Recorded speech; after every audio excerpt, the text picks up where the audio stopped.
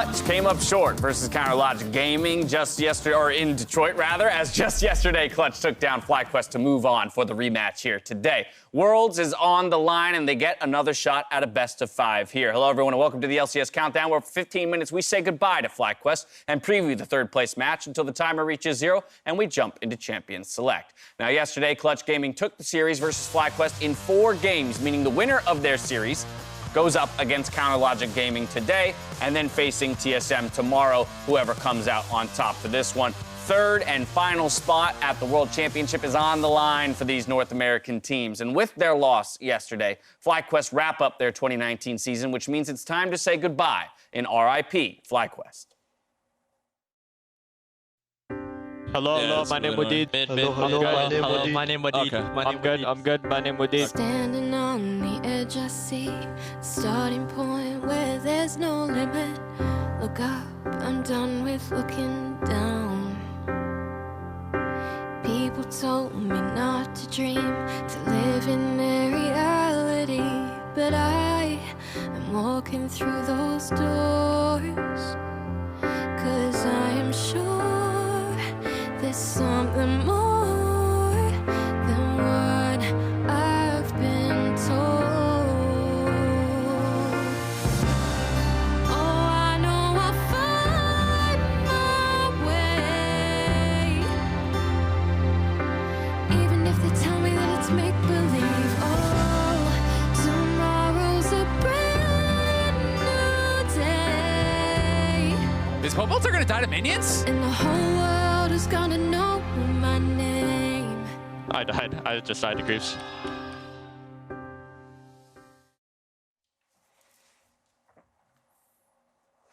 It's definitely a tough loss for FlyQuest as their final opportunity to extend their postseason and make it to the World Championship. But I think, what we can say is despite their loss, that they definitely didn't go down without a fight against Clutch yesterday. They pushed them hard, but in the context of their year as well, they had a pretty nice spring. So at least they know that they had some fire in them. And that fire did almost beat Clutch in Game 4, where they took Baron and just lost the game right away. Yeah, Game 1 was super close. Game 2 they won, and Game 4, like you said, if they took the Baron and played a little differently from there, they could have won that game as well. And as a result, Clutch Gaming was actually tested and forced to show a lot of their picks that we, and probably they were hoping that they could hold until this CLG series. We saw Huni on Gnar, we saw the Caitlyn Morgana bot lane, and they had to play really well to actually pick up that series. Yeah, I think the Gnar is a big talking point there, right? We, weren't so hot on the Karma top that had shown up in that third place match. The only time it did show up for Clutch was actually in the mid lane. And then, of course, here, Huni on the Gnar now showing another one of his playmaking picks from the top lane. And my problem with the Karma always was the fact that in these high-stake matches, you want to put some of your best players, the most veteran players, and playmakers, give them the agency to make their own plays. And so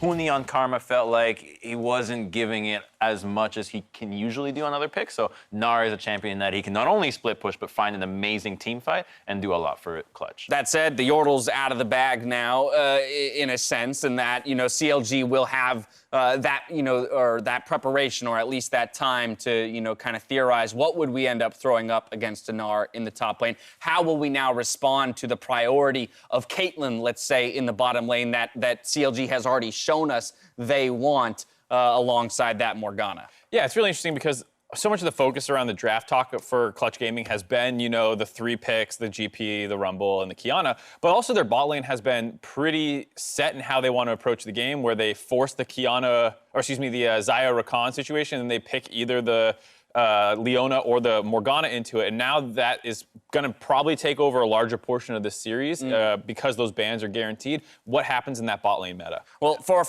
a refresher, rather, on the last time that these teams played, let's go ahead to this week's mic check, which tunes in on the series from Detroit. Honestly, it feels just like the exact same as LCS. It's colder, though. It's no different, right? I didn't know Detroit had so many League of Legends fans. It's Canada. They're all from Toronto. Yep. Canada, eh? Hey. All here for Vincent. They're all Vincent fans. Hesses is too OP, so I don't know what they're saying here. Yeah, I heard a Huni. I heard some Huni. They're saying Huni is so hot. I mean, what's new? What's new? Nothing. Nothing's new. Nothing's new. We're fighting bot. Don't. Does he have flash? Does he have flash? We don't know. I don't know. I'm not gonna go. They're avoiding. Just push the top down module. I got one. You should do it. I'll stop all. Aatrox and Gragas, there's only Ezreal. Only Israel. Play me the Kai'Sa. He can't lose here. He got it. Kill them all! Quadra kill. Yo, Cody, do it. I just did it for you, bro. I did it, boys. That's. Oh, no, back. Oh, you guys are. Can we engage on this guy? Yeah.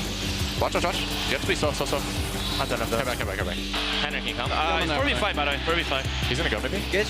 Yeah, we can win. Oh, Yes, Luke Crasher. Scratch. yeah. Play me. Run. Rock on. Diana here. Rock on. Diana. I'm good. Hit front. You guys will wipe. Guys, by the way, they're gonna be really cocky, Yeah. so we can actually still come back. We still have. I'm going. Victor, everyone. We're gonna wipe them. Okay. Play with Kess on your other. Dash stop watches, okay? Kai, yes, lose this. Run. I'm back.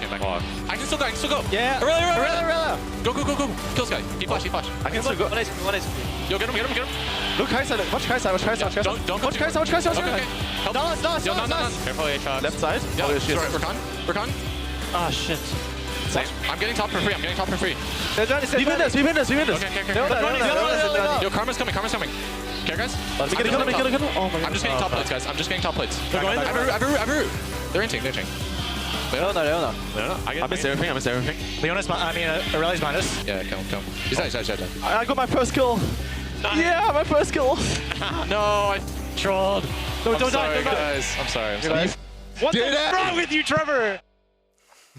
A feels-good win there for CLG coming off of that series. You know, we talk about momentum for Clutch. I think we also have to talk about momentum for CLG, having gotten the better of this matchup the first time around. They'll be quite confident, rather, coming in this time around. And Wiggly had a really nice feeling on the pulse of the series, knowing that Clutch Gaming was going to be overconfident after such a commanding victory in Game 2, that put him high enough on the pedestal to just knock him down and send him crashing into a Game 5. Without a doubt. Before today's clash, though, CLG's jungle minced no words. This is the match that decides the number 3 seed at Worlds.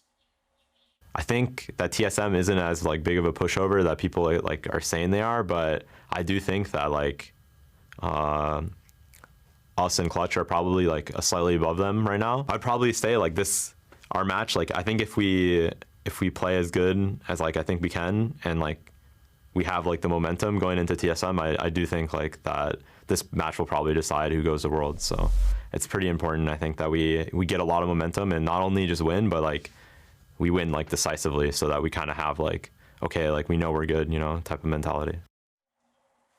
Words were not minced. They were not sliced, diced, shredded, or anything the like. But with Clutch Gaming's next top lane pick shown, will this rematch, between Clutch and CLG go to the full 5 games like it did in Detroit? For me, it's kind of hard to say because the Detroit series was really weird, where it didn't feel like either team's best coincided against each other. Game 2, CLG's playing the weird assassins, the Dianas and Kianas in the mid lane, which we don't associate with them. Then they fix their draft, and they ban out a lot of Clutch Gaming's best picks, who then go to that Karma pick that nobody really liked, and then CLG's playing those, control mages in the mid lane. And so neither team felt like they were getting the drafts they really wanted at any point in the series at the same time. And so it makes it hard for me to sit there and say, that was really indicative of what's going to happen today. I mean, CLG ended up winning with a YOLO draft on Game 3, 4, and 5, right? They busted out the Thresh, no games, or even the Ahri, no practice on the Ahri for PoE. He didn't even play a solo queue game this year of that pick. So they just busted out saying we need confidence on our side. So to predict how far this series is going to go, considering that when it happened, it was all about the confidence in the picks, regardless of the practice, makes it a lot harder to figure out if this is going to be a blowout or a Game 5. Let's talk about some key players then. First and foremost, I think Cody Sun, our player of the series from yesterday, is definitely going to have a spotlight on him today. Yeah, I mean, he was fantastic yesterday. He was fantastic in that series. Great in the TL1. He's been great all playoffs long. He's definitely on a hot streak. And like we're saying, with this evolution of the bot lane meta around the Xayah Rakan and all the counter picks that can pop up, this feels like the position where it will most likely be won or lost because of how good Cody has been in late game team situations. I think the big deal here is Caitlyn was shown by Clutch Gaming. In the third place match, Caitlyn was a pick that was banned by Clutch Gaming, already recognizing that CLG has a priority on this pick. It's very valuable to them. So now they've picked up the tools that were used to defeat them. I think they're going to be able to add this with the Morgana that they've also added to make a really spicy bottom lane, because now you have Vaya with the Thresh as well. So I feel like before it was all about Rumble and Kiana, and now we're zeroing in entirely on bottom lane, which is fair. Well, let's talk bot lane then a little bit more. Biofrost, picked up player of the series in Detroit, was instrumental, as you've already mentioned, Tier Crumbs, in that reverse sweep and coming back into it. Yeah, Biofrost is probably, I'd say, the star of the team. If you had to pick one player on CLG, he's really exciting to watch as a support because he gives you kind of core JJ vibes of, oh, is he going to bust out something new and be very stylish around it and kind of command the team to victory. But on the flip side, if he doesn't get ahead in the laning phase, you're really not seeing him come out with those performances, which is something that someone like Core does. And that's why we want to see him on ranged supportive champions, because they have a little bit stronger of a laning phase, and he is better when he has that kind of ability early on to start dictating the laning phase versus, you know, playing something like an Alistar and waiting for his opportunities the way some other players do. So for me, I'm really excited about the bot lane and where that's going to go, because it feels like I'm expecting CLG on blue side to just start with where they ended last series and see where we go from there. All right, well, for their rematch, the coaches shared their thoughts ahead of today. Yeah, like I said, because all the other teams are either already going to their boot camps or they're on vacation, you know, we've basically just been training against each other. So it's really hard to hide picks, because even if you don't show one to a certain team, eventually it works its way around the circle, you know, between TSM and FlyQuest and us and Clutch. So, I mean, mostly what we learned yesterday is that Huni is still really good at gangplank. I think 2 weeks ago, we would think that the winner of this match would probably be TSM and go to Worlds, but we just saw how much better FlyQuest got, and it's a pretty good promise to think that TSM also got a lot better. So whoever wins this game or wins today is going to go against TSM, and TSM might be a much better team, a renewed team, and it's going to be another best of 5 where anyone can win. All right, expressing a little caution there for the opponent that awaits them tomorrow, saying, hey, if FlyQuest improved as much as they did in that month's period of time, then TSM could have a like improvement. But anyone can win. What a, fun sound okay, bite. fine. All right, fine. All right, well, when it comes to winning this series here today, I want to know what each of these teams needs to do. So win conditions, let's go ahead and start with CLG. I think I want them to start kind of where they ended the previous series, as well as pick Camille versus the Gnar that you see coming. So you know that you want to ban those 3 champions. We talked about it so much around Clutch Gaming. They finally picked up some wins on some other stuff, most notably the Gnar. So come in ready with a heavy counter pick. We've seen it already from Rune, who has been able to find some wins on Camille. This is another great matchup for Camille, where you have a lot of kill threat after you survive the initial part of the game. And you have such a stable bot lane for the most part that usually don't get blown out. So pick a good bot lane, good scaling mid, and find that counter pick in the top lane. All right, what's the response for Clutch? Number one thing, do not tilt. It cannot happen. They have to stay level-headed, because if they don't, they're going to lose a series, just as it happened last time. Secondly is that I think they need to go with a draft priority in the bottom lane. Make sure that your bottom lane has a strong matchup every single time, and try to sprinkle in some Corki and Azir bans. If you can get PoE off of his comfort picks, I think they're going to get a lot of bang for their buck in the draft. Should be enough to just pilot their normal Clutch Gaming ship and take them to victory. All right, in the second go-around of Clutch versus CLG, who do you have coming out on top? We do have Darshan joining us later in the day to break down the games as they happen, so we'll throw his prediction up on the board. It is CLG in 3-2 fashion. Scoreline is his prediction there. What do you think, Chris? I'm going Clutch Gaming. I think Clutch Gaming should have had it the first time around, and they will not make the same mistakes again. Do you think that they would close it out in a 3-0? No. Okay. If you want to score, I think 3-1. I'm going to go and not go with a Game 5. All right, sounds good. And finally, I said Clutch Gaming all week. I flip-flop after seeing their performance versus FlyQuest, how close that was. Going CLG 3-2. I think side selection is going to be super important with what you're able to ban, and so they should win all their blue side games, but really struggle on red side. Mark Zimmerman, the perennial Clutch hater. Yeah. I don't know where it comes from, Mark. I don't know. All right, with that, it's time to get into the game, so we're throwing it out to the Battle Arena. Hello, thank you, Dash, and welcome to what should be quite the best of 5 here, chat. CLG and Clutch again in about 2 weeks, but this time there's a shot at Worlds on the line. And Mark just had to go ahead and flip off the last second, like he always does. But really, I'm looking forward to seeing this one again. We got to see Clutch really steamroll CLG for the first 2 games of the 3rd place match 2 weeks ago, but then we got to see CLG bounce back in a big way. And as the coaches alluded to during the interviews, even though they don't directly scrim each other, because there's such a small scrim pool, they know each other's champion pool. So this is kind of the teams already figuring each other out and we'll end up seeing really who is truly the better team rather than who just surprised someone with the pick. It's definitely rare to get this much data, I feel like, on a team, both internally in your practice and getting to play them on such a big stage. So should be quite the series. You have to think that teams are coming in prepared, and as no surprises here to kick off the first draft. Rumble Kiana banned by CLG. Yeah, and we're going to see if there's also an Azir ban coming through from Clutch Gaming, because there are a lot of priority picks. We actually got to see Skarner kind of emerge as a first pickable champion in the first series between these two teams, and actually the Caitlyn ban is the one that ends up rising in priority, trying to get that bot lane dominance. That's a ton of respect there to 6 AM Bifrost there taking out the Caitlyn. So we'll see where CLG want to go with their first pick. They did ban Akali as their last, Yumi and Corki, the other two. But we've seen a lot of different first picks, and you mentioned Azir. It was the only one left unbanned, so it is the first pick. I mean, it is a little bit surprising the Clutch decided not to go for it, but by giving over the Azir, they do get 2 other priority picks of their own. With the Caitlyn ban, they're able to get Xayah for themselves as well as Skarner. And this could be CLG going back to a tried and true. Woo! I mean, I thought letting Xayah, Rakan, and Skarner all through might be risky, but they have a plan here. Sona Taric on the CLG side, and we are done with phase 1. Yeah, Sona Kench is the CLG variant. It's the one they played the most of. This is actually stronger in the early and mid game and not as strong in the late game. Look for Biofrost Tahm Kench to try and make some big plays. However, I do want to point out, Biofrost is 1-5 on Tahm Kench so far in the summer. So even if they have won a game with Sona Kench, generally speaking, the Kench has not been that great for CLG. Biofrost certainly has been a strong force for CLG all season long, but all his best games are like, yeah, he's playing range supports and playmaking, which is not really what we associate with a champion like Tahm Kench. So we'll see how it works out. As you said, certainly a duo they have a lot of experience with. Jace, though, will be taken out of Ruin's hands, one of his most played champions on the year. And CLG with ban number 4. Yeah, they should get rid of Gangplank, which they do. You notice their bans are very soul lane focused against Huni and Damonte. Expect that to continue since Clutch Gaming didn't pick any soul laners in the first rotation of the draft as it is. The Aurelia might be the final ban from Counter Logic Gaming, but it might not be because oftentimes they like to combo the Aurelia with Sejuani, and since they already have Skarner, that combo wouldn't be possible. So I think CLG has some flexibility with this last ban. Clutch also just taking out another one of Ruin's champions, so potentially setting up Huni for another counter pick, especially if CLG throw another ban here towards top lane. Not long left. They will decide on Sylas. So another good solo lane champion. Yeah, that's just probably something that they're hoping to keep out of the hands of Damonte.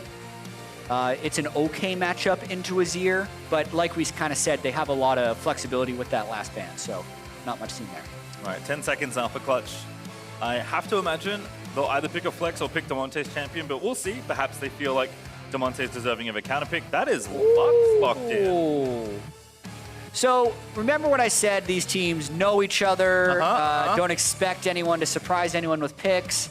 Then we see the first Sona Kench by CLG in a month, and we get to see Damonte playing Lux mid into Azir. So scratch that. They are trying to pull out all the stops in game 1. Well, he has played it once before this year, but only once. A whole one time. A whole one time, so... And he won! He did win. 100% win rate on the Lux there, as Sejuani will be not the pick for Wiggly. They actually steal the Gnar away. Give that ahead to Ruin. Yeah, I mean, I like having Gnar in this. He can be a decent damage threat later in the game once you get there, since Sona Kench is an incredible late game, still very good, but it's the enchanter you like to buff up the Gnar with. I actually really like the team composition for 5v5s that CLG is going to have here. They're going to have really strong amounts of CC, frontline support, and just good damage. So love the composition from CLG. Feels like Gnar actually kind of fits CLG well. Ruin was known as a big side lane player before he came over to CLG. Yeah. You know, always harassing people. And CLG, of course, have traditionally been a team fighting team. So Gnar kind of gives you a little bit of both. But Huni has decided that his counter pick is kind of a classic. He's going to Aurelia top lane.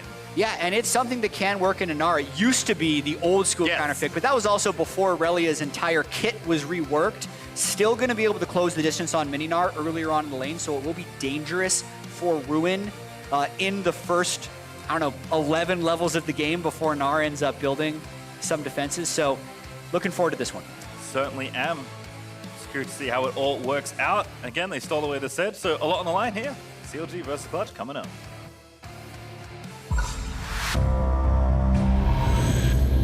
Every click. Every frame. Every press. Every sound. They're playing aggressive. I'll take mid. Every advantage.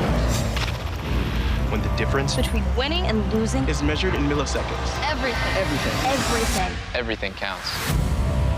The Alienware Legendary Battle Station.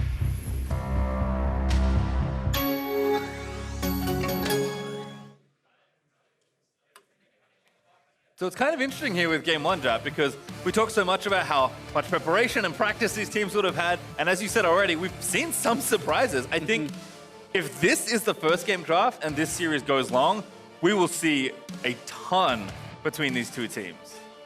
Yeah, and one thing that I just want to point out is the Kench is actually being played by Stixxay, not by Biofrost. So throw out that 1-in-5 Tom Kench Biofrost record. You've just now it's just a 1-in-5 CLG record with Kench. But that is interesting because ultimately in Sona Kench, it is a farm share lane. So either your AD carry or your support is going to have to play something they're a little bit less familiar with. And even though the late game carry is Sona, the early and mid game carry in this situation actually is the Kench. So Biofrost will need to stay safer on this, but it's one of the first switch ups we've actually seen in these Sona Kench lanes, seeing the Sona actually on the support. You know, it also kind of gives us what we asked for. You know, we prefer Biofrost on the range supports that can make some plays. Sona is the champion in this duo that does that. So again, these teams have had a lot of time to prep. They've played this patch probably to its limit at this point. Yeah, I got to point out we still are on 9:15. That was the playoffs patch, and since there is a limited amount of time from playoffs to the regional qualifier, and the matches are of such importance, the teams and the league decided to stay on 9:15 rather than playing on the 9:16 patch. It's been interesting watching all of the playoffs on the various patches. LPL has been on 9:15 throughout their entire run. LEC and LCK have been on patch 9:16. And the notable differences to me in those two patches is the strength of Corki and Azir. So, as you can see, Azir picked by Power People in this game. See if Demonte's semi-counter pick works out there in Lux, but looks like red side starts for both junglers. Huni already getting aggressive straight onto Ruin there. Trying to harass him down. Expect a lot of that from Huni. He loves to play aggressive in general, but this is his counter pick, so expect him to try and leverage his advantage early. Yeah, and we'll need to pay close attention to the strong side and the weak side of the map. Wiggly started down bottom on Sejuani, so Ruin isn't expecting to do anything that early on in the laning phase. That often hasn't dissuaded him either, though. He actually leads the league in isolated deaths, but in a game of such importance, you would hope that he actually does give respect to Huni early, especially while his own jungler is on the bottom side. Nice Devour that we just saw in the bottom lane from Stixxay, so clearly has put some practice into the champion. Also press the attack here for Huni, seeing some people change to that Keystone, but Ruin again, just really can't afford to get into any sort of trade with the Aurelia in mini form. Yeah, to talk about the press the attack on Aurelia a little bit, if it was into more of a tank matchup, you would expect the Conqueror, but in a specific kill lane, which is what Huni's trying to do, is threaten either 80-0 or 100-0 damage. The press the attack will have more damage in those instances, which is why I think he's gone with that Keystone. Yeah, you can see Ruin kind of doing the opposite, has Fleet here just to sustain. He knows this matchup is going to be tough, and Huni is deeping bottom lane. Whoa, that's early. Very early. He's only level 2. All right, well, everyone's level 2 here. Vulcan going to try and find the knockup. Doesn't grab it. Biofrost with a good flash, but Huni under the tower he goes. Good Devour there from Stixxay, taking up too many turret shots, and that goes south for Clutch. What a huge risk they're playing early, especially because they didn't coordinate that with Lyra. They could have just done a 4-man dive as Wiggly moves up as long as Lyra was willing to come down with the next wave, but they force it so early. It was reliant on Huni landing his stun. He does not, so he doesn't get the Q reset. And any advantage that Huni was going to have in that lane is forfeit because that dive didn't work. Yeah, Ruin pushes the lane and takes the free base. Walks back to lane there with the pot and his cloth armor, but you know, we thought the Clutch playbook had been exhausted. I guess we were wrong, but that was not something I expected from Huni. Yeah, I mean, that's the type of thing that you would more likely see in scrims than on stage. It's that incredibly high-risk play where if it goes wrong, it potentially sets you back a lot. But Clutch very willing to pull the trigger on it in game one. From the looks of it, Huni has stabilized the lane for now. We're going to have to see what the extended effects of this play are, though, because he is flashless and TP-less, so his ability to pressure in that lane should be limited, or Wiggly should go up there and kill him. And of course, as we say that, Huni blade surges back towards Ruin. He was just pulling that lane. Still action in the bot side, though. Another devour from Stixxay as Biofrost constantly under attack here in the 2v2.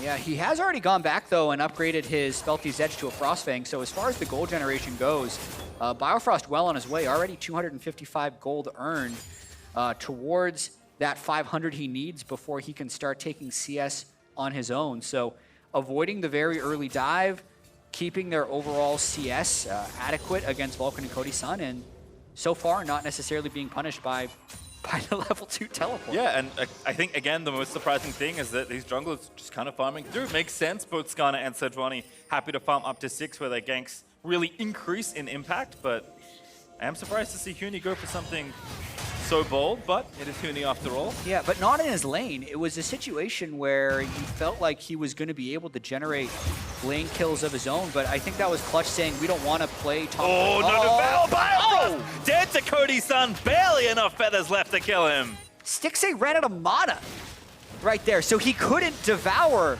2v2 kill now, Wiggly in the river. Yeah, Demonte roaming down, gets the barrier off first. Power of Evil roaming over, so no kill onto Wiggly. But still, Cody and Vulcan, kind of stock continues to rise here in the postseason. I feel like they've really gelled a lot as a 2v2 unit, as they just get a kill straight up here. Yeah, I mean, Biofrost up against the wall, no way of juking that shot by Vulcan. They chain it with the root, and really, I think the big misplay here is the fact that Stixxay didn't have mana. Normally, that's not a threatening situation for the Sona to be in, because Kench can just devour before the damage comes through, and I think I chalked that one up to inexperience on the pick. Stixxay, not a Tahm Kench player, by the way, also not a Sona player, but clearly I think this Tahm Kench Sona switch-up is something that is fairly recent within the last 2 weeks, and you get to see on stage not saving the mana for the Devour. PoE forced to flash. Vulcan had the knock-up ready, but Demonte now going to flash out himself. Root lands, so gets the laser down. Wiggly looking for something as Ruin and Stixxay are going to TP in. Ruin misses the bounce on the hop, though, so can't really move in for the rest of the fight, but there's an Infernal up. CLG will start the objective. Yeah, and this is actually the payoff for Huni using the teleport early on in the laning phase. Ruin able to give them the 5v4 advantage. It will be the Infernal Drake, knowing that Demonte's ult is already down. All right, Infernal over. Clutch looking to maybe grab an exit kill, but everyone's just going to walk away safely. So first blood to Clutch, but first Drake to CLG. Game remaining fairly even as Clutch up about 500 gold, but not too much here in the early game. Yeah, and Biofrost very vulnerable right now, still just level 4. Lost a lot of experience with that death. Cody Sun having the healing reduction, and especially the level 6 of Zyra Khan is so threatening. Gonna be a dangerous point in the game right now before Biofrost can start farming up, especially with this lane shoving in to Clutch's tower. It's kind of gonna expose CLG to an attack. Yeah, Ignite back up for Vulcan as well. There's certainly a lot of threat here. But looks like the lane may be too big right now for Clutch to maybe make a play. We'll see once that experience ticks over for those ultimates. Is Lyra ready with Impale here in mid lane, potentially gonna sniff out Power of Evil, who doesn't have flash after the last little encounter. Good ward though from PoE, senses that Lyra might be there, but that's instantly swept out by the Skarner. Yeah, I think that was very good instincts by Power of Evil. You can see that there were several wards on the bottom side of the river that he was cheating towards, so he knew he just had one spot left to ward, and he found Lyra. Here comes Lyra down to the bottom side now, though maybe not spotted. I think CLG have to sense that this is a possibility. Yeah, there is enough mana for the Devour this time by Stixxay. Cody 6, Vulcan not quite there. They might be able to just burst out the Kench if they get the right type of pull. Very tanky. Biofrost still going to expose himself. Vulcan goes forward. Now they know they have to devour. They will do it. Lyra not going to commit the ulti just yet. They are going to go for the Kench, though. There's the suppression down. They have enough. It's Cody able to grab his second kill. Yeah, that was a well-played gank by Clutch Gaming. I actually wonder if they could have had a 2-for-1 as soon as the Devour came in, if they would have just grabbed the suppression right there, but they were hoping to kind of solo out Biofrost Sona. Still, another good gank. That one continues the punishment. Biofrost does have his support item, so he's actually allowed to CS now without punishment. Still, 2-0 on Cody Sun is a great start for someone who won Player of the Series against FLICKR. Wiggly also moving himself down, but just to cover there as Vulcan did pop his own ulti, as I think Clutch were looking for a dive there onto the bottom lane. Biofrost, though, going to grab his ulti in just a moment as 6-8 returns to the lane as well. But certainly working out well for Clutch here in the early game. Now up almost 1,500 gold as Demonte going to get gifted the blue buff there by Lyra. Yeah, and 1,300 of that gold is Cody Sun versus Stixxay. The, quote, support gold between Biofrost and Vulcan right now is only a 200 difference for the Kleptomancy Sona. So from Clutch's perspective, they need to just keep pressuring around that bottom side. They have the teleport back onto Huni. They still have flash on Lyra for the next time his ultimate is up. But CLG is actually earlier on this rotation to the Rift Herald, which is normally what Clutch Gaming rotates towards. And yeah, you can actually see Clutch Gaming's bottom lane has moved up, but CLG going on it early. Yeah, right there on spawn. So a little bit faster here for CLG, rotating everyone over. PoE still keeping pressure in the mid lane. Big fight could possibly break out. Huni bottom lane, but he does have TP. It's a little late, but here comes a fight. Again, Rift Herald low, but not quite there. Ruin about to transform, looks for the ulti, finds two into the wall. The Dwani ult as well. Biofrost misses his own ulti. And now Clutch on the counter attack. Front side, that's Wiggly going down. They find another route onto Stixxay that Kent will in fact be benched as he goes down to Huni for the second. They get the Rift Herald, but at what cost? Pastry time. That was such a disorganized fight by CLG, and really, this Stixxay Biofrost Kench Sona is looking out of sorts. They do not seem in sync whatsoever. That was a whiffed Sona ultimate, and the continuation of this play looks even worse. This is a flashless, ultless Gnar. Yep, in mini form, trying to hop away. Vulcan says absolutely not, and Cody Sun on a rampage, gonna grab kill number 4. I mean, speaking about Mark Z earlier at the start of the day saying blue side should have the advantage in all these games. I typically agree, but this game one is just going so wrong for CLG. Watching Clutch, they actually disregard the Rift Herald, which does give them a bit of a jump on the play. The missed ultimate by Biofrost, unable to capitalize on Ruin's ult. Really no one on CLG was able to get in to do any damage, and the rest of Clutch Gaming is just able to free hit for basically the entire fight. Looked like Rift Herald actually already used, so CLG doesn't get really anything out of that play aside from a charge mid lane. Yeah, it was pop mid for a couple plates, so 2 taken off that section of the turret, but not worth the value they just lost in the ensuing fight. Biofrost still here in top lane now. The CLG trying to grab a few more plates before they fall off in 2 minutes time, but Huni's not too worried about this particular 1v2. Lyra's actually going to start up the Mountain Drake as a result. Vulcan may be caught here by Wiggly, but can go back over the wall. In fact, maybe just going to start a fight here. Permafrost on Wiggly will find the stun, but Wiggly getting low, can't contest for this Drake. Clutch Gaming continuing to have a stranglehold over this early game. Yeah, they are completely steamrolling it, and this looks a lot more like the first 2 games of their third place match than it does the last 3, where Clutch Gaming has almost all of the control. They're the first ones to initiate each play, even from level 2, which was a missed execution play. It's something they should have lost either a lot of tempo on or set them behind. Ruin is still down in CS. Huni was effectively unpunished for burning his flash and teleport at 2 minutes. That's absolutely something that I would expect CLG to punish. Like, they see Huni uses his flash teleport at level 2, Wiggly just paths topside, and the next time Huni pushes in, you kill him, because the Skarners are not going to be level 6 until that long. But it feels to me like CLG is sleeping or rusty or something, because the bottom lane seems out of sorts, and they're not taking advantage of the windows that have existed in this game, which is allowing Clutch to just take shot after shot after shot, hit some of them, and be up 4,000 gold. I mean, Clutch are one of the most proactive teams in the league this split. And CLG, you know, maybe a bit more tempered, but not like this, especially in the bottom lane. I feel like so much of their success came from being aggressive and picking winning lane matchups to then leverage that advantage into the mid game. But they've kind of let Cody just take control of the game, and that is exactly what he has done. 100% kill participation, a blisteringly fast Essence Reaver plus Executioner's Calling. I mean, Zai is one of the best champions on this patch, and Cody's been set up to continue his run in this postseason. Yeah, when I was watching the LPL finals, Uzi and LWX, the two best AD carries in that region, Kai'Sa was the unanimous first pick in all those games because Zaya was banned every single time. So by far, I think the best ADC on this patch is Zaya. And aside from Doublelift, the hottest AD carry in the NALCS in terms of recent performance has been Cody Sun. So has a good pick, has a good start, has a good champion, and Clutch is in great position in this game. Yeah, up 4K at this stage. You can see the turret plate's pretty close, but the rest of the gold certainly going in Clutch's hands this go-round. They've even got that first tower. Looks like they took out bottom lane just a few moments ago. And I imagine Clutch will just continue to be proactive here. I mean, if CLG are looking for some sort of mid-game with the Sona Tom Kench, which is what you expect when you pick a lane like this, CLG going to have to make something happen in the next 5 to 10 minutes, it feels like. Yeah, there is still, I think, a chance that if the gold lead were to freeze at 4,000 for the next 15 minutes, that CLG's late game would still be extremely good with the damage that Azir can put out once he has 4 or 5 items.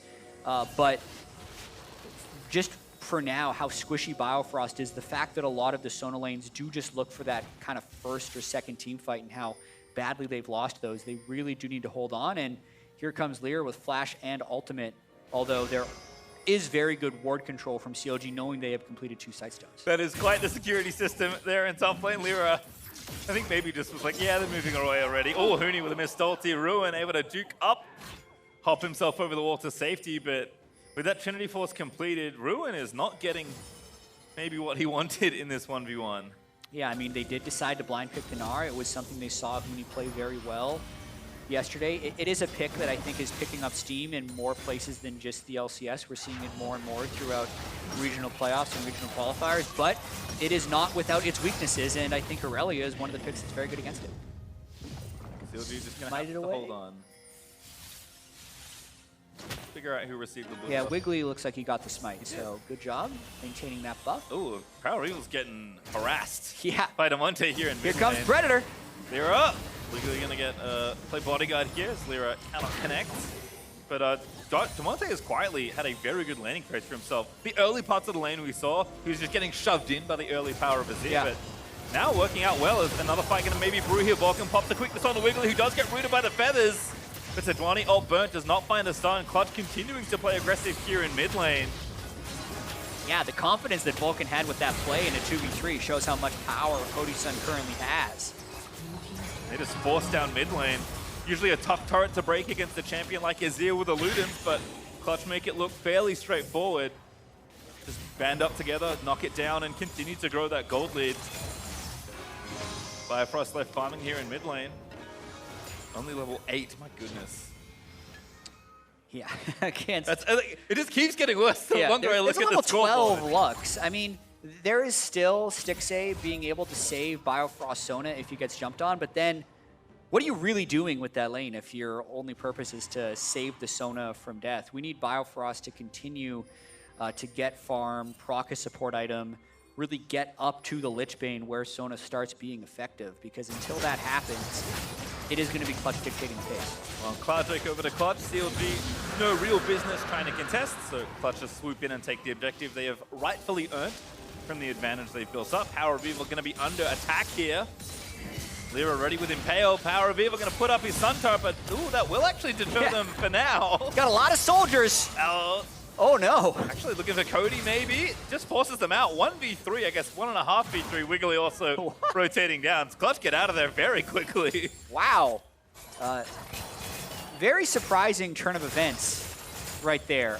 If Clutch wasn't going to try and dive Power of Evil when he throws 3 soldiers in front of them, you shouldn't put 3 people down there, in my opinion. I'm surprised that Clutch actually backed off on that play. But well played by Power of Evil to immediately respond by positioning all 3 of his soldiers right towards Clutch Gaming's dive path. That's a lot of pressure that Clutch spent trying to make that play happen. And I think we can look to Power of Evil here for CLG. You mentioned it already, he's definitely the big carry in this composition on a champion he's very comfortable with. Now maybe going to give CLG their first turret of the game. Damonte going to try and clear out the wave, but can't get the cannon in time. Power of Evil still some time to get this turret down, but Azir could take a while.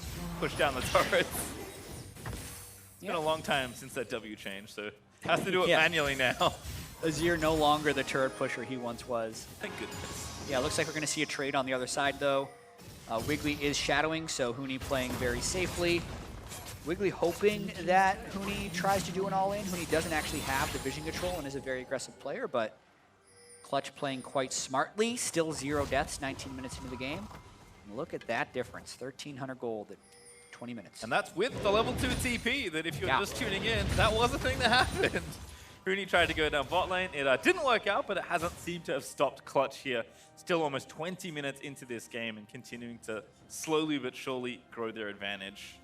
It's Cody with 2 items now done. I mean, this will be some very quick pace towards the 3-item mark here for the Xayah. Cody is just snowballing almost out of control. Yeah, he's getting closer and closer to IE. I do actually want to point out the Rakan build from Vulcan.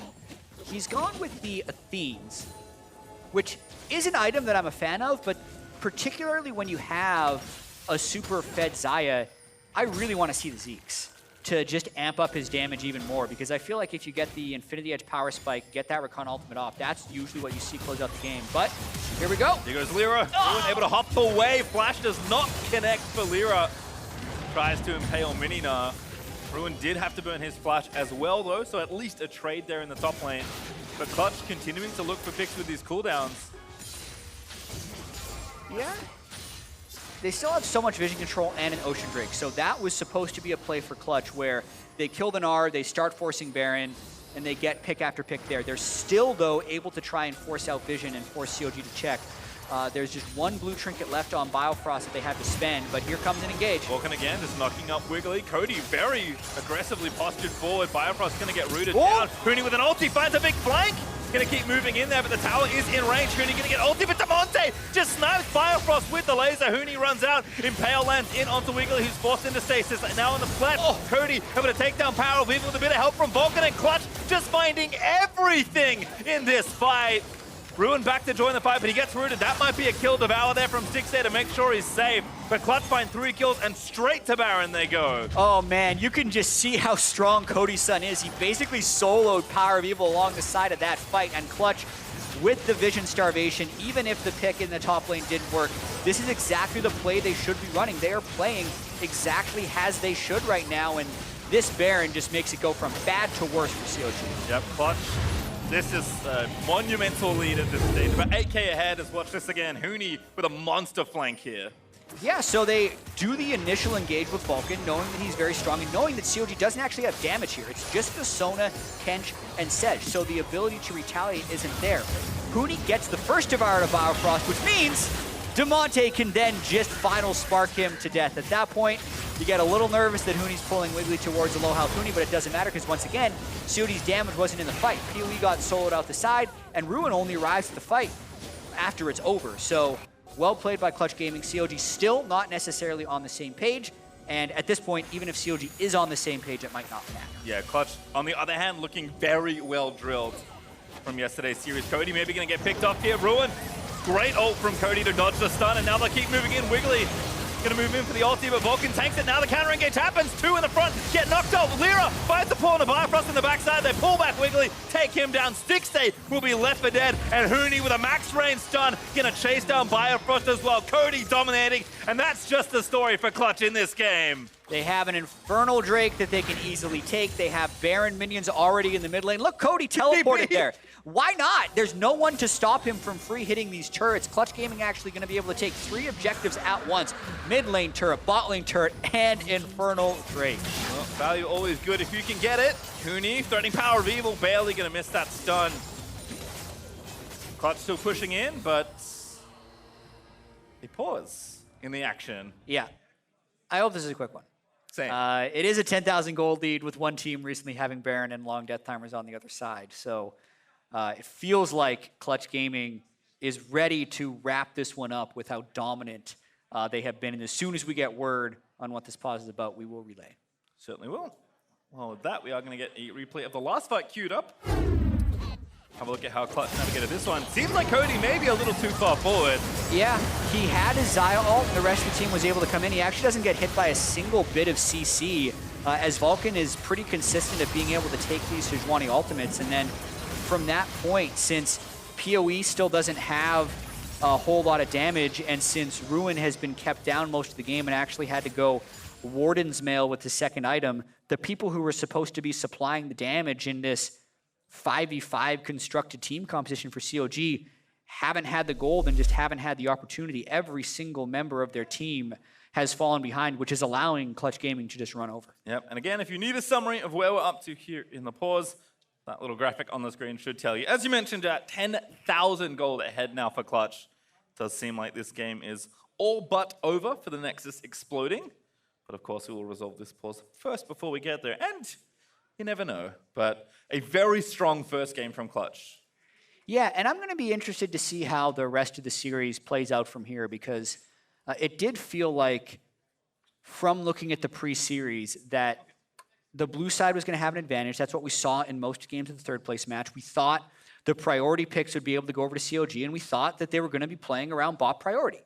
But CLG decides to try and switch things up in game one. They go back to Sona Kench. Not only do they go back to Sona Kench, they swap up who plays what. They put Stixxay on the defensive Kench and Biofrost on the Sona. That has not worked at all. I feel like it has completely backfired on them. And then Clutch, who pulls out the Lux after a number of mid lane bans, is also doing something different, right? Because in the third place series, we saw Damonte generally only succeed on melees and Power People only succeed on range. This is a range v range that Clutch is winning. If they would have done that, they might have swept CLG in the third place match. So CLG going to have to really regroup after this one. I kind of like actually thinking and kind of watching this mid lane matchup unfold a little more, as the update is, as you can see, there is a bug investigation currently happening. Power of Evil experienced something. I'm not exactly sure what yet. As soon as I know, I'll be able to tell you. But we may be in for a slightly longer than expected pause here as we investigate all of that. But back to the mid lane.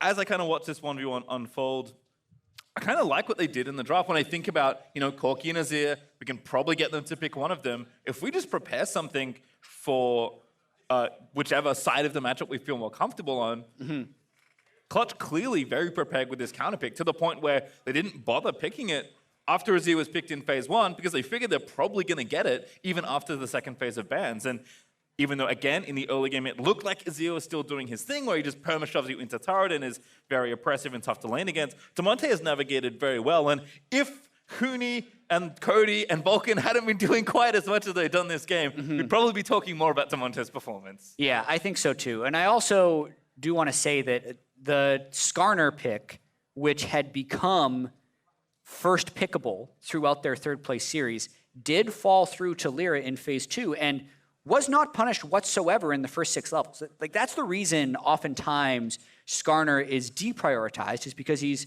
generally speaking weak 1 through 6. So the Sejuani for Wiggly really needed to make something happen earlier on in the game.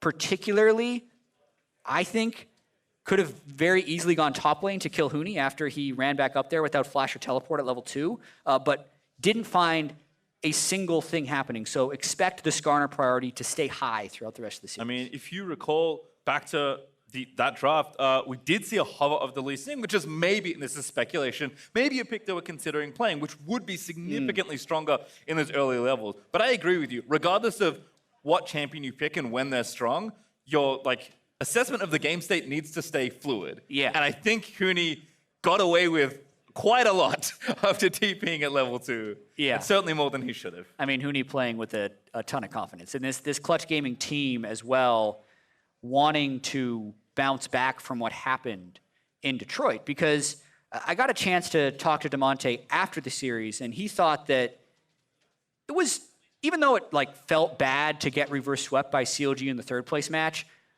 it's good that they got reverse swept then compared to now, because their arrogance level was really, really high after they knocked TSM out of the playoffs, after they took Team Liquid to a 5th game, after they were up 2-0 against CLG. So the fact that they actually had some weaknesses exposed and it pushed them to try and do some new stuff, could have been a good thing. And very early on in the series, they have made some adaptations. We got to see it a little bit in the FlyQuest series with the Gnar, and we've gotten to see it here with the Lux. So if this stuff is to stay true throughout the rest of the series, it would be looking quite good for Clutch. All right, well, with this pause, we're going to throw it back to Dash and the analyst desk to give us some more insight into this game. Thank you very much, Pastry Time. While league officials continue to investigate the reported bug on stage, we have some time to talk about this game as it stands midway through. Clutch in a very commanding position right now across that 20-minute mark. In a way reminiscent of how the series started last time around with a couple dominant first few games. I mean, even more similar is the fact that CLG is just not drafting what people think they're synonymous with. Like, all split long CLG has had their best games when they have priority-focused bot lanes, and they just go ahead in first game of the series. They're trying to be Team Liquid, right? Team Liquid beat them with the Sona comp, but they're not Team Now, exactly. I've heard from these two plenty what they think about the drafting between these two teams, but Darshan, I haven't had the opportunity to have you on the desk to talk about this. So what is your opinion, before we talk actually about this draft and this game, about the way that each of these teams should be playing or drafting? Yeah, I mean, I don't tune into every analyst desk segment, but as soon as I mentioned something about bot lane, these guys just started freaking out, and I would have to agree. I think that watching CLG all split, I feel like a lot of them doing well is just their bot lane performing, having pressure in lane and using that in mid game. And I think Clutch, same story. Huni's teleporting bot lane level 2 to win his bot lane the game. So I definitely think the bot lane is the big story here, and I think that they should definitely be looking to get a better matchup than Sona Tahm Kench. Yeah.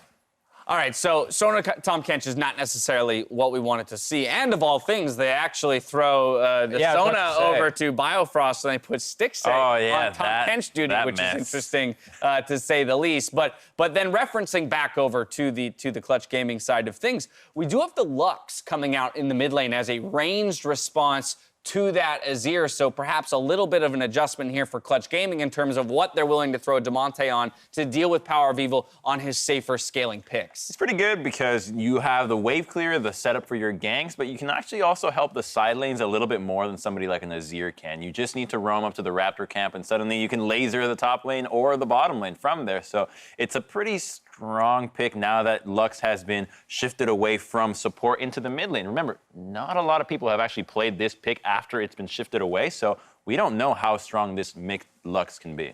And both side lanes are also relatively interested in getting jungle attention. Aurelia can eventually get kill threat when Gnar is mini. You have bot lane, who obviously wants to punish the Sona Tahm Kench. So having a less resource-intensive mid laner and less volatile mid laner is in this situation something I'm definitely looking forward to for Clutch, because you don't always want to have all three lanes wanting the jungler's time. Yeah, without a doubt. And of course, we can talk about the top lane too. The idea that the Gnar, having been a pick shown by Huni yesterday, this time around was picked up by Ruin. So I'll be very curious to see how Champion Select develops throughout the day, whether or not this will be a highly contested pick or if it really just trade hands, throughout the day, as there are things like the Aurelia that is clearly a comfortable response for Huni into the Gnar.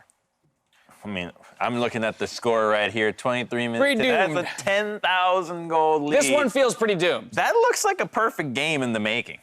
Like 11-0. There's no dragons on there. Zero, CLG has dragons. Yeah. CLG got just the one, right? The Infernal. Yeah, the first Infernal. Off the top, and then now we have a Cloud and a Mountain Drake in favor of Clutch. What was that? These were the kinds of games that gave Clutch the overconfidence that ended up being their downfall. So starting off so hot in the best of 5 against a team that's already reversed up to you is not the best place to go into. Right. I mean, as a CLG fan, if you were watching, you wouldn't feel that worried considering how badly the other series started, and they came back just fine in that one. So CLG, we've said it a couple times now, even in their C9 series, they just feel like a really slow starting team. It takes them a game or two, it feels like, to ramp up into a series. This is actually just perfectly in line with that. Down 0-2 is their best. Yeah, they're like, now we're doing it. I don't know if anybody wants to be in that position. You don't want to, but but they've at least proven to themselves that they can dig their way out of that kind of hole. As I say that, I'm being told we are heading into game. I'm going to wait for the gameplay to show up on my screen to confirm.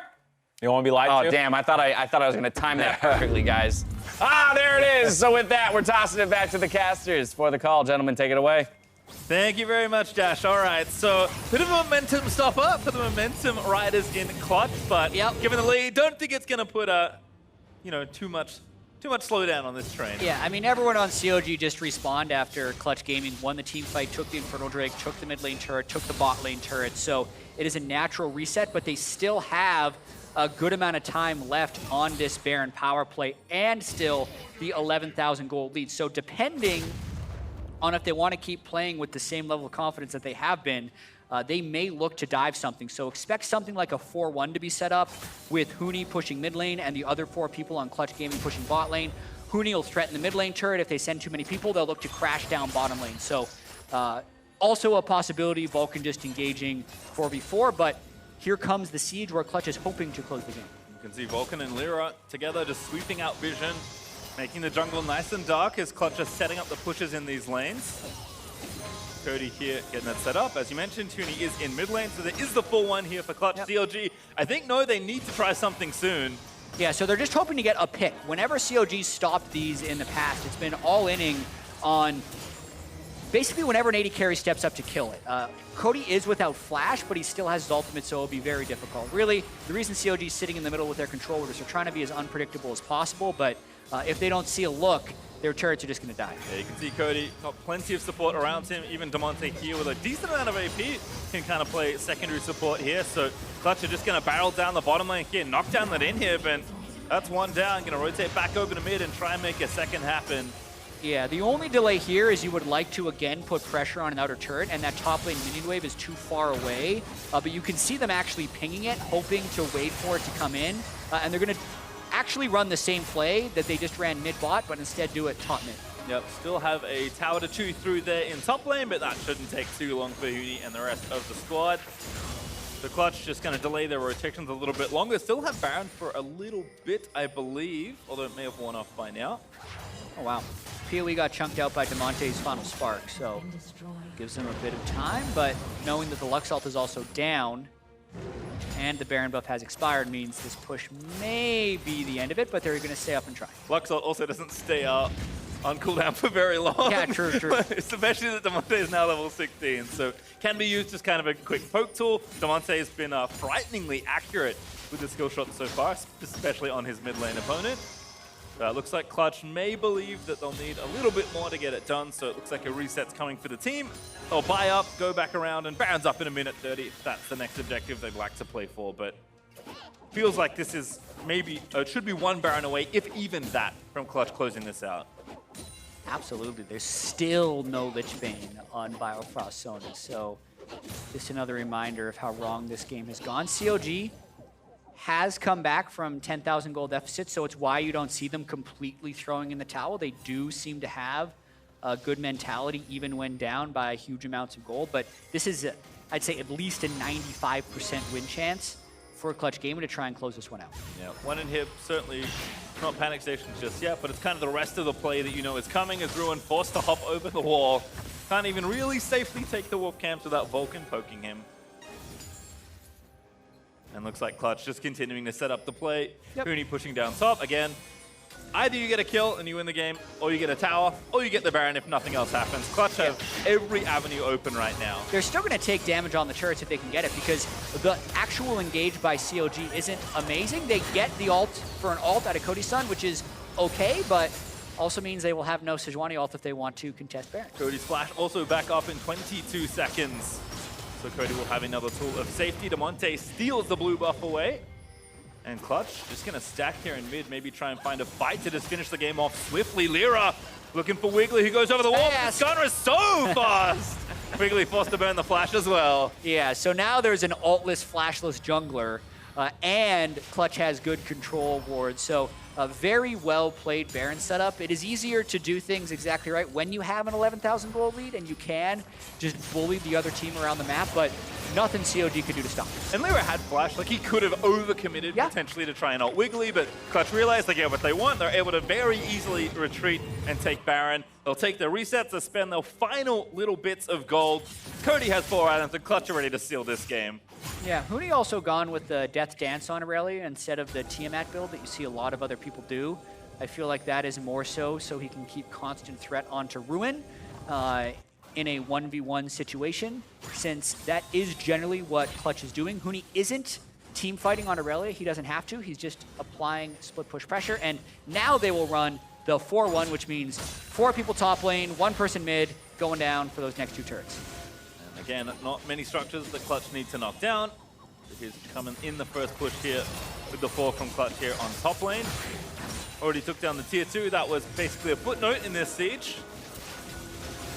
Cody forward, very aggressive. Camonte continuing to poke, gets a good chunk of Stixay's health out. And that tower's going down. In fact, Cooney almost finishes off the mid as well with a bit of help from that cannon creep. And the Baron buff. All right, CLG, when do you try and pick your final fight? Because it's coming up soon. Yeah, I mean, Ruins Meganard right now, that was it. That was the attempt. Wiggly again tries it. Cody, ulti back up. Too quick on the reactions there. Clutch still have to put the finishing touches on these inhibs, but top will fall, mid will follow soon after. I mean, might be Bifrost time to throw it. An ulti, there it is, onto Cody! They're gonna try and find the dive, but he flashes out of there. Sona dead instantly. Wiggly gonna get low, good devour there, onto Ruin by Stixay, but Lyra flashes in as Clutch know that this is going to be the game. CLG tried to find a fight that could keep the game afloat, but everything sinks here in game 1 as Clutch just take over and dominate for a game 1 win. 14-2-0 phase 3 time. Total domination by Clutch Gaming in game 1 of this regional qualifier. Semi-final for Clutch Gaming. That was a display by them. A lot of mistakes by CLG, and a lot of learnings are going to take to game 2. I do not expect all 3 games of the series to go this way, but as far as game 1 is concerned, CLG did not look like CLG, and Clutch looked like peak Clutch. Certainly did. Well practiced, well drilled, and absolutely spectacular in that game. Not quite perfect. Maybe we'll call it flawless. The one Infernal and the 1 Rift Herald that CLG got, and then lost. They charged. They got some plates. Dead. All right. Well, for more on how Clutch took over game 1, let's send it over to the State Farm analyst desk. Thank you very much, Pastry Time. Once again, welcome to Darshan, joining us here to break down this series as it happens. We're very glad to have you. We got to talk about it already at that 23-minute mark during the pause, and Clutch was already in a very commanding position. Didn't take them too much longer to close it out from there. So really what I want to do is talk about everything before that 23-minute mark, starting once again in the draft. While we already hit some things, there's actually a lot to dig in here, and I'm going to start with you, Darshan. Continued thoughts on the way that this broke down. Yeah, so again, I think bot lane's the most important thing. I think it was smart by Clutch to last ban the Caitlyn, so they weren't ready to react to it. But then from CLG, why would you first pick Azir, you know? If Clutch takes Azir first pick, you have so many mages for power people to play. Pick Xayah, take the strong bot lane, or even take away the Skarner from Lyra. I've watched so many games of NA playoffs, and every single game I'm like, I wonder what Lyra's gonna play, and it's Skarner again. No big surprise. So I think that's another great pick to take away. Like, I thought CLG would be more prepared coming to this first game because you have so many games of data, and they even have Tafa who does all the stats, right? If you're looking at those stats, you see the Skarner, you see champions like the Xayah Rakan. I think you want to be, you'll realize you got to take those away. So. You know, statistically speaking, Jab brought it up on the cast as well. The fact that in China, it's Xayah, Kai'Sa first picks left, right, and center. Everyone's picking these 2 champions. They're banning them out. Nowhere to be found. Where's the Kai'Sa at? Where's the priority on these kinds of champions that these regions that have just won Worlds last year are picking up? But we know Stixay can play it, but for some reason the focus is on him on Sona. A lot of people have started also, if someone takes the Xayah early like they did here, you take the Rakan plus 1 thing, like you're saying, the Kai'Sa, Sivir, these other options that you have. And then, yes, you're going to get counterpicked with the Leona. You know that's coming, but you can pick your AD to be one that is good into it. Some people sometimes go Ezreal to try and avoid it. And so you know what's coming, and you have to kind of trade these blows out where you're like, okay, their draft makes it so they're going to get the Xayah, unless we first pick it, which they probably should have done. But instead, they just completely opt out of trading picks, and they go, we'll go this stuff with the, Tom Kench and Sona. And that's not the best CLG we've seen. Yeah, just a very peculiar draft to work through here. And it is, again, very reminiscent of the 3rd place matchup where both teams are really trying to find their footing within this best of 5 meta. But I now want to roll that forward into the actual gameplay because as you cited in that pause, Huni is very willing to use his teleport aggressively. So aggressively that he'll come down here to the bot lane, level 2, level 3, and find nothing. It's crazy. I see him doing this all the time in playoffs, and I think it's actually great because it shows how much Clutch Gaming is playing like a team. I think this is the kind of team you want to send to Worlds. When I see a team making plays like this constantly because they know they're playing off their bot lane and they want to get their bot lane prio, even if it doesn't work, time and time again, they're just going after it, and you see them here getting the 2v2 kill late. I'd say it did work, right? You put enough pressure in the bottom lane, have them play far back, get their summoners, then you can return for the kill.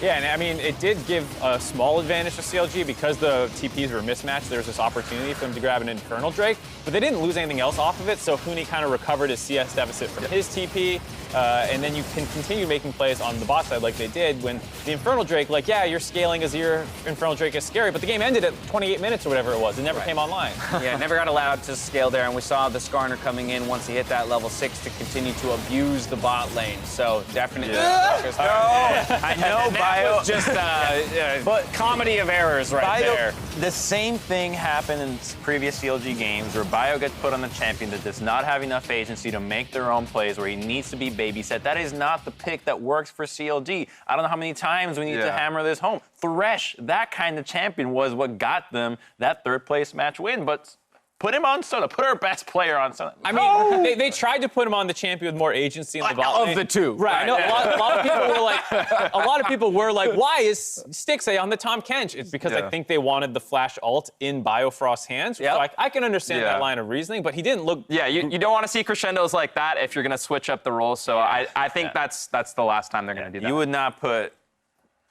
Core JJ on Soraka. You wanted him a playmaker. I don't know. I put Core JJ on anything he wants to play, if I'm being honest. That's just he's in his own tier, though. For everyone else, we're going to be a little bit more rigid in our thinking. But, all right, let's talk about how CLG snaps back in this one. No, let's not let it get to the 2-0 like it got to in Detroit. So where's the answer? Bot lane is obviously a big talking point.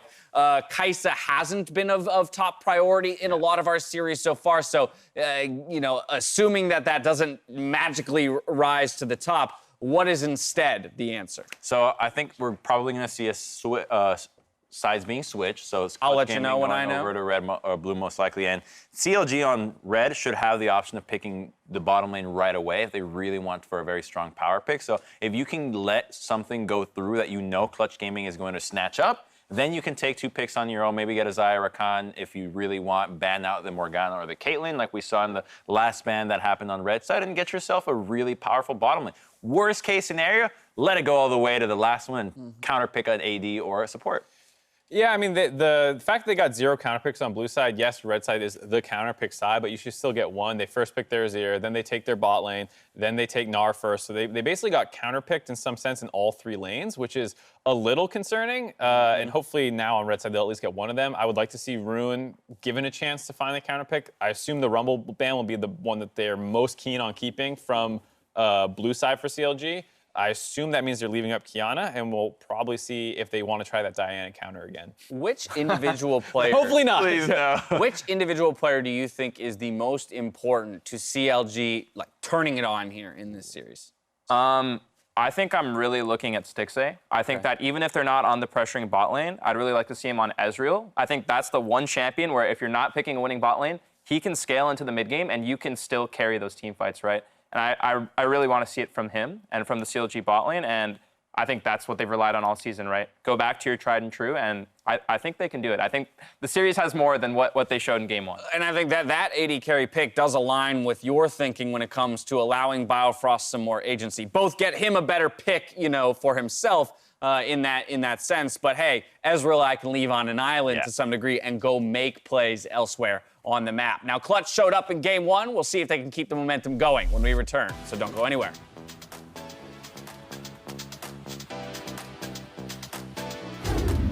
I think that was Clutch saying we don't want to play top. Oh, no, Biofrost! Dead to Cody's son. Biofrost misses his own ulti. And now Clutch on the counter-attack. Front side, that's Wiggly going down. They find another route onto Stixay. The Kent will, in fact, be benched as he goes down. The tower is in range. Huni going to get ulti, but Damonte just snipes Biofrost with the laser. Huni runs out. Impale lands in onto Wiggly, who's forced into stasis. Now on the flash, Cody able to take down. They're going to go for Baron. Stixay will be left for dead, and Huni with a max range stun going to chase down Biofrost as well. Cody dominating. They're going to try and find the Devour, but he flashes out of there. Sona dead instantly. Wiggly going to get low. Good Devour there. Onto Ruin by Stixay, but Lyra flashes in as Clutch know that this is going to be the game. When you're chasing greatness, just remember, it's not about what you say. It's about what you do.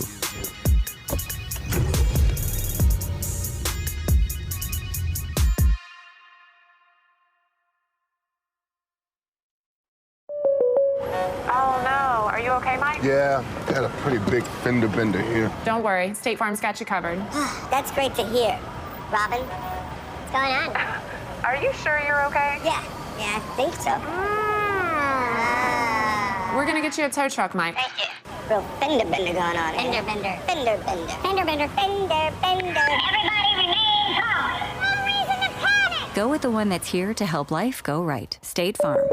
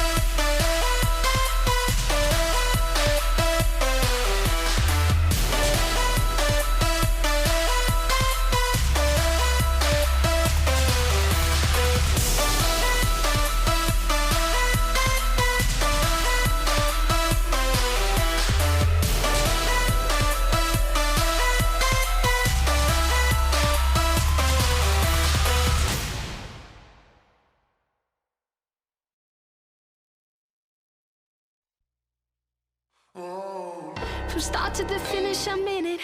They say that I'm two-tunnel vision, 'cause all I see is you. I've given up taking the scenic, gas to the floor 'cause I mean it, 'cause I know that I can't lose, I swear that I can't lose. Open up the gates and believe, never gonna leave us empty. Running on the left, running on the left. I'm in love with you. Pushing all I got, pushing all I got. 'Cause Hello and welcome back to Clutch versus Counter Logic Gaming. As we get ready for Game 2, let us know what you think about the LCS. You can take our survey to let us know your thoughts and get a chance to win an official LCS chair. You can learn more at riot.com/LCSfans. But Jat, Game 2 is on the horizon. Clutch have selected blue side. And CLG need to change something after that first game. Yeah, a recap for those of you just catching this series now. CLG was absolutely demolished in Game 1. 14 kills to 0. And coming into this game, they will be switching sides. So the reason that both teams typically want to pick blue side in the series is if we look at what you want to deny from Clutch Gaming. So CLG on blue side banned Rumble, Kiana, Akali. They want to ban those champions this game, but also Yuumi seems like a 100% red side ban every game. So unless you're willing to give over Yuumi, you're giving them either the Rumble, the Kiana, or the Akali, which again will favor the blue side in this matchup. Well, we'll see what happens here in our next draft. Expecting changes from at least the CLG camp. Yeah, you're not expecting them to go with Sona Kench again. You're looking for CLG to go with something more around bot side dominance, whether that is a pushing mid laner who is able to roam bottom lane. What it is more likely is just a strong 2v2. Well, draft is going to kick off. Corki once again banned by Clutch. CLG at least get the Rumble ban in here for phase number 1. But again, how many bans like this can they afford to make when they have to at least consider banning Yuumi on this side? There is the Yuumi ban from CLG we expected, and curiously an Ahri ban from Clutch. Yeah, I mean, Ahri is what PoE ended up pulling out in Game 5 of their series and had a fair bit of success with. But yeah, it does show that Clutch Gaming has a little bit of flexibility with what they can ban on blue side. And as you can see, the Kiana is the ban that was actually dropped. All right, so Akali ban, Skarner open first picked, and Clutch, they're on the Scorpion train. Yeah, and just because it's not banned in the Kiana doesn't mean it has to be first picked. What'll be really interesting to me is whether or not CLG is willing to play the Kiana.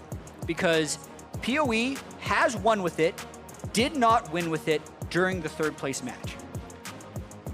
He was, though, the first player to get Kiana banned against him in the LCS. So he has succeeded with it in scrims against other teams. He just hasn't looked great with it on stage. I expect the Kiana to come through at some point in this draft phase. It's just a matter of when, and more likely to be on the side of Clutch. Zyra Khan is up, so I think CLG should just take it here. It seems like they're talking about whatever the second pick. I really do like the Zyra. I think it is probably the best AD on this patch and should be highly contested. If Clutch are going to give it away, you should take it, but they do not grab the Rakan. Instead, it is Comfort for Wiggly on Sejuani. I think this is because they want to go Xayah Thresh, just to get Biofrost on Thresh. I don't even know if the Rakan needs to be taken away here from Clutch. If they actually wanted to go with, say, a Caitlyn Morgana, that would be pretty devastating.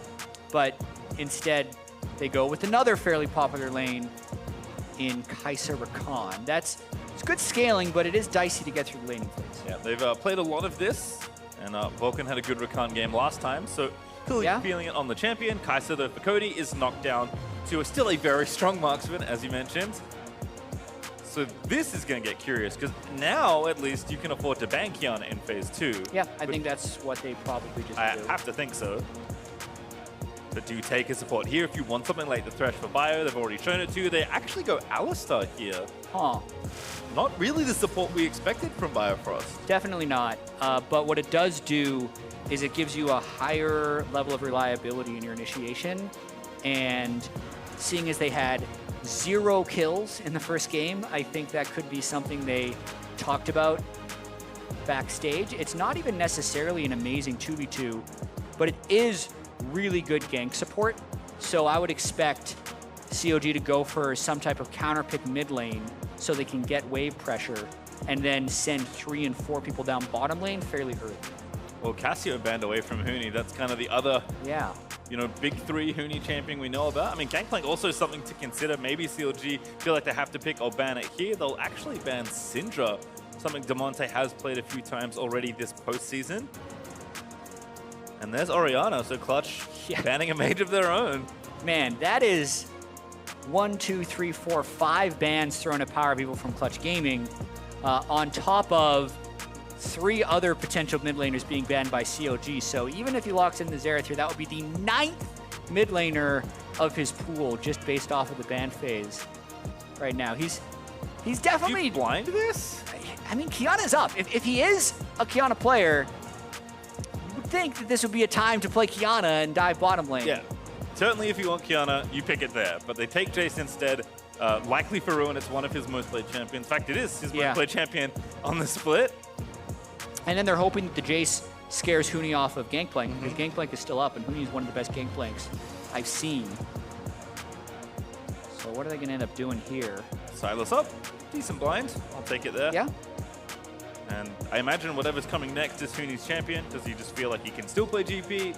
No, I don't know if he wants to play in this kind of matchup, so is he going to show something else?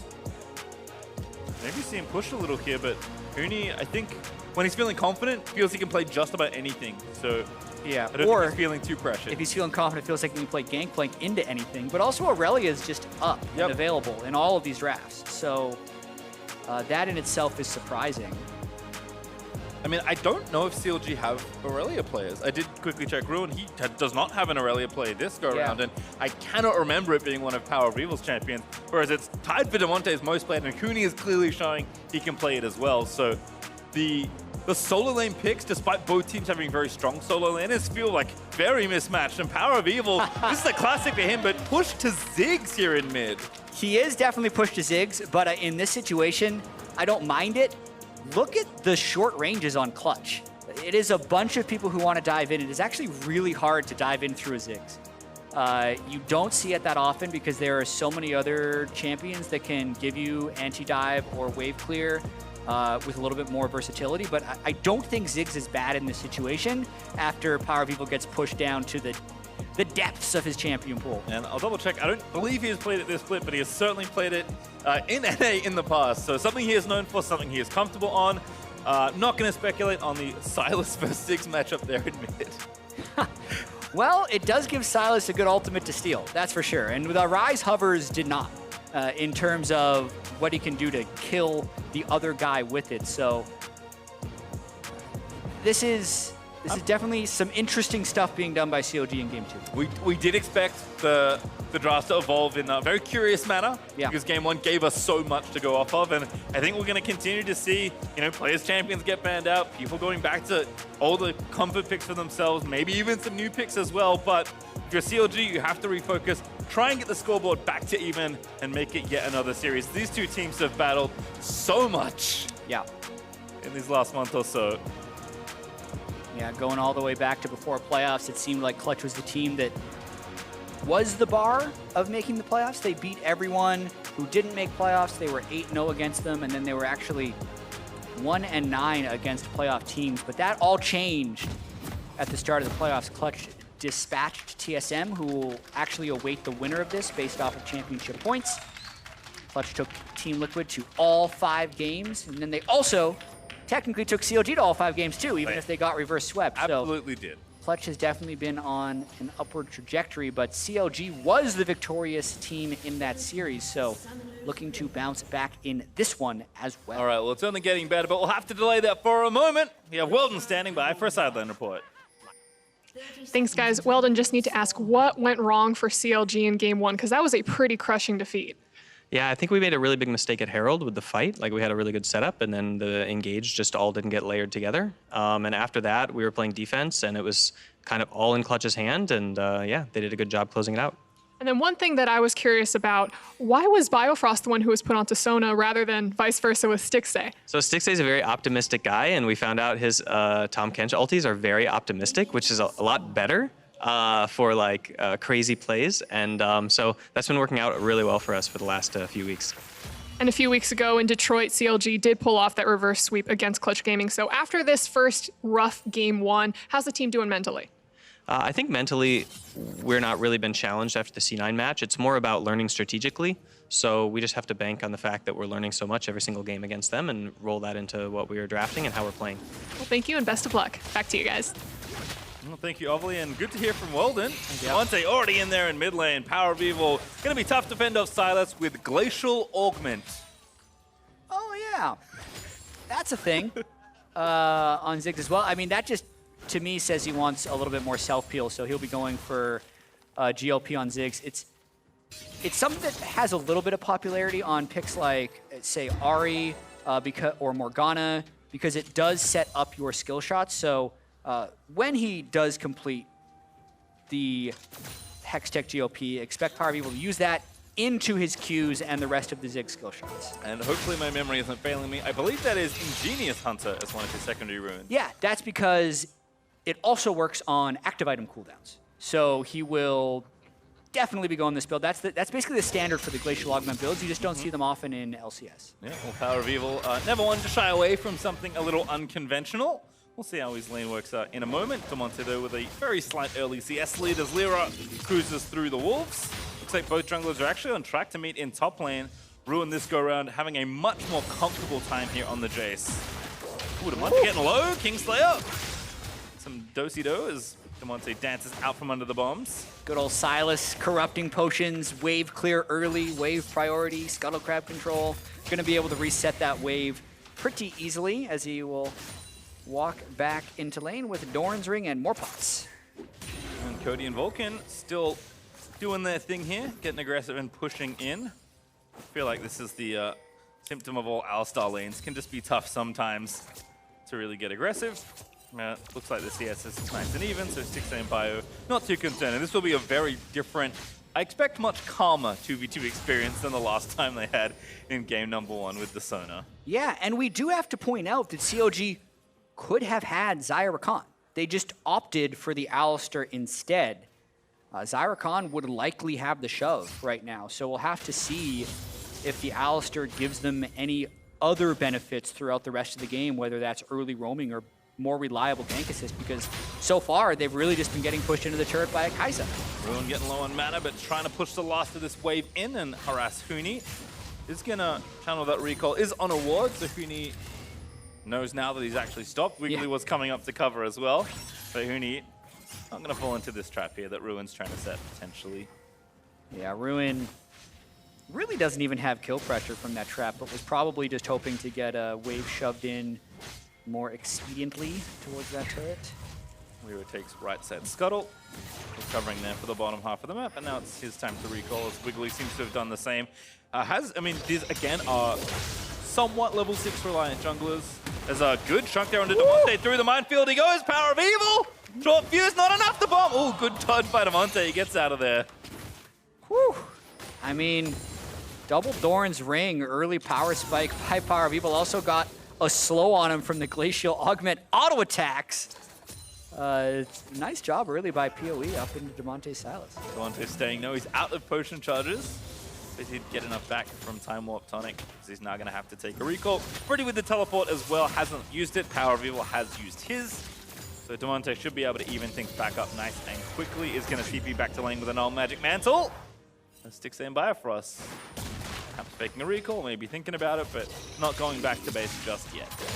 Yeah, what you're seeing here in the mid lane, though, is one of the reasons that Silas is pickable into so many different mid lanes. This is a matchup where he has been getting consistently out-traded by the Ziggs, but you can see after he recalled, he teleported back so quickly, and then because all of his spells give him AoE auto attack resets, he can so quickly get that wave back into PoE's turret. So that is a lane with a lot of other champions where having to take 2 recalls and burn your TP before level 6 would put you at a tempo disadvantage. On Silas, that's not the case. So he actually has the level advantage and the wave advantage here on PoE, even though he lost most trades. Oh, he can steal Sedge ult to Damonte is now 6. CG look to start up this Ocean Drake for themselves. Steals Ali's ult instead. But I guess that was the nearest one he had, but Clutch have more than enough power from Damonte's surprisingly high tempo TP play. Yeah, he just got wave priority. PoE used his teleport for double Dorans instead of walking back to the lane the first time like Damonte did, and then Damonte used that teleport advantage to essentially win lane. If that is actually the small margins that you can, quote, win a lane on, and the payoff was the early Drake. And a good one at that with the Ocean there for Clutch, so already off to a good start here. Huni and Ruin continuing to go back and forth, but Huni's kept this lane afloat despite all of Jace's good early pressure. Some early tab-eye there for Huni. Knows he needs to stay safe. Jace always a threat. Good stun though, but Huni just harassing Ruin here. Knows he doesn't need to do too much in the 1v1. Yeah, and the fact that he's up on CS as well as an accomplishment early on in the Jace, if we compare what's happening here with what happens in the regular season.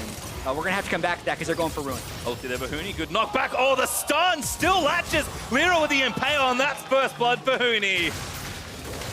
Nice gank there by Lyra. Level 6 Predator with Huni's all in. He actually gets the flash by himself, which allows Lyra to get the kill. That lane gets really dangerous for Jace in the future. Now Biofrost trying to get some river control.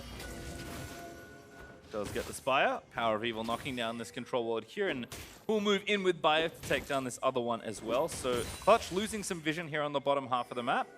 Biofrost going to get some deep wards of his own as Stixxay left to farm the rest of these camps. This was so well executed by Clutch. Yeah, both are level 6, but the Aurelia all-in at level 6 is quite strong. The instant that Skarner would be seen on a ward, if it was there, is when Huni goes for the all-in onto Ruin. Even though there wasn't a ward, the timing was still lined up. And then since Huni gets enough stuns and slows, Lyra's able to flash in for the ultimate. Just well played there by Clutch. First blood, always nice to grab as Wiggly going to take a crab of his own here. Now Six himself. That wasn't enough XP to get over the line and have access to his own ultimate, but it does feel like for all the farming these junglers have been doing in these first 2 games, Lyra at least making an impact. Yeah. Usually with his first 2 Skarner ultis. So Wiggly has been notably absent in these early games. I mean, amazingly, Skarner's been Lyra's best champion for about 2 years now. It's just...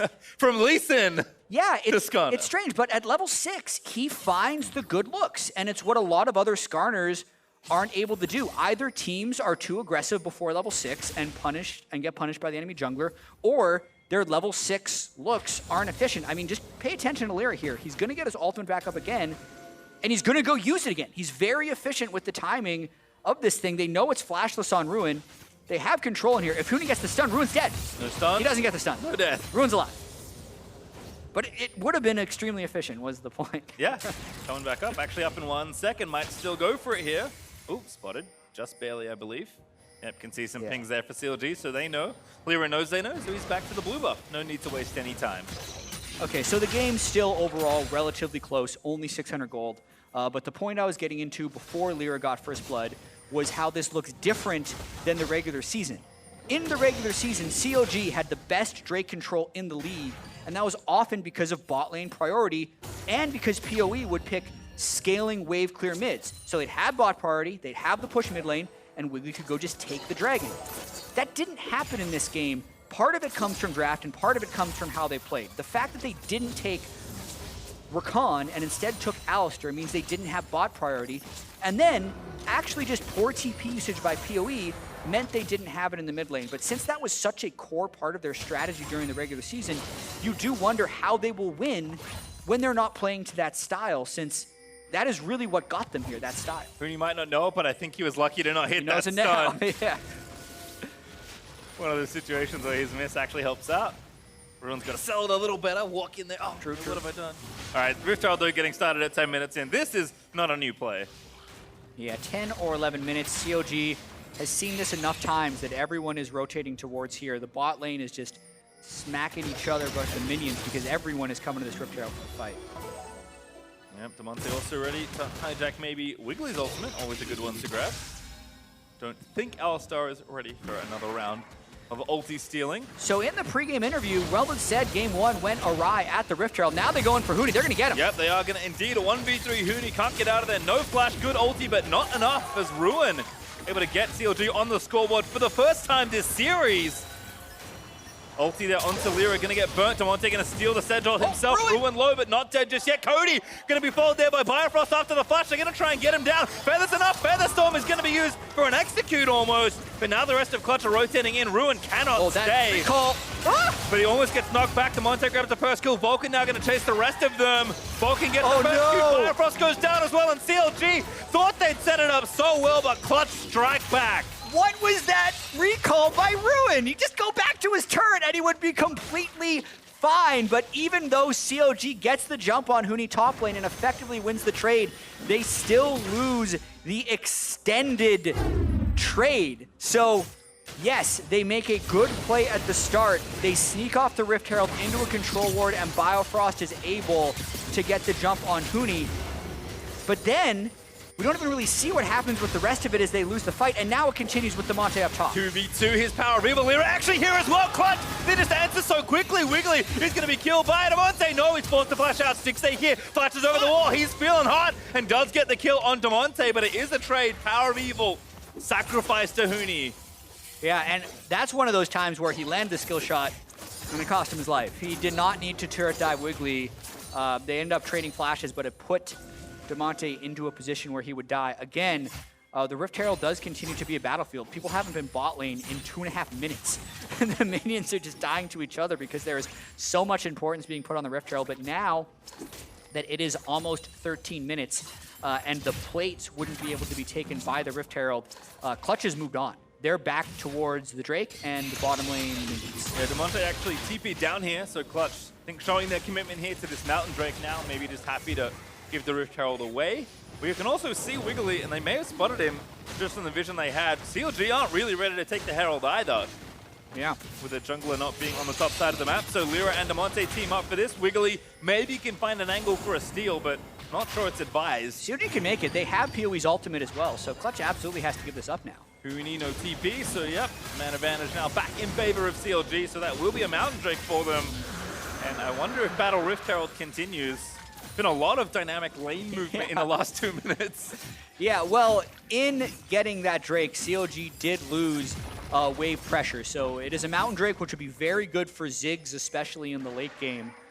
Stixay's got to watch out, though. Vulcan gonna get the knock on. Stixay has his ulti. Looks to turn the feathers back around, but doesn't quite latch onto TP. Vulcan.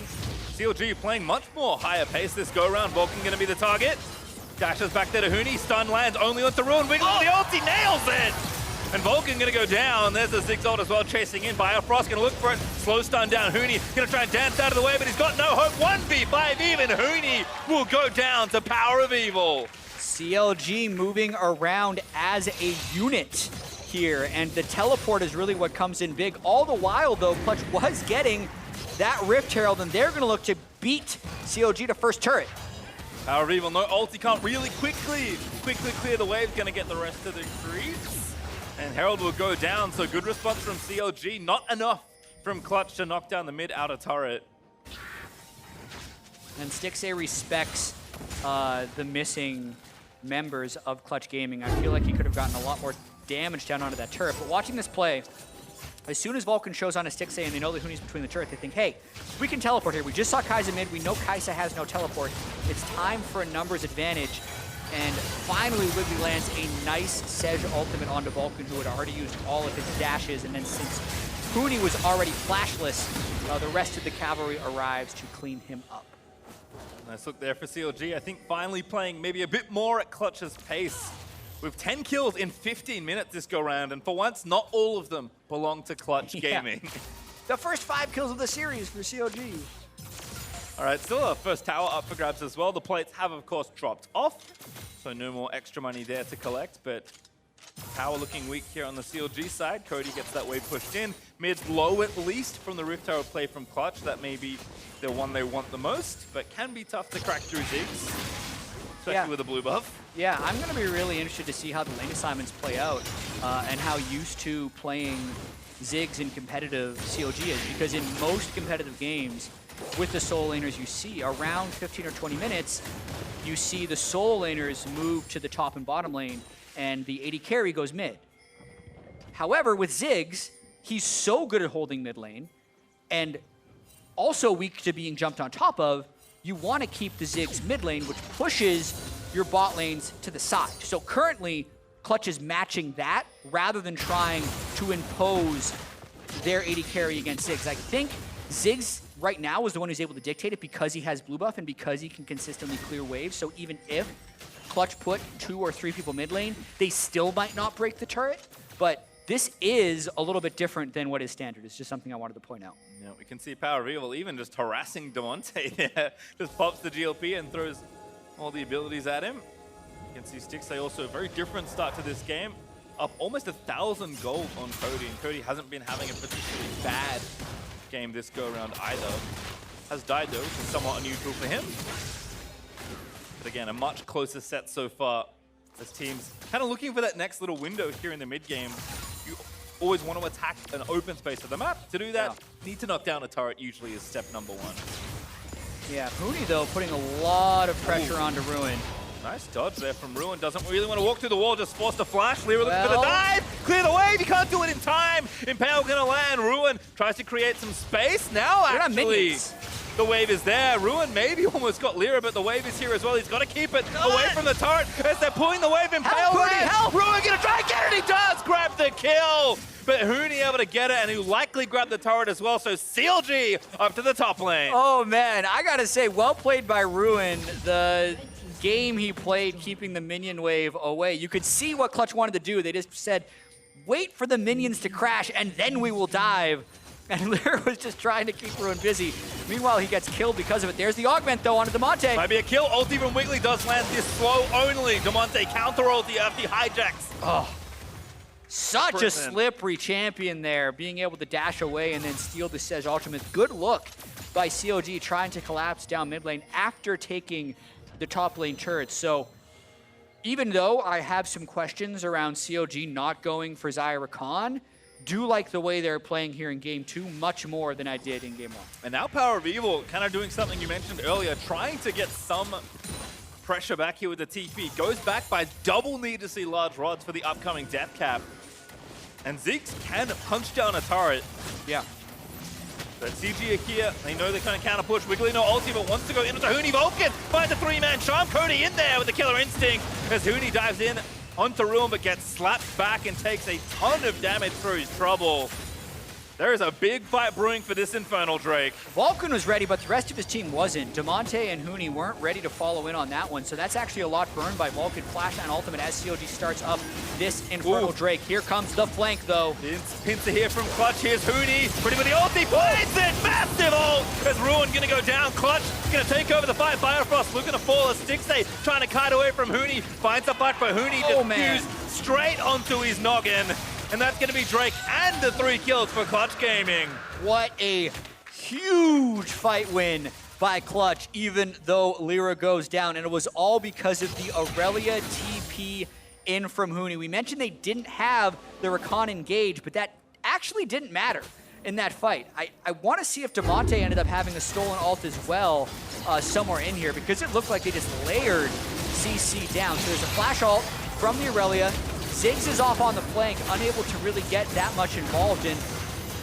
Yeah, it really just feels like the Aurelia ultimate hit basically everyone, and that was enough of a head start for Clutch Gaming to clean up the fight. Yeah, CLG were trying to do it, you know, the simple way, get Power of Evil pushing the lane back, get his ulti back off cooldown and rotate it down.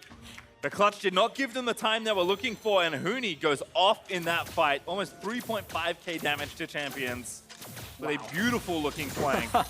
That is, that's more than a champion's worth of damage, that's for sure. That's about 2 champions worth of damage at this stage in the game. And 5-2-2, 450 extra gold, the bounty for Huni if you can grab him. And Triforce Death Dance once again already completed here. One of the first players on his team to 2 major items. And Damonte actually stole Biofrost's Alistar ultimate in that fight. That's one of the favorites for Silas's, especially if you're going to have these brawly fights, since he has so much health, self-healing. Also just giving him the straight-up damage reduction from the Alistar ulti is pretty nice. Yeah, it kind of has to be the other frontliner. Lyra's kind of the only one running tank duty apart from that. So always a nice one to try and grab. It's tough to give Silas 5 bad ults to steal, to be fair, but Damonte doing well there as Huni takes down the Scuttle Crab and looking to continue that pressure. Some towers have fallen, but it's a trade on either side as teams are still looking to try and knock down mid. Huni with an ulti, but has to get out this time. Oh no, back in the turn, hops on a Power of Evil! It just goes off on him! He's gonna go into stasis. I think Clutch can clean it up. Here comes Vulcan, zooms in with a quickness. Huni with a double and a well-deserved triple on the menu as Huni's able to collect it. Damonte steals the Feather Storm as they dive the mid lane turret and take it out. Clutch Gaming just doing everything right. Shades of 2016 Huni in that play, Pastry Time. He is popping off this game again with this Death's Dance Aurelia. It almost seems like it's more damage than CLG is expecting, because he went in 1v3 at the start of that fight before the rest of the team showed up. And then once he got back up, bonus, 2 more kills. Just an amazing play there by Huni. And a Baron-shaped cherry on top of the sundae at the end of it all, as Clutch do manage to take the objective, but let's watch this again. It looked like a retreating earlier ult, and I was wrong. He has Death's Dance, which is going to make him more resistant to burst. He lands the ult, which means he can get Q resets. So he resets off Wiggly, goes straight to PoE, W's, resets again, and that's enough damage to kill him. Then Lyra, who had kind of been waiting in the brush, thinking, hey, if they chase in, maybe we'll turn, realizes that Huni can turn by himself the whole time, and then he runs in too, and they just clean up. Yep, clean up, get the Baron, and it's Clutch firmly back in the driver's seat this game. About 6,500 gold ahead, looking to do much more damage in the gold department with this push. And at this point, with GA now finished, nobody can stop Huni 1v1. Yeah. Player gold entire game, 12,000 gold onto Huni at 22 minutes. That's absurd. I mean, impressive to be the first player to 10K. He's the first to 12 before anyone else is even at the 10 mark. Cody gonna knock down the top outer turret. Huni 1v2. Let's see. I mean, it could better be odds than the last 1v3 or 1v4. All right, Firefrost kicks him in. Power Revel, the next one up. It's basically the same story. Ulti already burnt there, quickly with the ultimate. Still have to do a lot here. Ulti, oh, dodge. I don't know, though. 1v4. He does seem pretty strong. Oh, he's back in. He wants to kill Wiggly. What an absolute madman. Now going to get resurrected. I think if he had run, he may have maybe made it out. But he's still going in. Dancing back around. Stixay forced to aggressively. Featherstormers. Here comes Lyra to save the day. Escorts President Huni out. Oh, here comes Ruin. Finally shut down.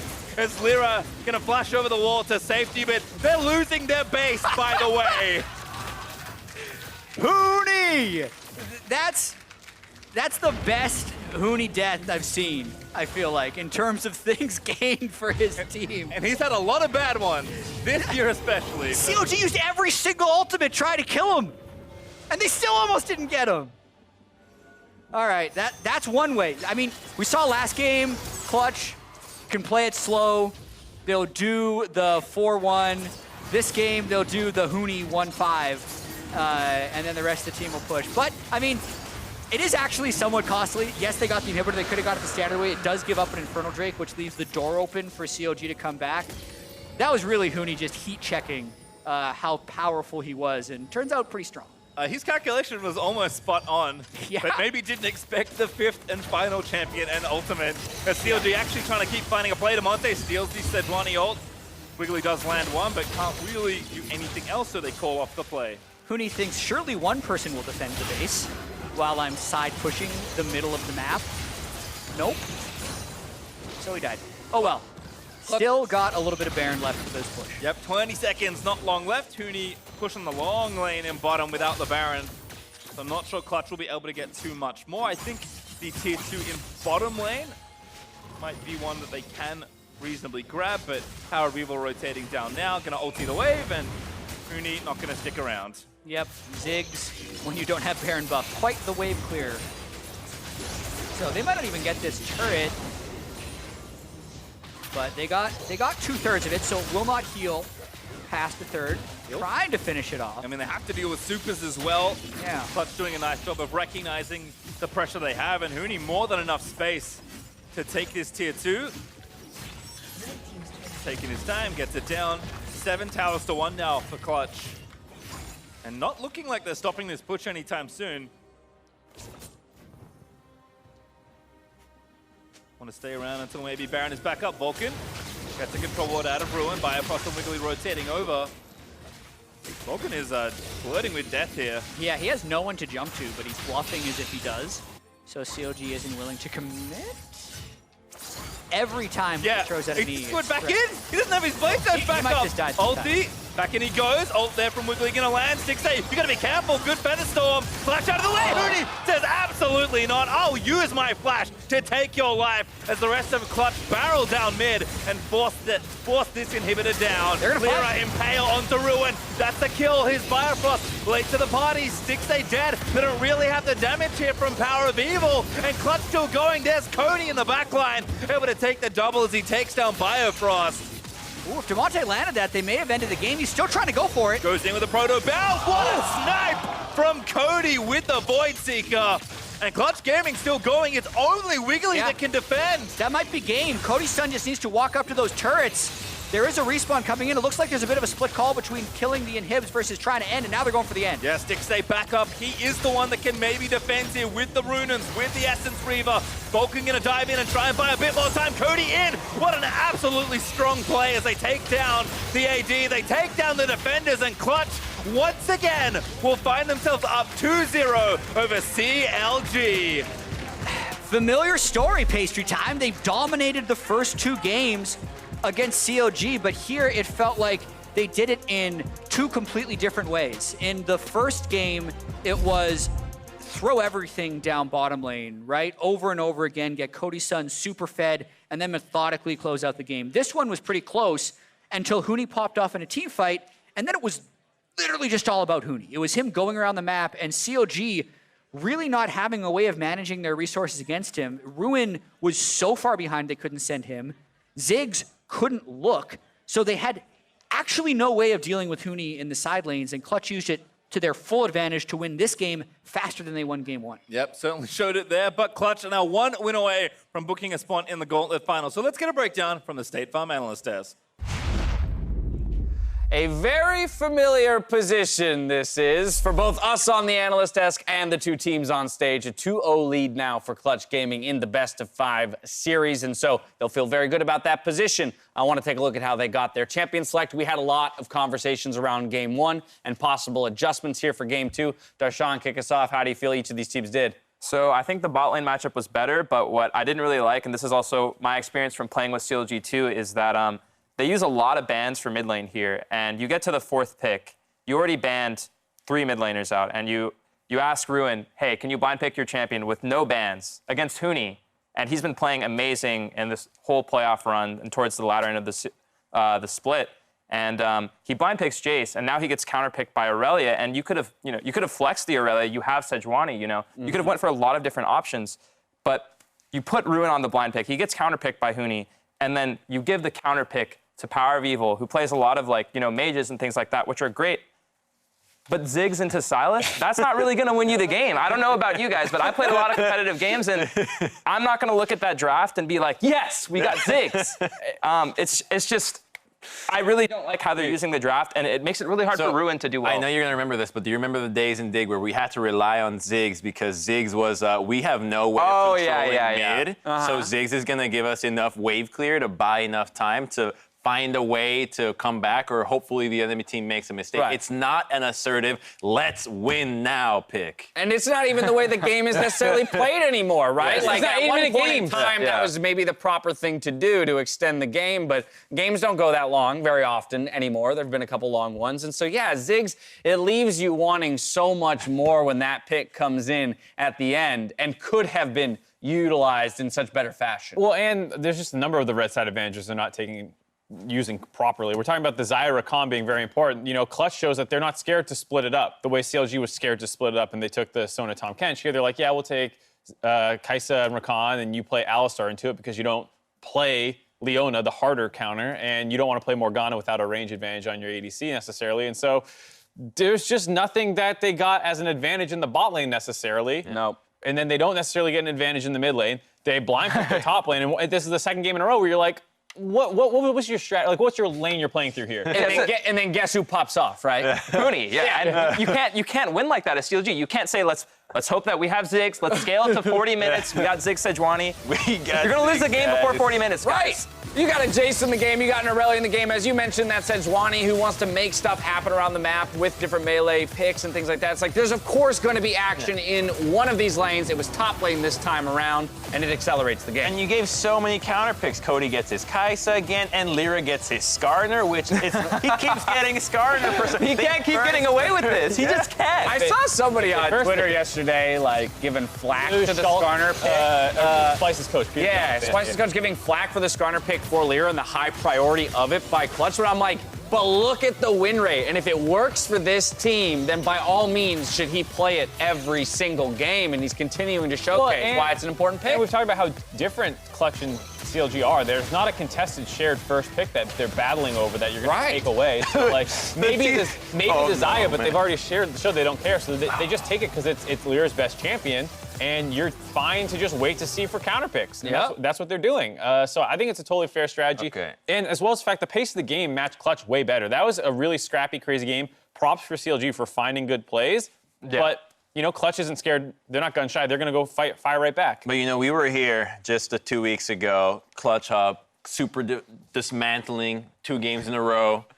CLG now trying to pull out things out of the hat that they've never used before. So I'm expecting CLG to do that. Yeah, I mean, if we take 2 weeks ago as an example, you would expect at this point, with no more losses to give, that CLG does the ultra return to standard for them. I think they're doing that return before they get down, though, too, thinking, oh, let's play our comfort picks, the ones that I think we might be able to do well if we feel it, and oh, we feel the zigs. And Ari was banned. Ari was banned in one of these games as well. So it's not like Clutch Gaming is not giving CLG the respect that they can bust out these wild picks. It's just that, you know, if you're somebody that's going to bust out a wild pick, 50% of the time, even more than that, it's going to fall flat. To your point, there's 4 bans from Clutch on the mid lane, as well as the mid lane bans from CLG as well. And eventually you get to this where Clutch Gaming has all their comfort picks. They have Silas, they have Aurelia, and Huni absolutely pops off in this team fight. Dude, he had disgusting. He had so many crazy plays this game. I actually loved watching him on Aurelia, and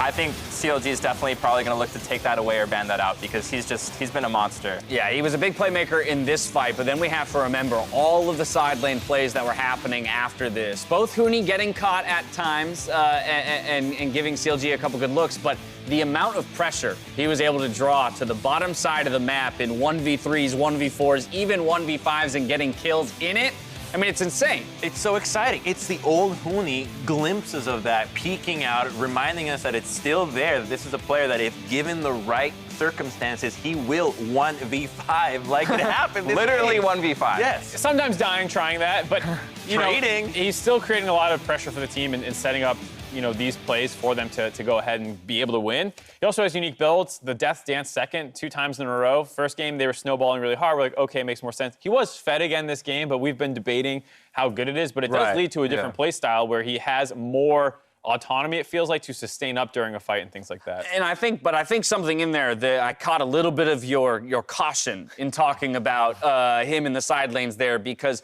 it is very much reminiscent of the way that they were playing after being up 2-0 the first time around.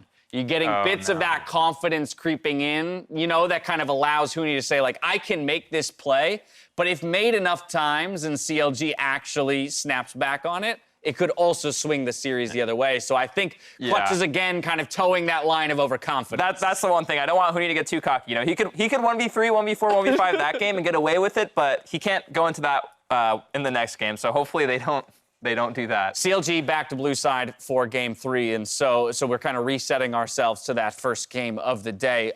Crumbs, give it to me. How does CLG extend the life of this series? Don't get outdrafted. Just pick something that completely is outside of Clutch Gaming's wheelhouse. The Thresh was a really nice answer in the 3rd place matchup. The Ari as well. Just try something new altogether. It clearly isn't working. Clutch Gaming is very prepared, and they won't tilt, which is a big deal because they've been in the exact same situation before, so they need to spice things up. It was Azir first pick in game 1 for the blue side CLG. What should they first pick instead this time around? Not Azir. Yeah, not Azir. And not Ziggs. Not Azir and Ziggs. Yeah, you got that from me. I like the idea that we're talking about with the Xayah potentially, but you have to figure out something to do differently with your solo lanes as well, because they're getting torn apart. They're not getting anything done on their own. So even if you fix the bot lane, you have to find a way to get an advantage in one of those 2 lanes as well on blue side. Otherwise, it's more of the same for Clutch Gaming as they look to close this one out. Far more dominant than the first time around. Looking for that 3-0. We'll see if Clutch can complete the sweep when we return. See you soon.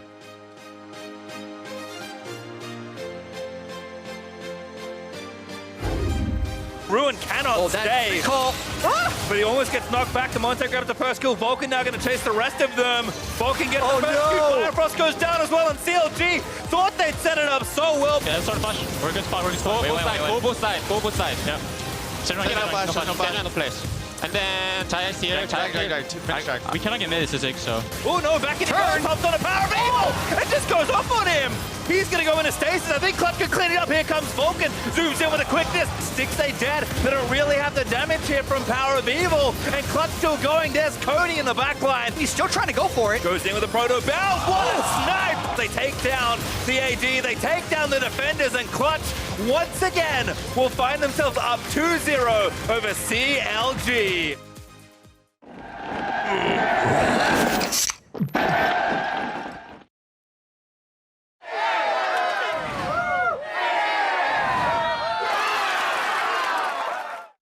I had a tournament in New York, and we got second in the world. So now I've taken another leap, which is to build my own company. My goal was to help other people who want to turn streaming into a career. The biggest thing you have to realize is it's a team game.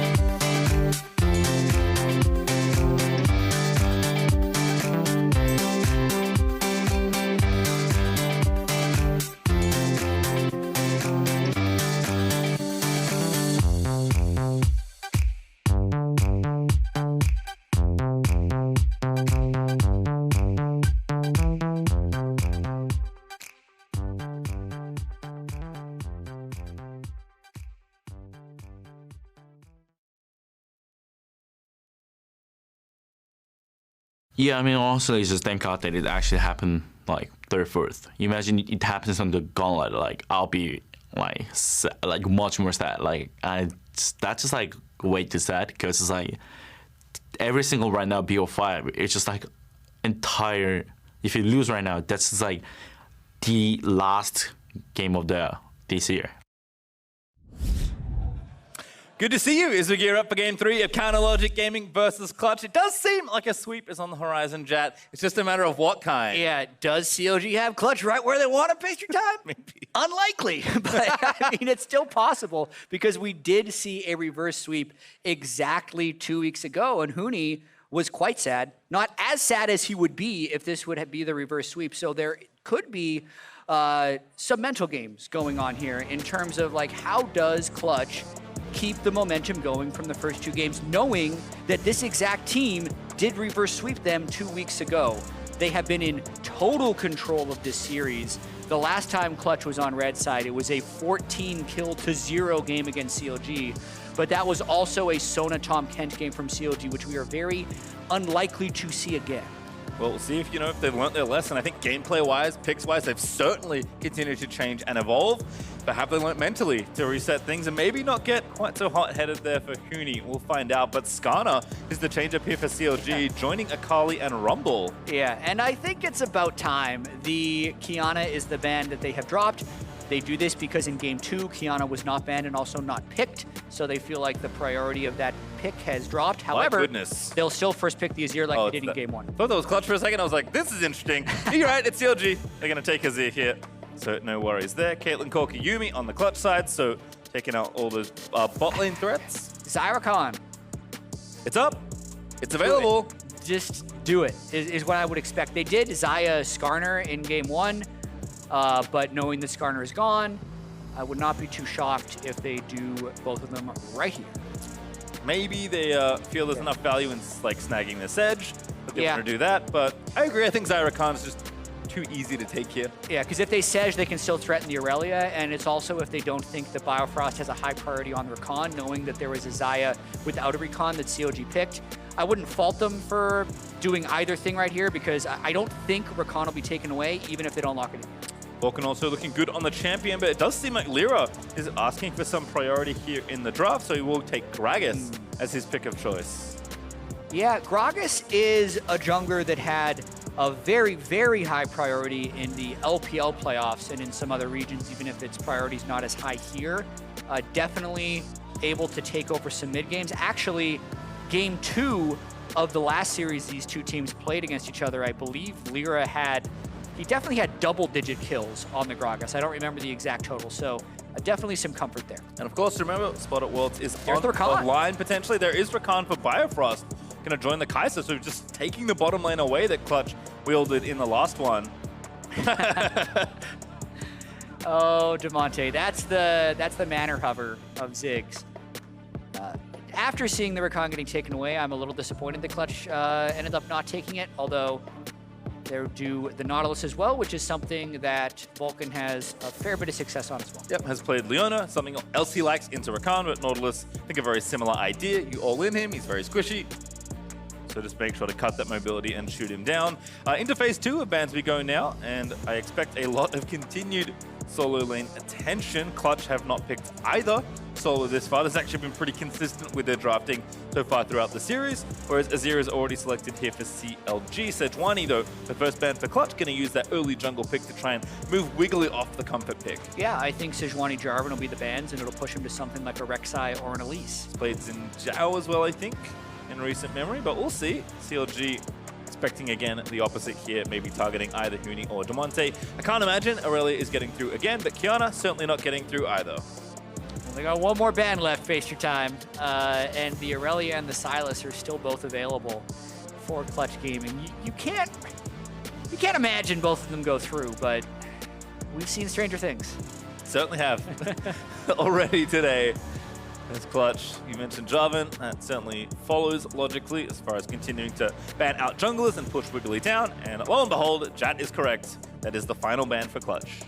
Yeah, so could be the Aurelia here, but that also leaves open Gangplank still. Huni hasn't even had to pull that out, which is one of his best picks. Gnar is something he can still do. You can't actually ban out Huni with this final ban, but seeing as they had just lost to his Aurelia twice, this is the correct choice in my opinion. Yes, I agree. You have to take a player off a champion they're clearly playing hot on. So they do that. They'll ban Aurelia away.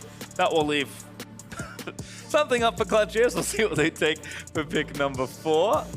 They can do Lux again if they want to. If they feel like that's a good matchup into the Azir. Damonte did completely fine in the laning phase, and they have a lot of setup CC for it, so it's a good choice. Also helps Cody out, giving him even more ability to stay safe in fights. So Damonte just takes the counter pick he's shown already. I think makes sense, especially because you don't want to show anything else. Yeah. Given that if you sweep this series, you'll give TSM less info for tomorrow. The Fiddle hover. The Fiddle jungle. It's not his usual hover of Warwick. I know, I think. All right, Ruined Oh, GP. wow. I'm a little surprised to see the Ruined GP, but that is a takeaway from Huni, and it'll push Huni towards the offensive in that. And then we said Rek'Sai or Elise for Wiggly. Seeing as they have the physical damage up top with Gangplank, they're allowed to go the additional magic damage from Elise, and it does pack quite a punch early.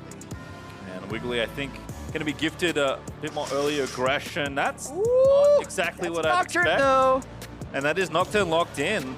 All right, crash bot lane. That's what this composition is all about. Get level 6 on Ruin, ult it, while Wiggly ults with Nocturne as well. You don't see much Nocturne nowadays, but if Wiggly's not ganking pre-6 anyway, might as well put him on a farm to 6 jungler like Nocturne and try and get Stixxay far ahead.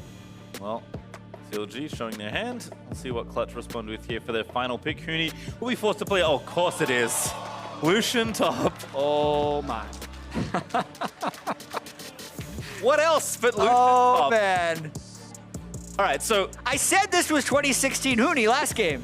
Yeah? And now he's pulling out Lucian top in a big best of 5. Why not? All right, so the reason is that this is actually quite a good pick in the Gangplank. Historically, yes. Yeah, it's a good laning matchup against GP. The Grasp GP with the Potion Master has a lot of sustain, so it is actually pretty difficult for the Lucian to actually kill the GP, but especially if they're going to be willing to play towards it at all with the GP, it is something he can be lane dominant with. You got to worry about him a little bit more later in the game, though, if he's getting dove by the Nocturne, Rakan, Kai'Sa party. It's Huni playing off confidence, for sure. Yes. Again, Huni is certainly a player that when he is feeling it, he does a lot of the things you saw in the last game on that Aurelia. This has historically been a pick that Huni's, been memed about in some ways. And I think Huni's career in North America, especially compared to his 2 other tours in EU and Korea, has been a far cry from the success he's had there. But this is the time, if Huni can carry Clutch 2 worlds in some small way that vindicates a lot of what he's been struggling to do since he came to North America. He started off hot, but he could never quite convert for a title. If they sweep CLG here, en route to maybe taking down TSM for the last spot in North America at the World Finals, doesn't matter what he's playing in top lane, Huni's gonna feel good. Man. You don't want sad Huni, you want happy Huni. Yeah, this is a fairly uncommon pick this year. So I just went back and looked at top 5 competitive regions, so that's LCK, LPL, LEC, LCS, and LMS. And it's been played 9 times all year, top lane. 3 of those times have been into GP, and it has won once. That was the Shy against Gangplank fairly recently in the Summer Split. So uncommon pick, but still very exciting to see. Right, you know what? I'd like a little bit of additional insight, so we're going to throw it down to Omni May, standing by with Clutch's coach, Artemis. Thanks, guys. Artemis, one more game for Clutch to take this series. That being said, almost a mirror of Detroit. So are any of the players getting flashbacks from that 3rd place match? Yeah, it was the first thing we said in comms after we won game 2 is here we are again, 2-0 up against CLG. And it's important that they don't shy away from it and accept it. We knew we'd be here again with the position to close against CLG. After we lost in Detroit, I told the guys, this is something that only happens once. We'll learn from this, we'll be better. And that's what we're here to prove. Well, tell me about the team mental coming into this game 3, because we heard the players say, we had to learn some lessons about cockiness. And then we saw Damonte hover Ziggs, and then Huni coming in very confident with his top lane Lucian. I mean, I like it when they play cocky. I like it when they play confident. I think confidence is one of our biggest assets, and so we encourage that. But at the same time, it is important we stay humble and we stay focused on our objective. And again, they have one thing to do, and it's do their job. And we'll play as a team, and we'll win. I'm excited for this game. Thank you. Back to you guys. Love the confidence, and also a confident start by Lyra and Huni. Blast coning over to take the blue buff. This is particularly because they're expecting Wiggly's Nocturne to hard farm in 6. It'll be interesting to see if he reads what just happened since Huni got caught running upriver. It could have been a fake, it could not be, but it would imply that Wiggly should try to play some vertical jungle. So if he's expecting it to happen, you would see him then path towards here, take blue, take this, take that. But if he goes up towards his Raptors here, there's a good chance he goes through the rest of his jungle and then is left completely empty. So that's the steal that Lyra just tried to go for, and if Wiggly doesn't read it, he's going to be starved for experience. Well, we'll have to take a look on the minimap after the Raptor camp is complete. In the meantime, Damonte getting things pushed in early versus Power of Evil. We did see him do well in this matchup, although maybe not this early. We'll keep track maybe a bit closer this go around as we get more info, and Wiggly has just...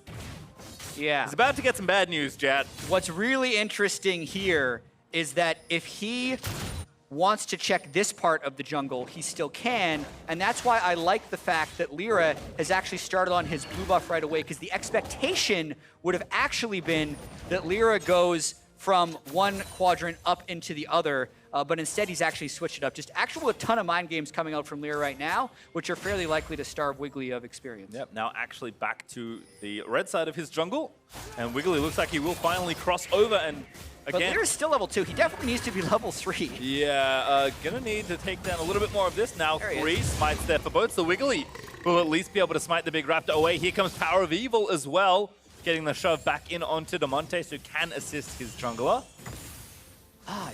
I'm just trying to parse exactly what Lyra is doing. He has so many mind games, but because he spent so much time in transit, he's actually down on camps. Would they try and fight Wiggly? They're outnumbered for this Scuttle Crab, so actually Lyra ends up, despite all the successful mind games, Wiggly gets level 4 very quickly because he got the smite on Raptors and actually did check the top quadrant. Something that could have gone very wrong for Wiggly actually doesn't. I'm curious to see where Wiggly goes now, because you have to kind of guess which buff is up. I mean, we know Lyra. Well, he could have seen the timer on Lyra's blue buff and realized he didn't get a blue of his own. Now he's just used the brush plant to see the blue, so he knows that's up. Crab is down low, so he's spotted. Damonte, though, gonna get attacked here. Has the flash, gets the root, but doesn't land it on both. Wiggly, though, burns the spell shield. Damonte forced to flash away. Forward flash, here's Azir. Needs to get the soldiers up, though. Lyra trying to make something happen. Wiggly gonna have to commit. Uses the fear, and finally, CLG turn up first blood. Such a great start for CLG in this game. Dealing with Lyra's counter jungle towards the blue buff, and then also getting first blood onto this Nocturne. And now his camps are actually coming back up in sequence, so Wiggly's going to be able to hit level 6 at a good timing, as well as already having first blood. Couldn't ask for a better start after everything that happened. Again, Damonte, maybe just not expecting this, but not much he can do. Good flash, but that's about all the good news for him. Yeah, I actually think that Lyra might have been able to save Damonte if he body slammed in for Wiggly on the ramp. Since Wiggly did have flash, he was going to chase Damonte down unless he was stopped, and Lyra wouldn't have died for body slamming on the ramp. So I think that could have been avoided by Clutch, but Damonte falls for first blood. Well, I will just once again echo Artemis's words that we just heard. This is something that only happens once. We'll see. CLG at least off to a good start. 500 gold ahead, getting first blood. Certainly a different opening to this game than we've seen in the first two, but Huni is just being a bully here in top lane.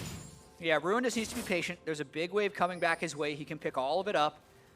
As long as he doesn't let himself get harassed too much. You have to be willing to give up a few minions as the GP against the Lucian matchup. And then he'll be level 6, and CLG can start crashing bot side with dives. Yep, certainly a good thing to make note of as we keep track of Wiggly's ascent towards level 6 as well. as you mentioned, in champs like Jet, is all about just putting the ultis down in the bot lane and trying to take down Cody and Vulcan. Gives Stixxay a nice early lead. Wiggly is on the way, going to take down this Wolf Camp and be maybe 30% of the way to 6. Ruin in a similar spot experience-wise as Huni. Going to let the culling rip, just harassing Ruin before Huni likely taking a trip back to the fountain. Yeah, I think this is actually very good for CLG. I think it's a big missed opportunity for Clutch. So you got to see there how low Huni could get Ruin by himself. If all of the jungle shenanigans would have gone Clutch Gaming's way, you would have actually seen Lyra there ready to die Ruin when Ruin is level 5 before he hits 6. That's when that lane is actually supposed to win. But because Lyra got pushed back, because Damonte died, they didn't have the ability to invade that side and therefore couldn't go for a dive, which means Huni doesn't actually have an early advantage, even though he was able to chunk Ruin low. Now Ruin is level 6, Nocturne is level 6, and it's CLG's turn to play offense. Yeah, we can see even Stixxay and Bifrost just in the 2v2, getting the lane pushed up, which is something they've not been able to do as much in these opening games. It is interesting to see teams trade melee supports here. Nautilus, of course, not a whole lot he can do except all in. Yeah. But Cody and Vulcan, not too upset by what's happening. Cody's still farming very nicely. Yeah, still quite perplexed why both CLG and Clutch have shied away from playing Zyricon when they have a very clear opportunity to get both. I feel like that's something that should be looked at if this series is to continue. But even so, with level 6, they are looking to at least push in and make sure they don't push too far because Nocturne is on the loose. Yep, Cody pushing back through, so we'll just trade the waves back and forth as Bifrost and Stixxay gonna try and freeze this wave, make sure it doesn't hit the turret and lose them any precious minions. Damonte continuing to chain ult the wave here, just trying to get the push happening. The Power of Evil with the blue buff is relentless in his assault of the mid lane outer turret. I mean, Clutch actually needs CLG to make a mistake because CLG has all the pressure right now. As long as they have Nocturne and GP ult up, they're free to make a play. They're looking to do a dive onto Huni here, and he's backing off because he knows there's people coming. Yep, use the ulti, goes straight in, TP from Clutch. Ulti there from Ruin, but that's going to force the flash of Huni. Here comes Damonte looking for the save. Do they re-dive? Looks like CLG say no. Good save by Clutch Gaming right there. I'm very surprised that CLG didn't try and use that pressure bottom lane. That's where the GP ult is actually best used. And since Clutch actually couldn't do anything aggressive while GP and Nocturne all were up, you want to hold those until you can get a for sure conversion. The fact that they used both ultimates and didn't get the conversion means, again, it's now Clutch Gaming who's able to do stuff again. They were completely trapped in a holding pattern until those two ultimates were used. Lyra ready with his ulti. We'll see if he maybe wants to go visit some of these waves. Damonte also forced to return back after the TP top. So is running a little bit behind on CS. As Power of Evil, no real interest in leaving his lane. Going to be about 11 between the two here. So a wave and a half up for Power of Evil once the dust all settles. Huni, though, back to business in top lane. Already back with the build toward a Cutlass. TP's back in and wants the plate gold. I mean, he's so happy. He lived. He survived the Nocturne GP ultimate, so he doesn't feel like Wiggly would stick around. He was right, and that assumption is actually able to get plates for himself. Monte finds the snare there onto Power of Evil. Able to get some good harass down. But again, just some minion trading back and forth. Not sure how much time Damonte is going to get to leave without his teleport. So I imagine we'll just see them push waves into each other, back and forth for a little while longer. Yes, maybe something here topside. Lyra going to visit. Huni with a lot of pressure. At least going to open up some space to get more plate gold for himself. Ruin has to kind of live in pretty consistent fear of a dive happening here for Lyra. So you can see Wiggly going up to the top side as a result. Yeah, Wiggly, it is possible for him to gank without ultimate since he has flash. Should be respectful of that, but here's Lyra mid. Power of Evil. Ooh, what an ult there from Bio in the mid lane. Damonte, ooh, he's maybe going to burn down. Stasis there. Ignite does not tick off on Biofrost. Stays for the last auto just in case. Ruin in the meantime still under fire in top lane. So much pressure from Huni, but a successful kill there by CLG, actually roaming up towards the mid lane. The kill does go to Biofrost, though, so not the best distribution of gold if you're looking for PoE to jump ahead. It is kind of the counter logic thing, though, Jat. You saw the comp, you said them they're going to do this thing, and they're basically doing the opposite as Biofrost roams up here. You're playing around bot. Nope, time to roam everybody mid lane, but it is good. I mean, Lyra thought he was there for the counter gank. Biofrost actually gets the stopwatch out as well as the flash from Damonte, so a repeat gank, save from a Nocturne, would be very effective. He's back. They're all back, actually. Knock up, barely land. Dead. That's enough for the Killer Instinct. Wiggly with the ulti, now going to continue the passage of play. In onto Cody they go, but they are going to snare the Nautilus up. It's the Rift Herald fight all over again, but this time it's CLG that find themselves first at the scene. Let's see if they actually convert this one, though, because we've actually seen them take out Huni early before. Lyra chasing into the river. They don't have river priority either, so PoE's coming over. Damonte also ready to go. Lyra going to get tagged by the Kaiser W, but Damonte's ready with the ulti and a snare, maybe. I think they're going to have to give up and reset at the Herald. Both teams going to back away slowly. All right, CLG continuing to pick up some small kills here and there. It's just a matter of can they break it open into an advantage. Definitely their best early game of the 3. And with Clutch knowing that they were reverse swept 2 weeks ago, they have to find a way to correct this game. Also, everyone's staying here in the top lane. So I guess just going to be forced to fight 2v2 here as the Rift Herald continues to be an attraction. Yeah, I mean, Biofrost is flashless, so they'd want to go, but they just can't get mid priority. I mean, look at these control wards in the river. PoE consistently shoving in Damonte. Damonte being flashless, stopwatchless, can't get a push in the wave.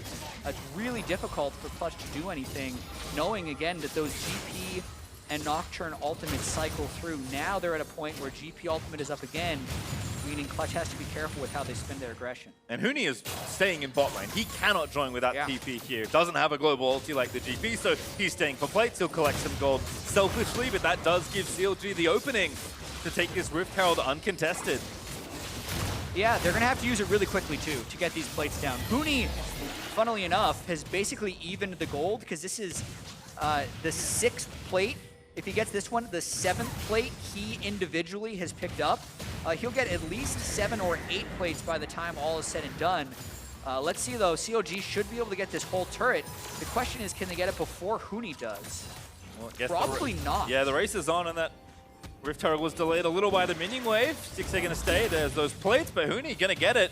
That's so much personal gold here for Lucian. Yeah. He is up 2,000 plus gold on Ruin. Yeah, 8 plates will do that for you, as well as having a 50 CS advantage. So that part of the matchup has actually been Clutch's saving grace throughout this game. The jungle wasn't actually able to help him, so everything Huni's done in this lane, he's really done on his own. Just an excellent early game by Huni in the first 14 minutes, keeping Clutch in this game. And second Drake also goes over. Thanks to the splitting of the map here, CLG are going to get one final charge. Kill the Herald. Cody doesn't want to auto the Herald. He doesn't want to show because Bio could ult him, but he wants to stop the Herald. All right, he does do it. Stops the charge. Dixie tags him. Wiggly's ready with the ulti. Cody also ready with his, so no dive. Yeah, Wiggly yet to find a Nocturne ult kill. Remember, his first kill was a first blood that he used at level 4. Clutch has been playing relatively safe with their turrets, but we really wanted to see Stixxay get ahead off of Wiggly ultimates. Not to say he's not scaling whatsoever. He's only 9 CS down to Cody Sanzaya. Overall in the game, it is a 300 gold difference, but double mountain over to Clutch Gaming, not to be ignored. Yep, Biofrost kind of getting all that gold, having 2 of the kills. You can see 8 to 5 in turret plates. Yeah. That is and those 1,280. All to Huni. Yes. 3 top, 5 bot, I believe, for Huni. Maybe it was 1 or 2 to Cody Sun. I'm actually not 100% sure, but almost all to Huni. Tons of gold for him. Yep. There's maybe something brewing here around the mid lane.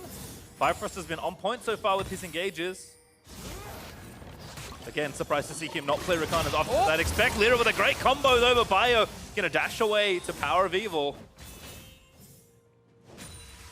Clutch still looking for their own first blood. Couldn't chain that CC because Damonte had used the light binding earlier. So some near misses by Clutch so far in this very close game. I think Damonte must have, just 1,900 gold to go and spend. In fact, both mid laners have been sitting here farming for so long, just pushing the waves back that none of them have bought in a while. There's not really anything to take. The Herald's gone. There aren't any obvious turrets that you can just go ahead and rush down. And Drake's not spawning for a few more minutes. So they'll take their bases now. Luden's finished for both. But I think, again, continuing to have eyes on Huni. Phage plus Blade of the Ruin King already completed. Ruin is still searching for just that first Trinity Force. Yeah, 1,000 gold advantage for PoE over Damonte. So the Lux pick not working out nearly as well as it did in game 1. A lot of that does have to do with just falling early. And Biofrost playing very confidently. If one of those bindings lands, probably dies, since Vulcan was in range, but good side sets by Biofrost consistently. Lyra and Vulcan here in the mid lane again, as both teams try and fend off these back and forth wave clear battles. Wiggly also roaming down towards the bottom half of the map, and CLG are playing to that side as well. Cooney, though, knowing this, has to respect the potential pressure, so backs all the way off to between the two towers. Yeah, and unless Clutch can be very quick with their kills, they can't make any substantial plays unless they know where Nocturne and Gangplank are, because the power of those two ultimates joining is too great, which again is why Huni is just sitting back at his turret. He can't hold that, knowing he could be completely dove in. But as long as Clutch is trading, they're in an okay spot. Yep, Cody was top lane, so they'll just go ahead and take the trade. I mean, 6A and Ruin are sharing some gold here, which isn't really what you want either. True. So 6A will get that, which I think is the right place for it to go, but Clutch still going. Gonna push down this top tower. Ult there from Ruin forcibly used onto the wave. So that will stop the push from Clutch, but significantly reduces the pressure of any sort of cross map from CLG. Yeah, and we're also going to have to pay attention to the farm distribution from CLG, because they actually have 4 carries that all really benefit from farm. Oftentimes when we see really fed carries that are at 12 CS per minute, that's unnatural CS. It means you're actually taking from someone else's pool. It doesn't seem like Wiggly is giving up any CS. It actually feels like Ruin is the one who is not getting waves. You notice that Stixxay and Ruin were sharing experience. He's the one that has not been getting that much of his own farm, and that'll hurt come late game if he actually never turns into that powerful game. Yeah, again, still woefully behind Huni 1v1 in gold, but that's not too surprising given the situation. It does seem like the teams are waiting for this next Drake to spawn. It is an Ocean. Clutch already with those first 2 mountains, so also curious to watch Huni. If he does force Ruin back and get some free time on the turrets, he will do a lot of damage with very little time as Vulcan looks for Biofrost, but Hook doesn't land, doesn't want to burn the ulti. Both teams continue to dance around this mid-section of the map. Yeah, a 20-minute Ocean Drake is about one of the worst times you can have an Ocean Drake if you're looking towards it being an important thing to take. So I think there'll be more interest in actually getting a fight or getting a mid lane turret down than there should be put on the Ocean Drake. If Clutch is near it, sure, they'll take it, but I don't think they should put a high priority on security. Mooney also roaming up. Could be a 5v5 in short order. So aggressive. Ulti from Wiggly. Who's you want? They're split. Yeah, they are split indeed. Dives onto the Lucian. Biofrost follows up. They do get the fear down, and that's a kill. Biofrost again able to collect it, but CLG gonna fight this 5v4. Cody gonna have to try and make something happen. Ulti not quite. I know it was! Vulcan gets the last little bit of the last hit, and Clutch find a trade. The Ignite actually is what last hits Biofrost, because the final spark just perfectly timed to actually hit Biofrost before his flash. So even though Huni is split off with the darkness from the Nocturne ultimate, no one on Clutch really knows where he is. Now they might try and flank as CLG, as we said, going for that mid-turret. Oh, they thought Lyra was maybe getting the Drake, but this could be such a problem. Cody is low though. Binding lands on the Ruin, he oranges out. Team's just battling here. Clutch gonna TP back in. Famous Lucian TP, he's in to take the Drake. All right, well, you know what? At least he's gonna try and secure an objective. Damonte has the task of fending off the rest of CLG. And it looks like no one back in time to get this Drake away. Oh, Lyra gave an opportunity, but no steal forthcoming. All right, Infernal will be up in 25. There we go. That's the battle Drake. At that point, CLG is hoping to be strong enough to fight with the strong scaling from Azir and Kai. So let's watch this fight one more time. Huni, so aggressively trading. I think it's really smart of Wiggly to ult right at that moment. And then Huni just had nowhere to go based off of his initial positioning. So the fact that Clutch can pick up another kill, Wiggly probably shouldn't have stopwatched at that moment, because it did allow the Lux to combo him down, nearly picking up a second as they caught Bio in the crossfire. Yep, he did get out. So everyone returns to wave clear mid lane. As Huni going to catch this wave here in the bottom half of the map. So on the carries that you're mentioning, 2 items for both 6A and Power of Evil. mirroring their counterparts in the lane for the most part. PoE up on Demonte most certainly, but does feel pretty even between Cody and Stixxay. We've talked already about kind of the mismatch in the top lane, but I think CLG are good enough to find a fight here in the mid game, just with the Azir and the Kai'Sa. So yes, Ruin being behind isn't ideal, but I don't think it's going to cost them too much if they can execute the right fight. Wiggly in again. Death Charge being burnt. Firefrost again with the quickness, finds the knockup on the other side. Stixxay dives straight in. Vulcan already dead. Very clean shot there from CLG. Oh, Huni in there though. Whoa. Nice ult from Lyra to try and turn it back around, but can't really find it. The darkness is really messing with Clutch in this game. You can see the starts of these fights. It is a bit of an art to play against Nocturne, and you have to get used to listening to player comms while it's happening, trying to just mouse over where you think the sound is coming from, remember where your teammates are, because it's things like this where in a straight up 4v4, Clutch probably would have been fine if they did not have such limited vision, only being able to see 600 units in front of them. Spectator Client doesn't tell the full story of what Nocturne actually feels like to play against, so you can see CLG just winning the starts of all these fights because of the darkness, since neither team has a front line either. So the starts of these fights are just so incredibly important, and the fact that Clutch can't really start a fight with confidence while Nocturne ult is up is constantly giving CLG the first step. I also like that not so long ago, Rakan ult felt pretty undodgeable, and then we changed it because it felt a little unfair. I get kind of similar feelings when you can't see and Rakan runs at you, because you can't see Rakan. Yeah, there are certain AD carries like Kog'Maw who used to be really bad against Nocturne because you couldn't actually see your max auto attack range with W while Nocturne was ulting. So it just made you a shorter range champion, the fact that the Nocturne ult was there. And in the same way of the engage range of Rakan is literally outside of vision. Makes it very, very hard for Clutch to deal with these engages. All right, well, CLG so far so good as they try and chip away here, mounting another reverse sweep. Still plenty of play left here in this game though. 3 Drakes for Clutch versus the 5 kills to 1 there for CLG. And all told, the gold lead is just above 1,000. So 23 minutes in, still plenty to look for. CLG will feel confident in the team they picked for themselves with all this late game. They need to continue to try and find good fights. Again, trying to line up in mid, but trigger not pulled just yet for Wiggly. Yeah, and Wiggly with the Black Cleaver has his ultimate cooldown down to 81 seconds. So normally the suggestion against Nocturne is fight during the windows where Nocturne ultimate is down. But the later the game gets, the smaller that window becomes, and it's putting Clutch in these really uncomfortable timers where they lost that last fight, and by the time the death timers are up and they're reset, Nocturne ult's up again, and here we go. Yep, looking for a bit more defensive onto the backline. He goes though, CLG will commit for the fight. They didn't get him.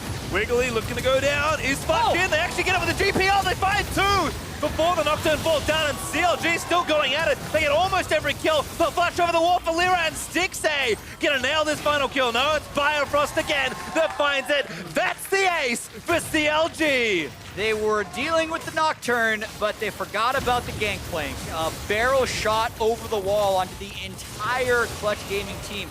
We were talking about how hard it was for Clutch to deal with these Nocturne engages, and finally, this was the big one that breaks open the game for CLG. Baron it is for CLG. I believe their first Baron of the series, in fact. As Wiggly, hilariously, the only one not to get it. But it didn't matter. So much work. Yeah, and have to agree. We talked about not being able to see Rakan. Can't see a lot of the CLG damage as it comes in when you can only see barely in front of you in the dark. Yeah, it's easier for Clutch if they had a real front line, but they don't. So anywhere he goes, notice PoE goes over the wall, no Nocturne or no Nautilus ultimate. Wiggly is kind of in on his own, but now that they do have their vision back, they've used all their cooldowns, and Ruin just blows them up with the barrel over the wall. Then they all get kind of caught in the Raptor pit. PoE making his return to the fight at the very end. Like Stixxay just flashing the Raptor wall too. CLG starting to pick up a little bit of momentum. Wiggly going to take down this Infernal Drake. Not a bad one to get with the comp they've drafted. Little pit stop there before they continue the siege with Baron. Still 2.5 minutes left to try and make these plays. Lyra in trouble. Going to force the ulti out. CLG playing smart. Wiggly around the back perhaps. CLG can play this pretty slow if they want to. They have the Baron buff, they have the scaling on the Azir and the Kai'Sa, and now even now even Ruin has reasonable items despite being held back so much of the game. Thinking about how we got to this point, so much of Clutch's strategy was really about crashing top lane with Huni and killing Ruin free 6, but the jungle just didn't work out for them there, so they're never able to actually break the game open from that point. And now CLG has kind of come together with all their ultimates and found play after play. Yep, Stixxay nice and strong here as well. Huni going in, uses the blade in on to Stixxay. Wiggly going to be the next target. Lyra no ulti, so can't reach as Vulcan was trying to find the depth charge. But CLG back off. Re-siege mid and bottom lane. Damonte with the ulti tries to clear out what he can. Not enough with the Baron. Empowered minions. As CLG knocked down their 4th turret. Going to make it 5 very soon as Stixxay continues to work on bottom lane. Yeah, if Clutch does go for an engage, that's when CLG would look to wipe, but for now, they're just going to chip down the turrets over and over again. No need to hard force for CLG with a minute left on this Baron. And despite the 3 items here for Stixxay, he's still playing cautiously around this Lucian. Clutch have 2 pretty strong marksmen at their disposal, so CLG can't be reckless in how they approach this, but that's usually not the CLG way. I expect them to just methodically knock down these last few turrets. Never mind! Firefrost straight in there, finds the engage again with the Nocturne. Does get zapped down by Huni at the end of the day, but GP ulti cleans up the Lucian instead. Whew, Wiggly got taken so low there, but yep, another one fight by CLG. They can keep running that since there is no true frontline for Clutch Gaming. Baron got pretty much out though, 8,000 gold lead, and still a difficult game for Clutch Gaming to come back from. Ruin's really not gonna, oh, no, really not gonna kill that last little Raptor as I watch this one again. Yeah, Lyra no dash, which means Biofrost can go in for the catch, perfect knockup. However, the Luxalt does turn around a huge amount of damage. That was very well played by Damonte to nearly turn it around, and even with that, they still lost the fight, Paige. Well, lost the fight they may, but Clutch did hold on to their inhibitor turrets. Only 5 now for CLG. Clutch will kind of force another Baron up siege to really break their base unless CLG can find another picture-perfect fight. So CLG up about 7,000 gold, which is significant. Easily the biggest lead they've had so far in the series. See how they can close here up against Clutch with the advantage they have now built for themselves. Huni, another top lane Lucian attempt. But really, this game is going to bring back some fairly recent memories for both teams. If CLG closes it out, it would infuse them with confidence, knowing that they have beaten Clutch 3 games in a row. Just 2 weeks ago in the 3rd, 4th place match, and Clutch Gaming, despite getting 3 early Drakes, never pulled ahead in the gold lead and gotten caught out time and time again this game. Although Cody on 3 items, he's going to hope to make something happen. Oh, Biofrost. That ulti not quite there for Lyra, though. And they're going to go in instead. They dive in onto Cody. He's going to be forced to flash away. Sorry, that was Damonte, but low in the back line. CLG just too strong on gold. Snipe lands on the Vulcan. Stixxay going to get payback for that last game. That slow-moving Kaisa W kills so many people. Gets another one in that, especially with the Nashor's Tooth for the extra damage. But CLG, knowing Baron comes up in a minute, won't get anything big off of that one. Whew, could have been so much worse for Clutch. Yep, no need to do anything silly. It's time to reset and go back towards the Baron. Double mountain there for Clutch. Obviously can threaten it pretty swiftly on their own. Another Drake up in 40 seconds if they want it, but it seems like Baron is going to be spawning at the same time. It makes sense that that's the biggest prize on the map. So CLG already back over, going to get their vision down. Yeah, and look at the vision control in this top side of the jungle. There's really no Clutch Gaming vision whatsoever beyond the inside of their base. So knowing that they not only have no fog vision, but also have to respect the Nocturne engage, means Clutch can really only go through mid, which is what they're trying to do right now. And Wiggly's ult back up in 8 seconds. So all the ultis ready to be used once again here for CLG, and they have not been particularly shy about starting these fights.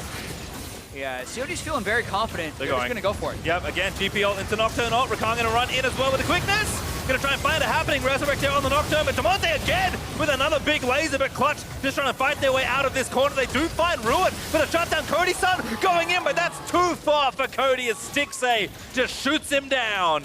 Cody really wanted to make again. Okay, Damonte got play, it. But a good flash by Power of Evil as Damonte dodges that. They might get the Mountain Drake out of it all. I can't completely fault the play for CLG, but I feel like they could have been way more patient. Power of Evil. Die. He's going to try and get a kill. Actually, yeah. Now in a 1v2 that maybe he doesn't fancy. Onto Lyra he goes. Plenty of damage for the Azir. Great ult there. Power of Evil. Going to try and make the outplay. Shuts down Huni. Chases Lyra. PoE's feeling it. Yeah. And the end of my sentence is he might die or get a double kill. That's clearly what he was thinking towards the end. CLG now up 17 kills to 4 with the Baron. Such a bounce back game for CLG and really trying to play with confidence, because going back to that fight in the mid lane, we had gone over how much vision control they had, how impossible it was for Clutch to actually check them. But instead, CLG sees them in mid lane and just says, all right, Scryer's Bloom, so we can give you a target for Nocturne ultimate and then chase them in. The fight actually was, I think, closer than it had to be because CLG could have pulled that off much more cleanly, but the result is still the same. They get kills, they get the Baron. Sure, the third mountain goes over to Clutch, but Mountain Drakes are only good when you have objectives to hit, and we're going to watch PoE's 1v2 right here. Probably wasn't expecting to see two people. It goes all the way in, and now it's just a matter of how can he keep Huni at bay while he kills Lyra, who doesn't do nearly as much damage. The ult was well timed. He does get stunned, but because he had enough soldiers out, all of them turning to Huni right after the stun was done to get the auto attack is enough to pick up that kill for PoE. And we saw these here in game 1. We knew PoE had the potential to make things happen on the champion, but CLG honestly just never really got anything going in that game. Very different story this time around for the CLG carries. A combined 7, 0, and 15 for Power of Evil and Stixay. Yeah. CLG just looking to knock down these inhibitor turrets and send themselves to another game 4 versus Clutch. Yeah, wanting to keep this season alive. Remember, Regional Qualifier is the last chance to go to Worlds. The winner of this will go into the play-in stage at Worlds of the Regional Qualifier, that is, after they face TSM. This is a good look. Wow, that flash from Stixay just gets out from under that slow-moving Nautilus hook. Vulcan not quite having the timing there to finish that one off, and good thing too, Stixay must be protected from any potential all-in as CLG are trying to siege down the rest of these inhibs. They took bottom already thanks to Power of Evil. The Clutch Gaming always willing to pick a fight they think they can win. There'll be a very small window. Lyra's flash will be up before Stixay's flash, or Zoni's would be, but that's why they Nocturne ult. They're not willing to go in though. This could give an even bigger window for Clutch. Yeah, so now definitely, if you see Stixay step up, look for Lyra to all in on Gragas, knowing that Nocturne ult isn't up to follow. 10 seconds on Vulcan's flash as well as his ultimate, so there are potential spaces for Clutch to try and attack here. CLG must tread carefully. Oh, with the binding on a Wiggly. Good spell shield to get off the laser damage. Cody also took too much on the other side from the Azir. Lyra now in the front line. Gonna get knocked down. Killer Instinct out from Stixay. Weaves the last auto through. And Lyra burns the flash just to fall anyway. It's just that kind of game for Clutch. Lyra was making the look while all his carries took too much damage from Azir. And Lyra just ended up getting soloed by Stixay since there's no way he would have had follow-up. I think CLG should be able to close it from here with Lyra down, but we'll have to see if they can get the fight. Fowls again looking to chain in. Power of Evil back, he TP'd in. He's going to try and finish up the game. Bifrost with a wonderful engage. He's going to leave Vulcan out to dry as Stixay able to grab that kill. Huni face checks the Emperor of Shurima, and that is not warranted this game. Power of Evil has taken over alongside the rest of CLG, and it's going to happen again. CLG going to dive in, going to take down the turrets, and give themselves another shot at Game 4 versus Clutch. Well, the sweep is not going to happen. The question now is the reverse sweep on the table. That it still is. It's on the table. But so is a 3-1 or a 3-2 for Clutch Gaming. Still plenty of series to play here. And finally, CLG took care of business on their blue side games, right? PoE's Azir, very effective. They take advantage of the first pick this time. They don't lose bottom lane, and they control the top lane enough to deal with Huni's counter pick in order to force this game 4. And then actually do something I didn't expect with a Nocturne comp. Like, when we started putting all the pieces together, we're like, oh, why is he playing Nocturne? I guess he's just going to go bot lane. And actually, they played really well as a team, which is not something you always expect when you have Nocturne. Yeah, and it's not something they did well in the first or second game. Yes. So that's confidence inspiring as CLG tries to get their second consecutive reverse sweep against Clutch. All right, well, 2 more games away perhaps for CLG. So for more on how CLG have kept the series alive, let's head back to the State Farm Analyst Desk. Thank you very much, Pastry Time. I swear, it's like we're right back in the Little Caesars Arena right now. Now 2-1 stands the series score with CLG striking back and able to extend it, looking for the reverse sweep to happen. I wasn't there at the Little Caesars Arena, but I think I've seen this enough times from Huni where he's doing great, he's playing great, and then it's like, guys, what if I just lock in Lucian? It's great, guys, trust me. And then you guys are like, no, Huni, no, like, let's go back to the other picks you play well. Away from Lucian. It's like a vendetta. He's like, I will win a series on Lucian. He wants to so desperately. Stop trying. And once again, you see where it can find its advantages in the early game. You see that massive CS lead built in the top lane against the GP. But time and time again in the postseason, the early game advantages gained by this pick do not translate into victories for Huni. The problem is that what Lucian's trying to do as a top laner is gain lane dominance and do all that on his own, whereas every clutch win comes from, at least in the series, helping the bottom lane, making sure that you can play the mid game as a unit.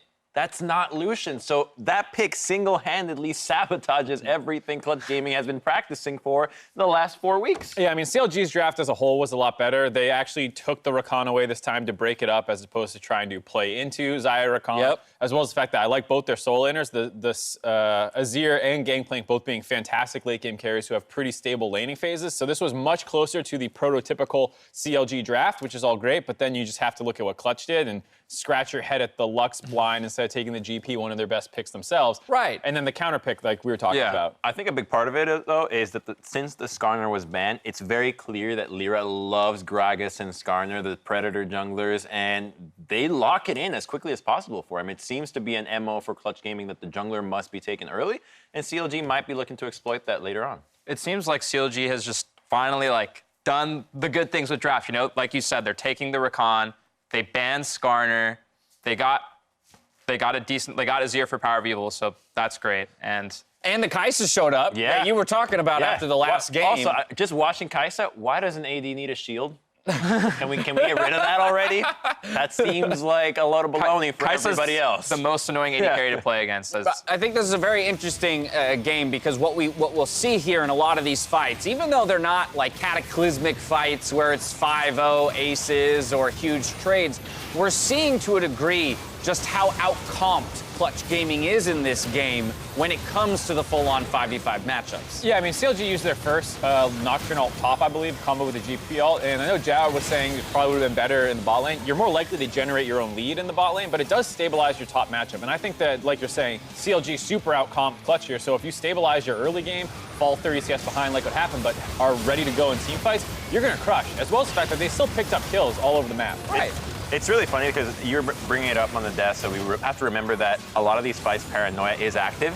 So Clutch Gaming always looks like, oh, why are they walking around like headless chickens? It's like you're fighting over a ledge, which makes it even harder to figure out what is going on with Nocturne. So everybody's just trying to keep themselves alive, and by the time they realize, oh, the danger has surpassed, 1 or 2 members are dead. And you're playing to some of the most punishing zone control champions in the game with GP and Azir. Like, if you step forward against those champions in the wrong way, you die, or the very best lose like 60% of your health. So it is really scary on the side of Clutch to walk forward as a unit or something like that when you might just be walking into a 5-man barrel.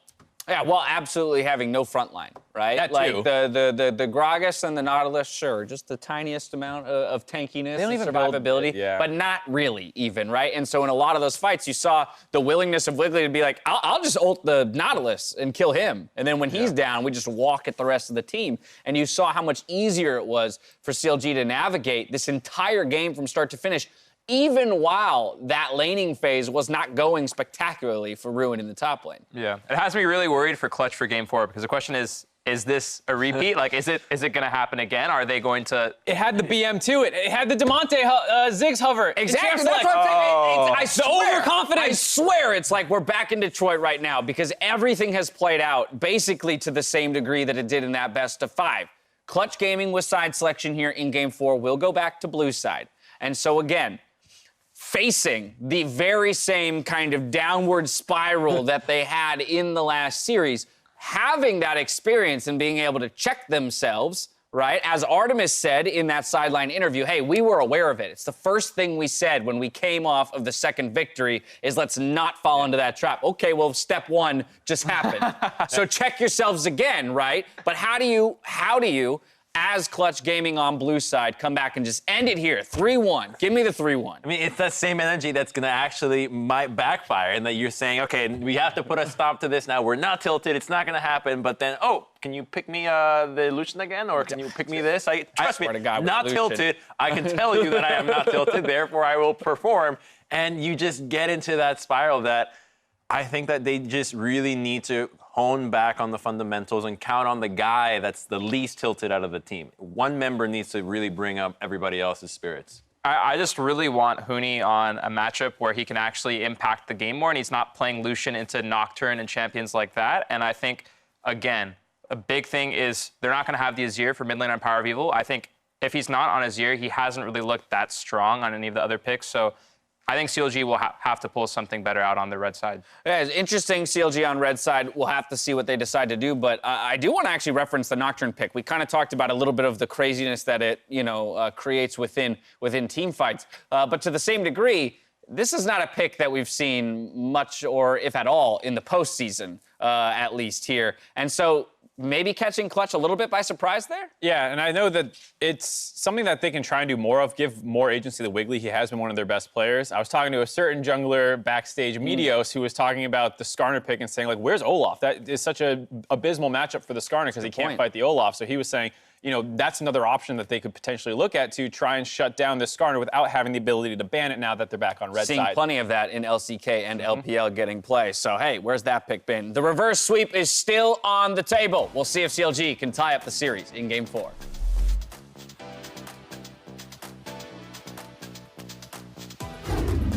Trying to make something happen. Wiggly gonna have to commit. Uses the fear, and finally CLG turn up first blood. They're all back, actually. Knock up, barely land. Dead. That's enough for the killer instinct. Depth charge being burnt. Firefrost again with the quickness, finds a knock up onto the other side. Wiggly looking to go down. Is fucked in. They actually get up with the GPL. They find 2 before the Nocturne falls down, and CLG still going at it. Resurrect there on the Nocturne, but Demonte again with another big laser, but Clutch just trying to fight their way out of this corner. They do find Ruin for the shutdown. Cody's son going in. I want it. Wow. Nice. Oh my god. No flash, bro. That's no flash. Nice. Good job, bro. Shit. Go! Nice shot. CLG gonna dive in, gonna take down the turrets, and give themselves another shot at Game 4 versus Clutch. At Rocket Mortgage, we get it. You're into RPGs. And us? Well, we're into APRs. So why are we here? Because a home is more than a house. It's your escape, your fortress, your arena. So we'll be here when you need us, handling house, so you can do home. Rocket Mortgage, official mortgage lender of Esports. When you're chasing greatness, just remember, it's not about what you say. It's about what you do.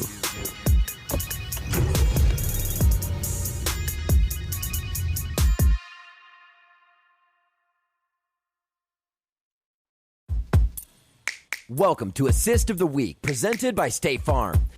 In Game 4 of the LCS Finals in Detroit, Team Liquid were backs against the wall, down 2-1 versus Cloud9. With tensions rising around the 20-minute mark, both teams collided near mid lane. What looked to be a Cloud9 fight was quickly turned around by Core JJ as he landed the perfect Braum ultimate to buy time for the rest of TL to collapse. Team Liquid would win the resulting fight and use this momentum to push the series to a deciding Game 5.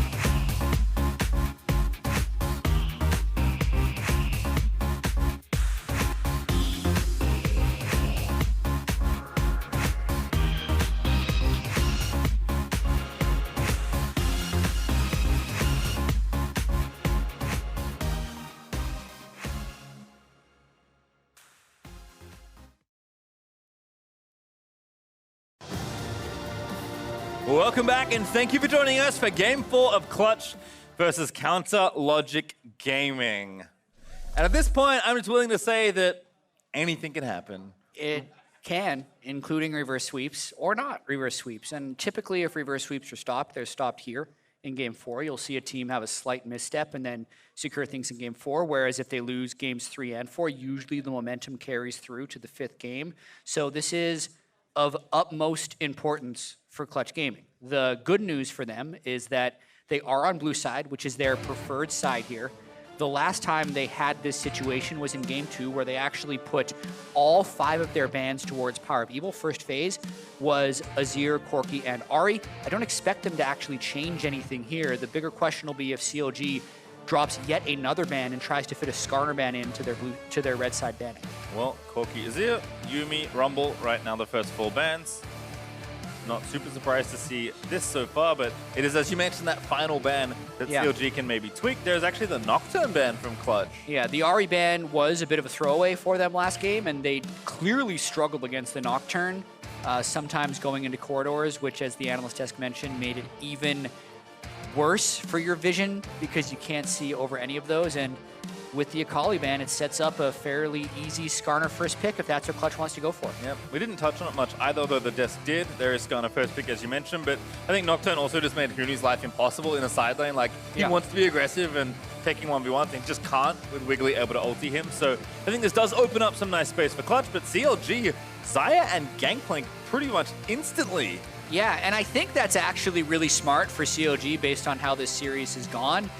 Ruin got really outplayed in laning phases Gangplank last game, and it didn't matter at the end of the day. Whereas when he got outplayed as Jace, he could never match in the side lanes and had no influence on the game overall. And then also Xayah blocking Xayah Rakan, even though that's not what teams go for. Again, we're going to see Kaiser Rakan and maybe Xayah Alistar.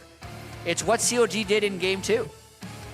I would like to see Xayah Thresh, but Xayah Alistar would make sense too, because that's what they've done before. Well, they're at least hovering it here. We'll see if CLG have something else in mind, but sounds like no. And I think we've learned obviously a lot about these teams throughout the last few weeks as they've played a lot of games against each other. But even throughout the series, I feel like we're landing at a very obvious point. Almost anyone, I think, would look at the first 2 games and be like, I bet these 6 picks will happen. And you're probably going to be right most of the time. Yeah, these are identical picks to what we saw the last time Clutch Gaming was on blue side. The differences, though, would come in here because the solo lanes for Clutch were Sylas Aurelia, and the Sylas being banned, I think, is smart. You don't want to give the GP and Alistar ultimates over to Damonte, but expect mid lane bans to continue to come through for Clutch here, although they won't be able to deny PoE both Victor and Orianna, so I wouldn't be too surprised to see if he just picks one of those. CLG thinking pretty hard on this final ban here as well. Time ticks down. They do decide on Aurelia, so good call there, Jack. Making sure both solo lanes are different for Clutch Gaming. Clutch Gaming hasn't shown success on that wide of a variety of solo laners, and it completely changes the way their team composition has to play out. At this point, it almost feels like Clutch will go with Gnar for Huni, and I'm not quite sure what it is for Damonte. If he has an opportunity to counterpick, that would be pretty nice. Yeah, I imagine CLG will show a jungler here, though. Is actually LeBlanc gets the respect here and spanned away from Power of Evil, so keeping more of the proactive playmaker champions out of the hands. Not that control mages can't make plays, but they're a bit more aggressive on the Power of Evil side of the champion pool, so gonna take that stuff out. And we'll see what CLG want to pick up here. Pretty easy shot at whatever jungler they're after, unless there's something very particular they have lined up. And maybe is Syndra there for Power of Evil, another comfort champion. Yeah, I'm a little confused with Clutch's phase 2 bans. I feel like with the Ahri and LeBlanc, they just didn't have enough bans left to actually get Power of Evil completely removed of choice, whereas CLG hadn't picked their jungler yet, and they could have easily denied Sejuani Jarvan. But now we're going to get to see the Qiyana, and it is back for Clutch Gaming. It's something that we've basically forgotten about because it has gone through, but this was one of their best picks throughout the regular season. And Huni maybe going to show us a different pick as well. This is another Gangplank, against Gangplank, positive matchup in general. We've seen a lot of different players like the Vlad into the GP. But of course, we'll give them their time to tick down, and looks like they are going to be swapping it up. It is Aatrox. They're in the top lane, I assume. Yeah, so they can do this because they get some magic damage out of Kai'Sa, but it does allow at least a small amount of armor stacking to come through from CLG. Hey. And look, Sejuani, if they want, which they probably do, cycles everything. I like the Rammus idea. It's like, oh, they have a lot of AD. Let me take this champion. But we'll see what Counterlogic Gaming want to settle on here. Ooh, I actually kind of like the change up, at least here for Wiggly. Yeah, more early game, and importantly, a huge amount of mid lane gank threat with Syndra Elise to try and punish Damonte pre-6 before Skarner can give him assistance. Well, Kiana can be pretty slippery, but we'll see what Damonte can get done here. CLG, I feel like they've started to, again, we talk about them certainly being a slow starting team, and that has been true here in this series, but even in just in play, each game that goes by, you can notice CLG playing, you know, a bit more actively, a little bit quicker as they kind of learn the ins and outs of their opponents. So now that's actually going to be reflected in the draft, as they do have Elise now for Wiggly. Yeah, and why not be confident for CLG? I actually walked past PoE in the hallway between these games. He says, "You ready for the reverse sweep?" I then asked him why they had to lose 2 games first before sweeping. What did he say? That was the end of the conversation. Okay. No good answer. Yeah, he said, we joked about viewership. It was interesting. But overall, CLG is riding high in confidence because they have reverse sweep Clutch Gaming before. And Clutch, of course, trying to put a stop to it right now. As you mentioned, Jat, and I think that is a cool thing to think about. If they're stopped, it's usually stopped here because it is tough. It is tough to be the one getting reverse swept mentally. Yeah. And Clutch have shown that when their players are confident, everyone's playing on point, they are deadly. But when the opposite is true, it falls apart real quickly like a soggy biscuit. So we'll see what happens. Hopefully Clutch can kind of undo the history that's already been shown. But only one way to find out, chat. Let's play some League of Legends. To get into Game 4, pace your time, and wonder if we're going to see early game jungle shenanigans. Lyra again getting onto that Skarner, but the rest of the composition, I would say not as favorable. However, that's just based off the complexion of the series, because if you asked me before the series, hey, what happens if they get Rumble or Kiana? You're like, Clutch probably feels pretty good about that draft. And here, they have Kiana. Usually Rumble and Kiana is the combination, but Damonte's still very competent on this champion. So curious to see how that plays out. That's why the Vladimir hover actually made a lot of sense, because you're thinking, okay, physical damage, assassin engager with the Vladimir flank. That is a little low on CC. If CLG was able to run away or disengage on that, instead they go for a bit more lane dominance. So not the most late game damage. All of it really has to come from Cody's side. Well, an invade, potentially, at least for some vision, is being looked at here by Clutch Gaming, as Huni and Lyra did peek into the jungle. Cody also going to claim at the Spire for themselves. Already a ward there by CLG in the tribal. Hello. Huni and Ruin doing battle. Yeah, you can't really deal with a Grasp GP if he gets the jump on you, so Huni takes a little bit of damage. Note the Electrocute on Aatrox, going for some shorter trades. And Blue started up here, but kind of looked like they wanted to at least get some info, but information they have gotten. Yep. Wiggly going to be left alone on the buff, and things will start out pretty normally here. Yep, Lyra doesn't need the pull on Skarner. He can start on Raptors fairly easily as the Skarner. Come to red, and imagine he'll full clear that side as Wiggly. Going to diverge Blue straight over to the other side for him. So not interested in Gromp or Wolves right now. Certainly going to keep track of mid lane here. Damonte has had a decent series so far, but a quieter one for him. This is a champion where he must make noise on. He has a bit of time, really. Look for the level 6 for Damonte, but if he dies before then and never gets to level 6 first, it could be difficult to come back, especially since PoE has gone exhaust on Syndra. Don't see that too often, but always good against all-in assassin types, which of course Kiana is. And looks like Cody and Vulcan going to have the early go of the push. Again, Alistar, not a whole lot of presence he can offer. So 6M Bifrost will just be left to farm things up, but I feel like that's been the state of most of these 2v2 lanes, with the exception of game 1. So I don't think either team is too upset by the possibility of farming things out, as Damonte struggling here versus Syndra.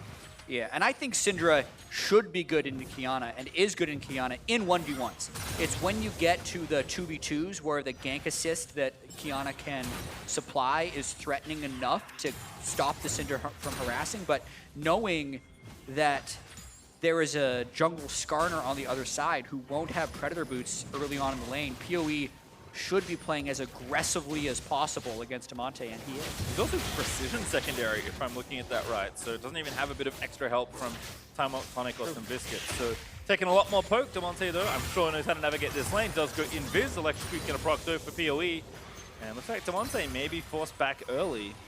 Yeah, he wants to stick around for this wave, but if Wiggly loops around, this could be a mid lane dive.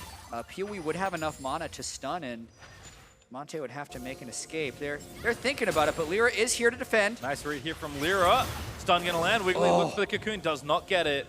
Somehow the stun didn't land on Damonte. It looked like the orb was just a little bit too far down the lane. If that stun does land, Wiggly likely lands the cocoon and maybe can go in for the execute and repelling out. But since Lyra was there, kept him alive, still means the lane is heavily going in COD's favor. And Damonte finally forced to go all the way back to the fountain. Lyra is here to kind of scoop up what CS he can and make sure the XP and gold doesn't go to waste.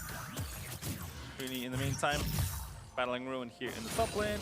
But like you said, Gangplank able to split most lanes.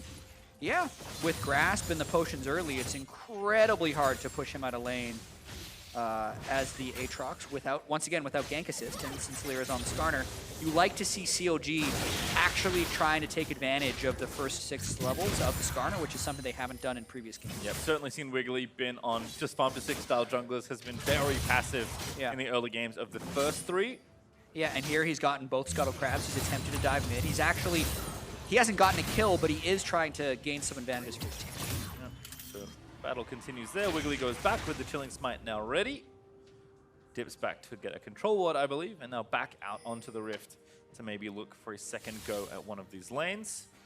Damonte also has found time to go get boots. No Merc Treads just yet. In fact, having a look down here, but just going to ward the Drake, it looks like. Oh wow, no, maybe not. Yeah. He was hoping for a wraparound, but he's still kind of trapped in the Drake pit. They see him now. Yeah, they still go anyway, but now Damonte is going to be spotted. Engage. Okay. Yeah, Damonte would have been able to flash EQ and get a guaranteed route onto Stixxay, but kind of didn't think that would get a kill anyways. Also could have been headbutted away by the Alistair, so goes back to this very painful mid lane as PoE is pushing his advantage quite well. Yeah, and you can see 20 CS up now for PoE. Damonte will get what he can. Q's there from Kiana doing a decent job of getting a lot of that farm, but he's just consistently getting harassed, even though PoE isn't necessarily landing these stuns. And not enough AD, in fact, no extra AD at all for Damonte to get these waves done easier. So this is a tough time right now for Kiana. Yeah, had to go null magic based off of the harass PoE was putting down on. Probably wants to work towards Merc Treads, but now you can see without those AD breakpoints, the last hitting does become a little more difficult. All right, well, back down in bottom lane. Looks like both bot laners have taken a trip back. Cody already used his TP actually to join in early, and he's got those Mana Mune pieces already built up with the pickaxe and the Sapphire Crystal. Stixxay has found enough time to save for a BF, and that's what he's got. As Wiggly and maybe even Biofrost can look to roam around the map together. Certainly can be a potent combination, as Wiggly is at least continuing to stay proactive here. Yeah, and he knows Damonte is 6 here, which is where Damonte would try and get back into the game, so that's why he's kind of shadowing for PoE. The last thing they want is for all of this early lane pressure to not pay off at all for CLG if Skarner's able to come in and gank, and that's actually what they're hoping to go for. If they can get PoE to use his E, that's when Skarner goes in. Let's use it. Here comes Lyra. He's trying to bait a flash. Lands the E, gets it! Ever. And there's Damonte with the Supreme Display of Talent into the wall. That's going to be first blood, maybe. PoE finds the ulti, gets first blood himself. But Kiana does finish off the kill. Still Wiggly is going to try and make it turn around. No flash here for Damonte. Wiggly going to rappel down. Auto, no, goes in the range form, and that's the cue for the final hit. So many small things in that fight. They got the E out of PoE, but remember, no extra AD on Damonte, so this is lower damage than he's used to. He's almost always going to have a serrated jerk at this point in the game. Then the exhaust comes down, I think, before the damage is applied from the Kiana R, again reducing the damage. And then because they took a turret shot, Wiggly is able to just bite Damonte down and picks up the 2-for-1 in the favor of CLG. Not that I think it would have mattered, but I wonder if Damonte missed the brush there. He didn't have that much mana, so I don't even know if he could have cast Q, but you could try and buy some time in stealth. Regardless, a kill there for Wiggly as a result. We're going to pop World Ender there in top lane. Wow. Very early World Ender as he saw Wiggly on a ward, thinking that the gank was imminent. So, 1,000 early gold lead by CLG in Game 4 after being down 2-0 in the series. And this is more of a CLG game with mid priority and a strong bot lane. However, if this Ocean Drake goes over to Clutch Gaming, that's something CLG doesn't like giving up. Notice Huni actually roaming down for it as well. I like this look from Clutch Gaming. Biofrost's going to get the bad news late. And Clutch secure the early Ocean. Biofrost even on a ward. Imagine he's just faking this recall. Welcome's like, get out. Yep. Biofrost, if you didn't know already, now knows that there's a ward there. But again, not too much happening here in the bottom lane. Both just doing a good job farming up.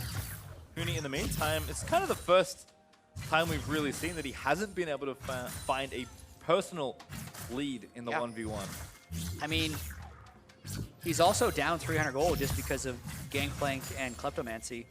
It's Ninja Tabi versus Ninja Tabi Sheen. And half a TP on Gangplank. So it's looking pretty rough for Clutch Gaming there. They need to find their confidence again and actually make some of these plays work. But I do like how much CLG is throwing towards mid lane, knowing that in the 1v1, Syndra will win this matchup. So it's only when Clutch gets numbers advantages can they win. So therefore, CLG is just not letting it happen. Oh, ulti out. There's Vulcan, gets knocked back. Didn't use the quickness, so I think was just trying to help Damonte out with some shields.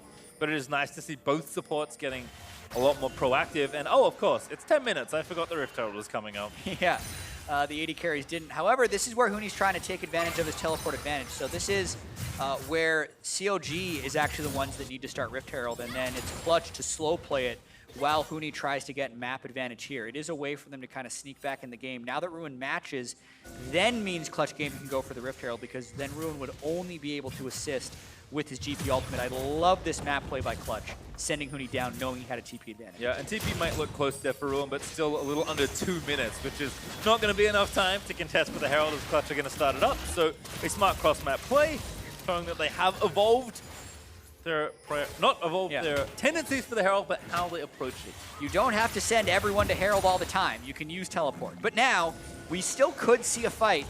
GP Ultimate is like half a champion in the early game, so if CLG wants to risk it, they can go for it. Yep. Ruin actually roaming up. Huni already TP. No, he didn't. Can't see him. He's well done doing up. Oh. There he is, right at the power of evil. Lost him for a moment there, but Damonte looking for the stun. Doesn't quite land it, but the quickness in onto Wiggly is going to give Damonte that kill. Cody going to get exhausted. He's looking straight for power of evil. Doesn't grab it, and that's a kill there for Clutch. Yeah, that's what all the pressure pays off into, was a kill and the Rift Herald for Lyra. So kind of keeping them up in this game, and if they use it before 14 minutes, that plate gold will likely just equal the game. Yeah, I like it. I feel like this kind of keeps happening where they're so consistently starting fights for the Herald that we forget to see who it's picked up. But Lyra, I'm pretty sure, is just like, yep, just gonna quickly take the Herald while everything else is happening. We were watching the fight over to the side, and I'm like, I heard a Rift Herald recall. I wonder who. Oh, of course, the jungler. Lyra able to grab that. As you mentioned, 2 minutes or just thereabouts for some plates to be collected. Vulcan here behind Cody. Biofrost threatening a dive. He's trying to posture so Stixay can get some plate money of his own. And here comes Wiggly, spotting that ward up towards that potential dive, as Damonte also out and about in the river. Yeah, Damonte has his Ignite and ultimate up again, knowing the PoE used his exhaustion in the last fight if they are timing summoners. Means they could go for this kill again. There could be a little gun shy though, because it backfired on them last time. PoE has Zhonya's actually now finished. So I wonder if Damonte feels like he needs to pick a different target. That's a Rift Herald. I thought it was a Hex Flash. But Lyra just going to drop the Herald over the top and give Huni some of that plate gold. Yeah, Huni would... You actually want to get the first plate down before the charge, because then the Herald does true damage, so the added armor and MR that the turret gets from losing plates doesn't matter. Small little thing, but it looks like they still get 3 plates nonetheless. Yep. Huni doing a good job. Ruin does what he can, knows that he can't really contest once the Herald has charged. And still a minute left to maybe collect a few more, but I think that's about all we're going to get this time for Huni. Very different from the... So they don't... Okay, Vulcan sees Biofrost. Biofrost does not see Vulcan. Mix of information, and they're actually teleporting in for Wiggly. Flash into the TP. Hello, it's Huni. Wiggly gonna have to run back towards the tower. Good Zhonya's. Here's Ruin. Not sure they can do much else. Impale just to make extra sure. Oh, well, Repel, you gotta hit him. Huni was busy, but now he's finally gonna get the kill. Looking to squash that Spider. Is Ruin gonna be the next one to be chased down? Biofrost here to run interference, but Demonte maybe gonna look for the combo. Will force out the ultimate from Alistar. Could be a first turret race after this as well. Stixay's got about a plate and a half left here on the top lane, whereas Huni would like to get that bottom lane, but is spending time zoning off Ruin. Huni should win by a little bit, especially because Vulcan's coming up to threaten Stixay. Yeah. Well done by Clutch. Cody here as well. So Stixay, I mean, yes, he can fight the Rakan. Rakan doesn't have ulti, but 2v1, not much of a chance there for Stixay, despite having his SSV finish. So Huni will collect, I think, all the plates as well. It would have been close, but at least gets the first turret gold for himself as Lyra just casually strolls in to take the second ocean. Yeah, and Clutch have found a way to fight back in this game 4, since they did have the lost 2v2 in the early game. And a lot of times in a Qiyana versus Syndra matchup, that mid lane pressure can just spill out through the rest of the game and you can never recover. But they've done 2 smart things. They use their teleport advantage bottom lane to get an advantageous fight at the Rift Herald. And again, they used Huni's teleport advantage to get a kill onto Wiggly while Wiggly was checking River. So they're making map plays. They've controlled the objectives well. Rift Herald, both Drakes and first turret, and that's what's keeping them in the game. Vulcan again has to protect Cody, but this dive may just be forced. Can't see the rest of the Clutch. Biofrost looks for it. Gets the flash out of Wiggly. Here comes Demonte. Gets one into the wall. Finds a follow-up stun. And CLG, a misguided attempt there as they roam blind to the jungle, but they will snipe Demonte, who does flash as well. CLG now on their own counter-attack as they look to try and take out Vulcan. Over the wall he goes, and the rest of Clutch are safe. And look at that. CLG actually has all 5 members to the top side, but they lose the fight 2 for 1. Huni was just walking up the bottom lane when that fight started, so Clutch Gaming able to get in and get out in a numbers disadvantage. Well, Clutch continue to pick some of the pieces up here in top lane as Cody will finish off the rest of this wave. Ruin will make it back safely. And now has his Trinity Force completed. A very different timing than the last game, but let's watch this again. I mean, Wiggly and Bio maybe just don't expect this to happen so quickly. Yeah, and this is more of Demonte's comfort zone where he's the one initiating the plays and looking for fights. He gets the kill onto the altless Alistar. Does take a lot of return damage because the GP ult and TP both come in to try and return. And then it's just about Clutch Gaming running away after they get the 2 kills. Huni. Ooh, nice sweet spot there on the Ruin. Gonna make it all 3, just demolishes that health. But you can see Biofrost though, Huni gonna pop his own ulti. Afraid of potential retribution from what we know to be the alley roaming in. In fact, he cleared out a ward, so Huni knows as well. Ooh, and I just noticed there's no healing reduction anywhere for CLG if we're thinking about mid-game team fights. Aatrox, I feel like hits his strongest point at 2 items, Black Cleaver +1. Zhonya's used. Yep, just one route. No real extra follow-up there for Clutch with the, Vulcan not having his ultimate and Demonte not having his either. So they'll get that. I mean, maybe if the ultis come back out, they can think of diving PoE. Huni in the bot side looking for a solo kill in the meantime. Lyra going to try and make it happen. Yeah. Looks to finish it off, but Huni gets the flash himself. That's going to get pretty rough. I think Ruin needs to build healing reduction immediately because then he can easily apply to Huni in team fights. Not only in the 1v1 would it be helpful, but in team fights. If Huni doesn't have any healing reduced, I've seen plenty of Aatrox's 1v3 the backline, much like he did in his Aurelia games. Well, Ruin, he's just dead. Huni looking for it, does get it, gets out as well. Huni's on top of this. I mean, he had that Lucian game that went awry, trying to win it back with Aatrox. That is a ton of map pressure, and he has the double ocean on top of the insane in-combat healing, so that Aatrox is just going to be living at full health pretty much everywhere he goes. And unlike the last game, it really doesn't feel like CLG have an obvious way to attack Huni once he's in the side lane. So Aatrox taking over, takes the tier 2 turret. Let's watch this half of the solo kill. Rune already flashless from the last time. Once you land Q1 on Aatrox, if you pull off your combo just right, you can close it out because he lands the W, gets Q2 that keeps him in the W, and then gets him to the Q3. So just perfect execution on the Aatrox by Huni. Also like that we have seen Lyra shadowing him as well. I think knows that he has so much strength and is likely playing back with maybe, I guess he had confidence the whole series, but is still feeling it as a player right now. Looking to take over Death's Dance. I am starting to see some of the similarities you pointed out there, Jet. Huni looking to take over. And that longsword is a few gold away from being able to be an Executioner's Calling. Let's hope that's the direction Rune is going. And it's also because Power of Evil started Zhonya's. So normally the Cinder would be able to pick up healing reduction with Zhonya's into Morellonomicon, but because he had to rush Zhonya's, he then builds his mana item second, delaying the Morellos. Huni just sweeping out the vision, taking the Grom. Really taking over despite the gold lead being very close. It is not equal in Huni land right now. Clutch up about 1,000 gold, but CLG is still trying to punch through this mid lane tower. Stixley has a decent amount of personal power, but CLG needs to play together and try and find a fight without messing things up. Yeah, this is where the game could be broken open for Clutch if CLG tries too hard to contest this. The river is where Qiyana wants to fight most. Although an early Predator burned by Lyra means they're really just zoning towards getting the Mountain Drake. Clutch are going to start the Mountain Drake. CLG maybe just fancying a trade here for the mid lane outer tower. Firefrost just playing guard. Does see the Monte. It's their best option, really, especially if they can get the turret. That would be a huge win for CLG. Yeah, they do get it. The Mountain over to Clutch, but it is traded to that mid lane outer tower. Again, this game is very tense. Cannot undersell the stakes of this best of 5.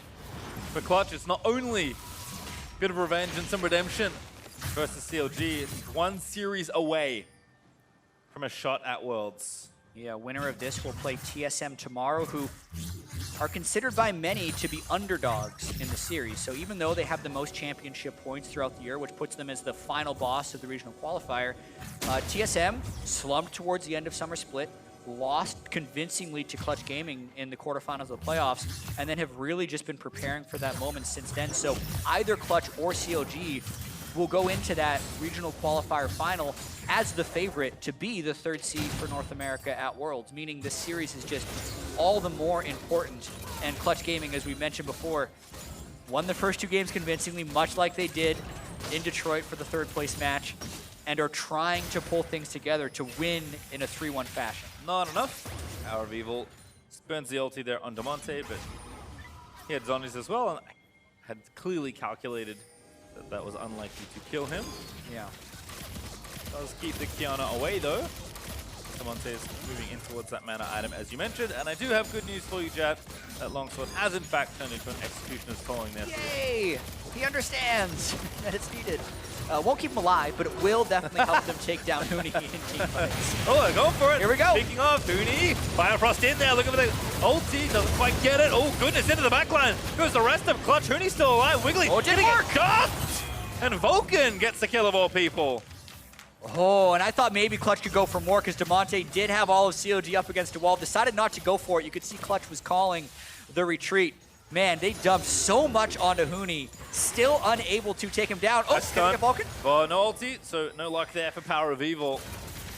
Vulcan does get away. CLG only lose 1. Again, keeping the gold close between the 2, but Huni is starting to widen the gap for himself and for his team.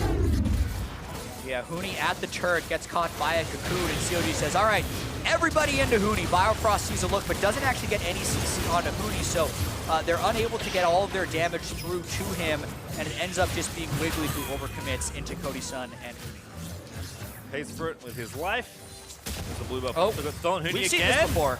I think they got him. 1v4. Huni does have his flash, but he gets rooted in place by Stixley and shut down by the same. Actually, a very big mistake by Huni right there, knowing they have the double ocean, knowing they have the split push pressure up where he can't beat. Clutch can't do anything with that commitment by CLG. There's no Drakes up. It's too early for them to force Baron. They can't even get the top turret. So it's just CLG who gets to make an offensive play here after killing Huni. We'll look to take this tier 2 in mid, and they will get it very quickly. No one from Clutch really there in time to respond as Damonte gets himself a Dark Spear to the face. They're trying to sneak in and maybe look for an angle for the ulti. CLG still bunched around Baron. Yeah, Huni has teleport in 7 seconds, so if CLG actually goes in too hard here, there is a ward behind CLG that Huni could try and teleport in on if Clutch really wants to fight. Here comes the teleport. Can they catch him? CLG, I think they've just seen it now, but that's a big stop for Lyris. Huni gets the knock up as well. Clutch going in for it. Damonte already took down Wiggly. Do not fight Kiana in the jungle as Clutch explode for the fight as Damonte is going to clean up Stixxay, and Huni barely going to be left alive. Ruin will shut him down with the ulti, but that cost them so much. We'll see if that Ruin ulti is enough, because Clutch would want to take Baron here. Cody Sun, the main DPS. Mountain Drake Kai'Sa takes it very quickly, but still 3 people alive for CLG. This could be a series-defining Baron. Didn't get another carry. I think that would give Clutch more confidence. Maybe going to turn for a fight. Have to dodge the Cinder Stones. Bifrost in. Very aggressive, but again, they're just trying to poke them here. Lyra taking quite a lot of damage. Yeah, no smite for CLG, so if Clutch wants to try and burn it, they could. They just have to worry about dying. Yeah, and again, dancing back and forth, trying to use the motion. Oh. They're pulling off. They do not want to take the risk. Such a clutch hold there by CLG to stop them from taking Baron. Watching this again, though, CLG didn't realize there were wards behind them. So they were just trying to get Baron control, and Clutch pounced at exactly the right moment. Kiana going over the wall with the big initiation, but I felt like that fight was really all about Huni. Level 15 with his ultimate coming in.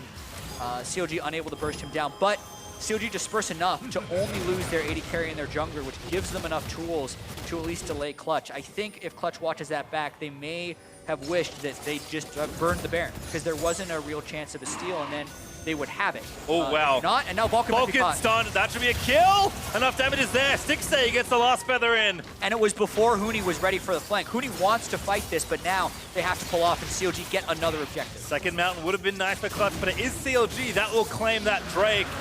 And now the Baron threat is stepping up. Mountain is so important when trying to burn down big objectives, and Clutch could have had 2. Instead, they split the difference.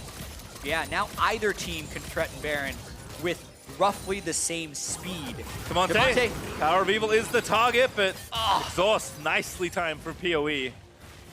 Damonte not able to assassinate the Syndra. I feel like we should see more exhaust into Kiana. You don't see it into Akali because Akali can space her damage out so much, but against almost all other assassins, when you do see them played mid lane, it's an incredibly effective tool to shutting them down. And you can see PoE avoiding most assassinations by Damonte because of the exhaust. Uni dancing around. Ooh, that barrel auto. Very nicely weaved in there. Uni does not fall. CLG, though, still proactively hunting for any stray members of Clutch Gaming.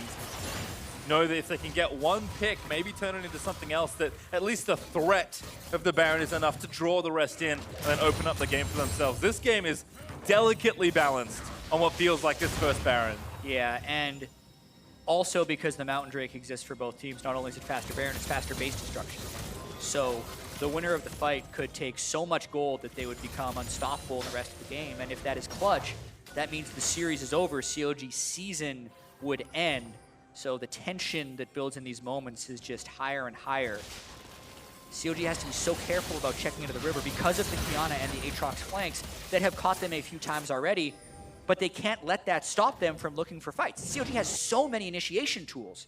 Syndra, Elise, Alistair, they need to be looking for fights, but they just can't go in the river safely, so it's so difficult for CLG to find success. Ruin forced to rotate back around to the rest of his team. CLG don't want to be split up for too long. That does give Huni, who has no TP, a little bit more room to shove down this lane. With no TP, though, CLG should have timed that off through the last fight. They can at least get a lot of vision control. And they do, in fact, take hold.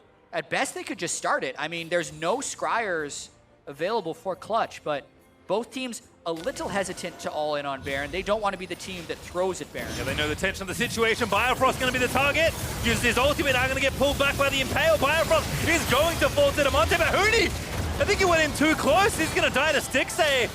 CLG trying to fight it out. Stixay about to get killed. Lyra able to find the last Crystallize to get that kill, but Ruin chunks down Cody. They get the kill. Wiggly able to find the assassination, and now Damonte trying to dance his way out of there, but he's left for dead as well. Will not get an exit kill. Ruin able to find the shutdown. Such a close fight right there. 3-2 for Clutch Gaming. You could see Damonte held on to his ultimate all the way till the end, but then couldn't find the execute. He went for GP, but watching the start of the fight, it was CLG checking River, and immediately Clutch trying to close in on him. Huni had ran all the way down from the top lane, and they kill Bio, and they see wanting to finish off this fight, but because Huni ticks out, it gets so close. So Stixay being down, you now have to watch Cody's son. If he doesn't get hit by that cocoon, Clutch probably wins the fight and takes Baron, but Wiggly's so clutch. Not only does he cocoon him, he is able to repel the Kiana ultimate on the wall. Very difficult skill shot to see in these chaotic situations, especially when he's on the other side. So really big shout out to Wiggly for not only landing that cocoon, but also repelling the damage. Hit the first one too, that smacked Huni and got him killed. So Wiggly stepping up to the plate. One of the newest members of CLG, and certainly as far as professional league experience goes, is the youngest in that regard on Counterlogic Gaming. So we kind of thought after those first few games he's playing a little too passively for a team that's looking to take it to another best of 5 versus TSM. But on the Elise now, feeling a bit more comfortable perhaps on the stage, starting to step into his role here as the player that he has shown he can be throughout the season for CLG. And you don't need to be having a great series to make a big play. You don't need to be having a great game to make a big play. And with at 3-5, it's not like Wiggly has been playing immaculately, but even if we think back to the playoff series that CLG has played, when they're against Optic and he was on Rek'Sai, finding fight after fight to prevent CLG from losing those games, you can untilt at any moment and still make a big play, and I think we saw that from Wiggly in that fight. Again, the mental back and forth between these two teams, especially if we kick it to a 5th.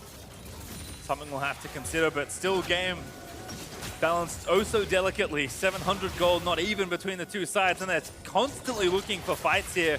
There's an Infernal Drake up in 5 seconds that will continue to spur teams to action around these objectives. Yeah, and you have to be so testy with this Infernal Drake, because if you overcommit, the other team can run to Baron knowing they both have Mountain Drakes. But COD actually gets mid lane priority, which allows them to take the Spire away from Lyra, and they are the ones that can start up this Infernal Drake. And Clutch actually gives it up, and since it's so quick, they can't get Baron either. If anything, they'd hope for a fight here in the river, and CLG needs to smartly not get caught. CLG, I think, no, they can take some time. Clutch is going to start the Baron, though. So the whole series, Clutch has been very hesitant to all in the Baron, hoping that CLG is hesitant to check. It's low. Look at Damonte, well, could maybe find the flank. The Baron is solo. Ruin finally uses the ulti. That's the spike there for Lyra, and Stixay is going to get jumped up by Damonte, but a double root from the Featherstorm is going to force Clutch back away. Ruin is chasing in. They do kill Huni. Ruin still looking, gets snared up by Lyra, but Cody over the top. I don't really know where Clutch can run. CLG are trying to chase him down, but Power of Evil gonna miss that first stun. He flashes over the wall to try and make it happen. Scatter! Clutch is just trying to get out of there. Cody, I don't think will be so lucky. Tagged by the tower, does have his flash, maybe he's okay. But there's the stun topside onto Lyra. He will fall here to PoE, but Cody still trying to run. Finally, tagged by a GP barrel. Interesting trade between the two teams. Man, such a battle right here. The Baron rush after the Infernal Drake. Didn't think Clutch would have enough time, but CLG had to be so careful about checking, because if they run in, head forward without face check, without any vision, Damonte and Huni would have been able to full wipe them. So that's why it was an okay call. Stixay getting that ultimate off before being executed by Damonte is the reason that CLG was able to win this fight. If he gets one shot, I think Clutch continues to all in. Because he didn't, Clutch actually calls to retreat. Huni down, everyone scatters. It's just about who can get out with the recalls. And again, Vulcan gets stunned, and you know how the rest of that played out. They got 2 kills. CLG leave Clutch with only 2 Barons, one on Damonte, one on Vulcan, I believe. But a pretty hefty price to pay. Giving up the Infernal, getting the Baron, but losing 3 in the process. I'm going to say even-ish at the end of it all, and the Gold League kind of reflecting that as well. I think so too, but if we look at the overall team compositions, I feel like COD's winning, because the Gangplank scales better than the Aatrox, and I think the Syndra also scales better than the Kiana. It doesn't mean that Clutch can't find fights, and get good initiations, but in a straight up 5v5, I think CLG wins. And you know what? They also win in 1v3s. Yep. But we've seen this story before. The cooldown on that Aatrox is really low. He's going to skate around as long as possible while Clutch take turrets. Yeah, Clutch are actually just shoving mid lane, Power of Evil. He gets away. Good flash, he's back to his team. Huni found the escape route. He can't keep getting away with it pastry time. Well, he is so far. Gets the tower and gets out. Here we are looking for another stun, but Vulcan dips away as Damonte already, the other one with the Baron buff, has prepped this top wave. Oh man, that Aatrox E down to a 3.5 second cooldown. So unless you have a flank of some kind, or Rammus, you're not catching him. We could have had Rammus. No. All right, well, Huni gets out, has to burn his flash, but I think a small price to pay given the situation. Ruin did teleport in to try and make that play happen, but CLG run Huni around, lose their tower in mid.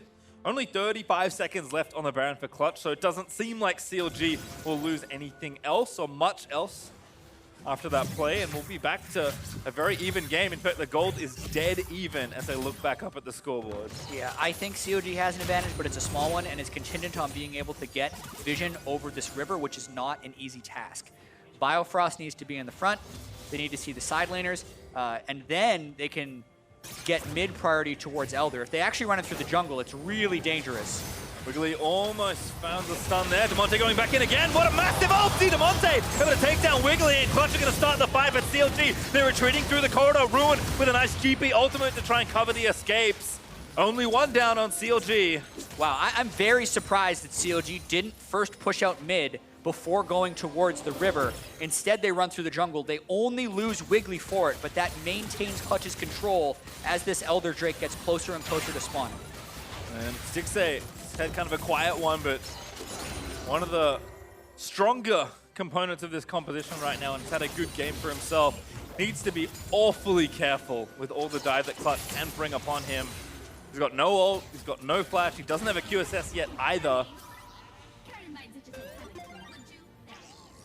So Clutch continue to try and look for these plays, try and find picks, but both teams' attempts feel like they're coming up a little short. Again, how tense this game must be at this moment. It's just so close. CLG has a lot of ways to dodge the initiations. They have the exhaust, and here's another one. Onto Huni they go!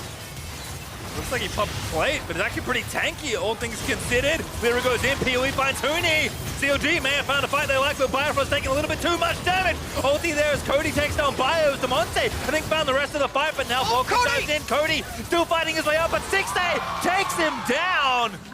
Almost an ace. Is Lyra the only one on Clutch left alive? Oh, that is so big for CLG. Huni just completely stun locked. She's got Ninja Tabi against Syndra Elise, so he could not move during that fight. CLG get Elder.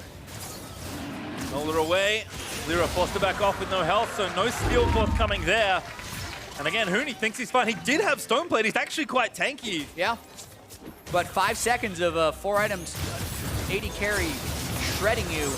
Going to take down anyone, because look at Cody. Cody can't go in until someone else engages, so he's not doing anything by the time Huni dies. Then, when Damonte goes in with the Kiana ultimate, he still only finds one, which is quite surprising considering it seemed like such a close corridor, but the CLG carries were positioned over to the left and unable to go down, and then Stixxay just wins the duel with Cody's son. One more passive proc. One more passive proc from Kaisa. Stixxay probably goes down. That's how close this game is. And these are two players and champions that can really make things happen in the late game. Stixxay so far looking good, but Cody has been phenomenal in late game team fights all season long, it feels like. So certainly still very close, but I think that CLG edge you talked about, Jat, is starting to creep into this game, and no chance to fight off that Baron. CLG will take it. I think we're going to game 5, Paige. It feels like it. Yeah, unless we see some amazing flank, which is what Clutch is trying to set up with the side lanes being pushed out by Huni and Damonte. CLG has Stixxay at 6 items plus a QSS. They have the Zonias on 2. Damonte really is stuck on 3.5 items. CLG is just going to take at least one inhibitor on this Baron. Huni got to get back real quick. Doesn't go back, actually. The waves aren't in a good spot for CLG to continue this push, so it does seem like they'll have to take time to reset and push out the other waves, but Ruin already goes back. Huni takes his time to steal the blue buff because he can.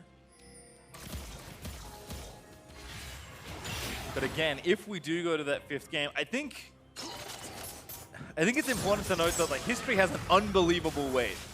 Like it's irrational to be like, well, it happened before, but like yeah, but it can't happen again. But it doesn't feel like that when you're sitting in that spot. All you can think is it cannot happen again. 2-0. That's right where CLG wants you. That's when they can begin your mental destruction. 9 kills away from a Yasuo main. 9 deaths away, sorry. They got the 3,000 gold lead. This game is still not over. Baron's still up for a little bit. They're going to be able to take down a few more turrets, but you know the way Stixay's cleaned up, I feel like Ruin getting this Gangplank pick, even if he's falling down 1,000 or 2,000 gold, he's good enough at it in teamfights that it's making a big difference. And then I think CLG's handled this Kiana pick really well. I imagine they've thought about it and talked about how to position around that pick, and Damonte hasn't gone off. Now he wants to try and find a flank. This might be a moment for them to try and get something. Ulti there from Ruin. They're going to move in and try and take the tower down. They do get it. Ruin is just destroying this inhibitor with Stixay behind him. Firefrost didn't use his ulti. Clutch might be making a desperate play here. Okay, COD has to cheat to the right. Otherwise, Damonte can slam everyone up against the left side wall.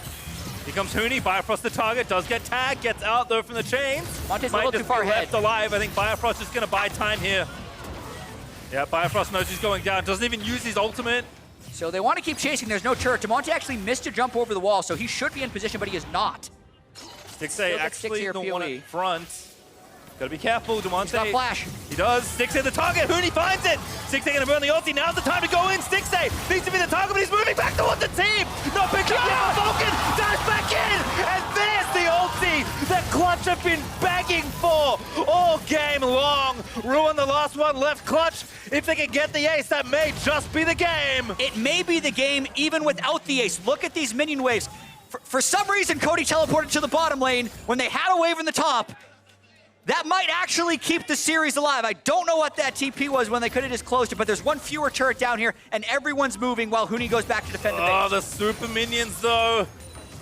Can they delay Clutch long enough? Ruin tries to clear the wave, doesn't quite get it. Clutch are still going here. Huni, no TP, cannot help his team out right now. But Bifrost doesn't go in. They want it for Ruin. That's the target. Killer Instinct in. Ruin into stasis. Bifrost just trying to buy time. He does die. Ruin finally falls. And Bifrost forced to flash away. 10 seconds till he's got his next friend up. Wiggly up in 6. Turret, they have the Mountain Drake. Bifrost slow. They're going for it all. Clutch aiming. They said they would never let it happen again. And they have done it. They will play DSM for the last spot at Worlds. Ooh, what an ending, Pastry Time! To go into that regional qualifier final, they just chased and chased and chased down that top lane, 2/3 of the way across the map before finally Damonte found the dream ultimate onto the entire CLG team. And then right before the death timers were up, they ended CLG's season. As much as I love a good counter ulti, nice job, Vulcan. That was a really good setup. Yeah. To make sure that happened, and it did feel like without the Rumble, Clutch couldn't make as much happen with the Kiana. And we're kind of looking at Damonte saying this pick does not look like it used to, but yeah, proves us wrong at the best possible point. I mean, the game was seemingly turned. There had been an Elder Drake for CLG. They had the scaling advantage with the Gangplank. They had Baron, right? They had an inhibitor. They were on the road to the second consecutive reverse sweep. History is undefeated in a lot of these games, but in this particular moment, Clutch is able to reverse it, and they look so relieved that they didn't have to go to a game 5. Being able to take that final shot, yet another TP flank, and to have it work, so important as this now sets them up for a Worlds qualification bout against TSM. You're very polite, chat. You said seemingly turned. That game looked over. We were all ready to give the win there to CLG and play another game. Yeah, the goal was pretty close, but we both said we think we're going to game 5. I think everyone in the building thought we were going to a game 5. Clutch probably even thought, hey, unless we do something pretty big, it's probably going to a game 5. But then they did something miraculous, and they're able to win the series. Something pretty big came up, and Clutch reversed the reverse sweep and take it over CLG 3-1. But scoreline does not reflect how tense that last game was. Yeah, I think it does. The scoreline, 20 kills to 17. Oh, the series score. Yeah, the actual. 75 to, the score was a mess. The 3-1 of the series, right? It felt like it was that one team fight away from CLG reverse sweeping again, and Clutch just getting memed forever. But no, now they still have a chance to go to Worlds, and it's CLG who, you saw the disappointing faces there. They were very confident. To go into that game 5 after winning 1.5 games after being down 0-2. Like you said, I mean, the gauntlet is brutal. Your season ends if you don't do anything other than win in a single Elim best of 5 tournament.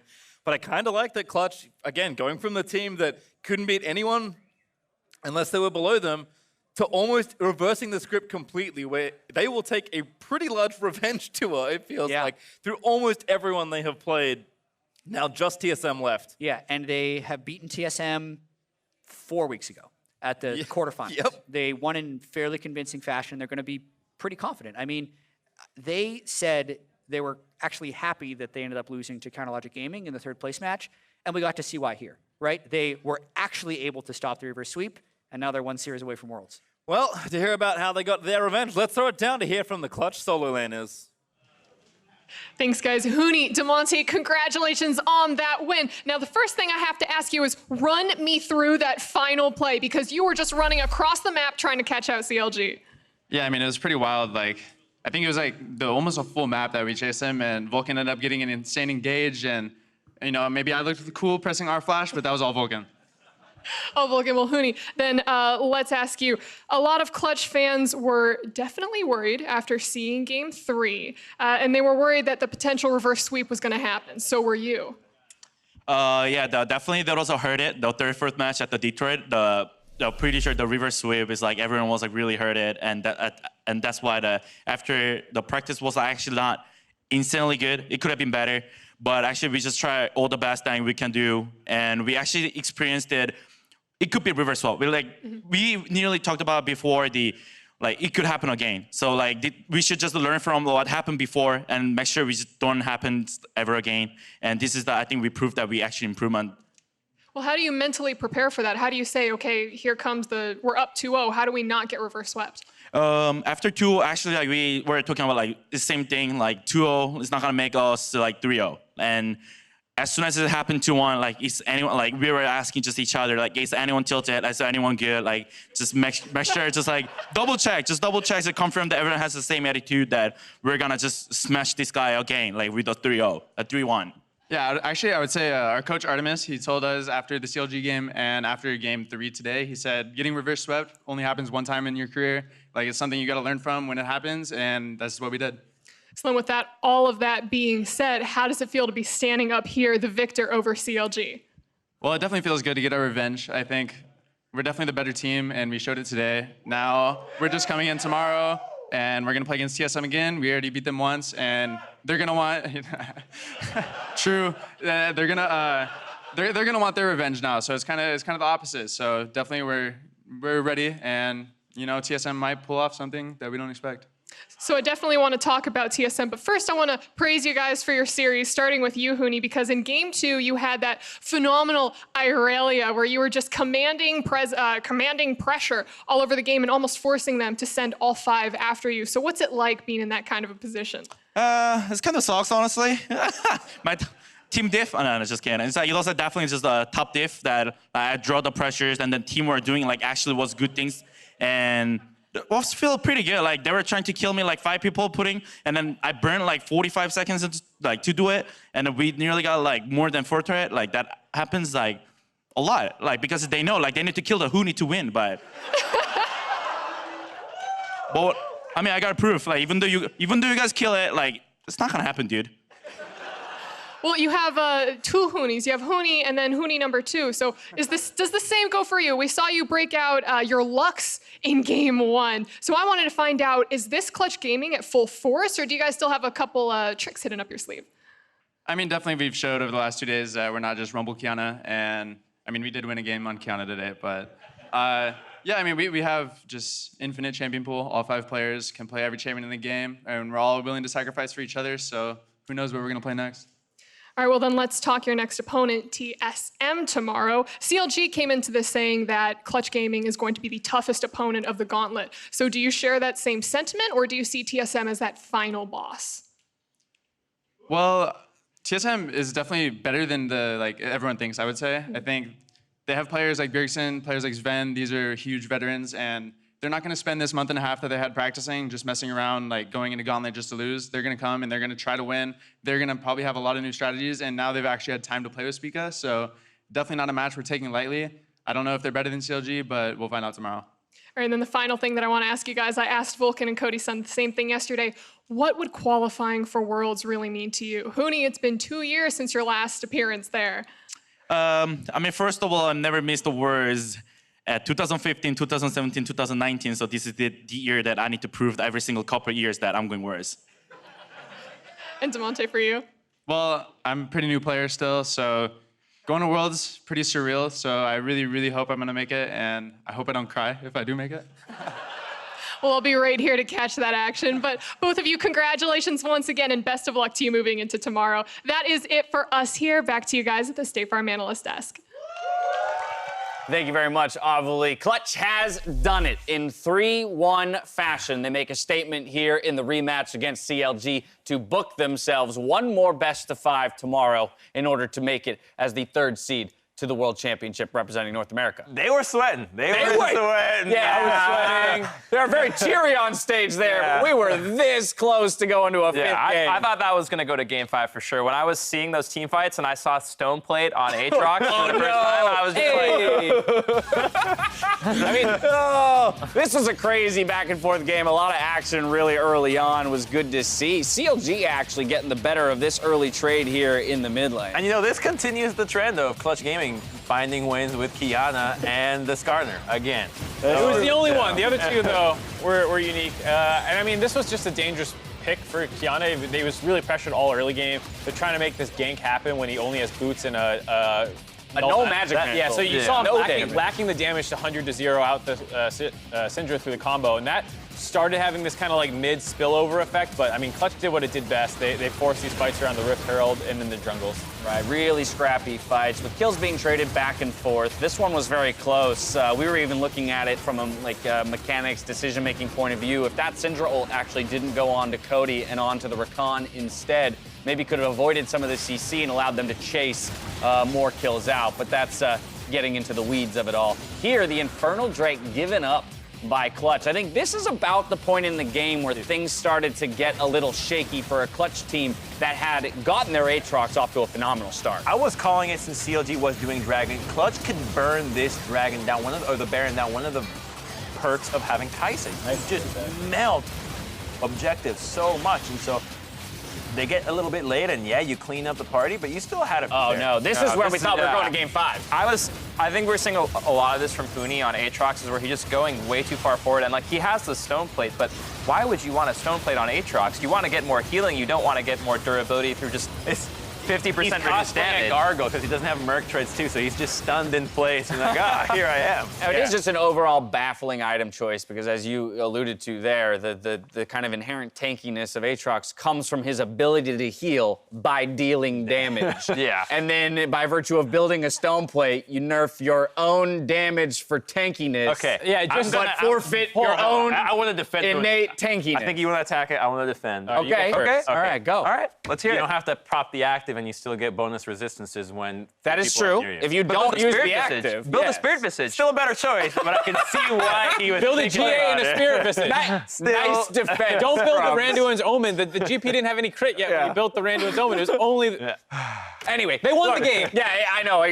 But we only go in that hard on some of this stuff from Hooney because it is still indicative of some small issues that plague a team that is trying to make their case for the World Championship. And so while, yes, they made leaps and bounds in the last 2 weeks to come and 3-1 a team that had recently 3-2'd them, it is still important to look for those moments where they can shore up, small weaknesses within their game as a whole. I mean, 10 moments that you improve that increase your odds by 1% is already a 10% increase in your chance. So if it's a matter of each build or each little pathing, all of a sudden you strung together a whole lot of ways for you to improve just off of small little things that you could do better. It was said by the casters that following that play there, it felt like we were going to Game 5. The rest of us back here thought the same thing.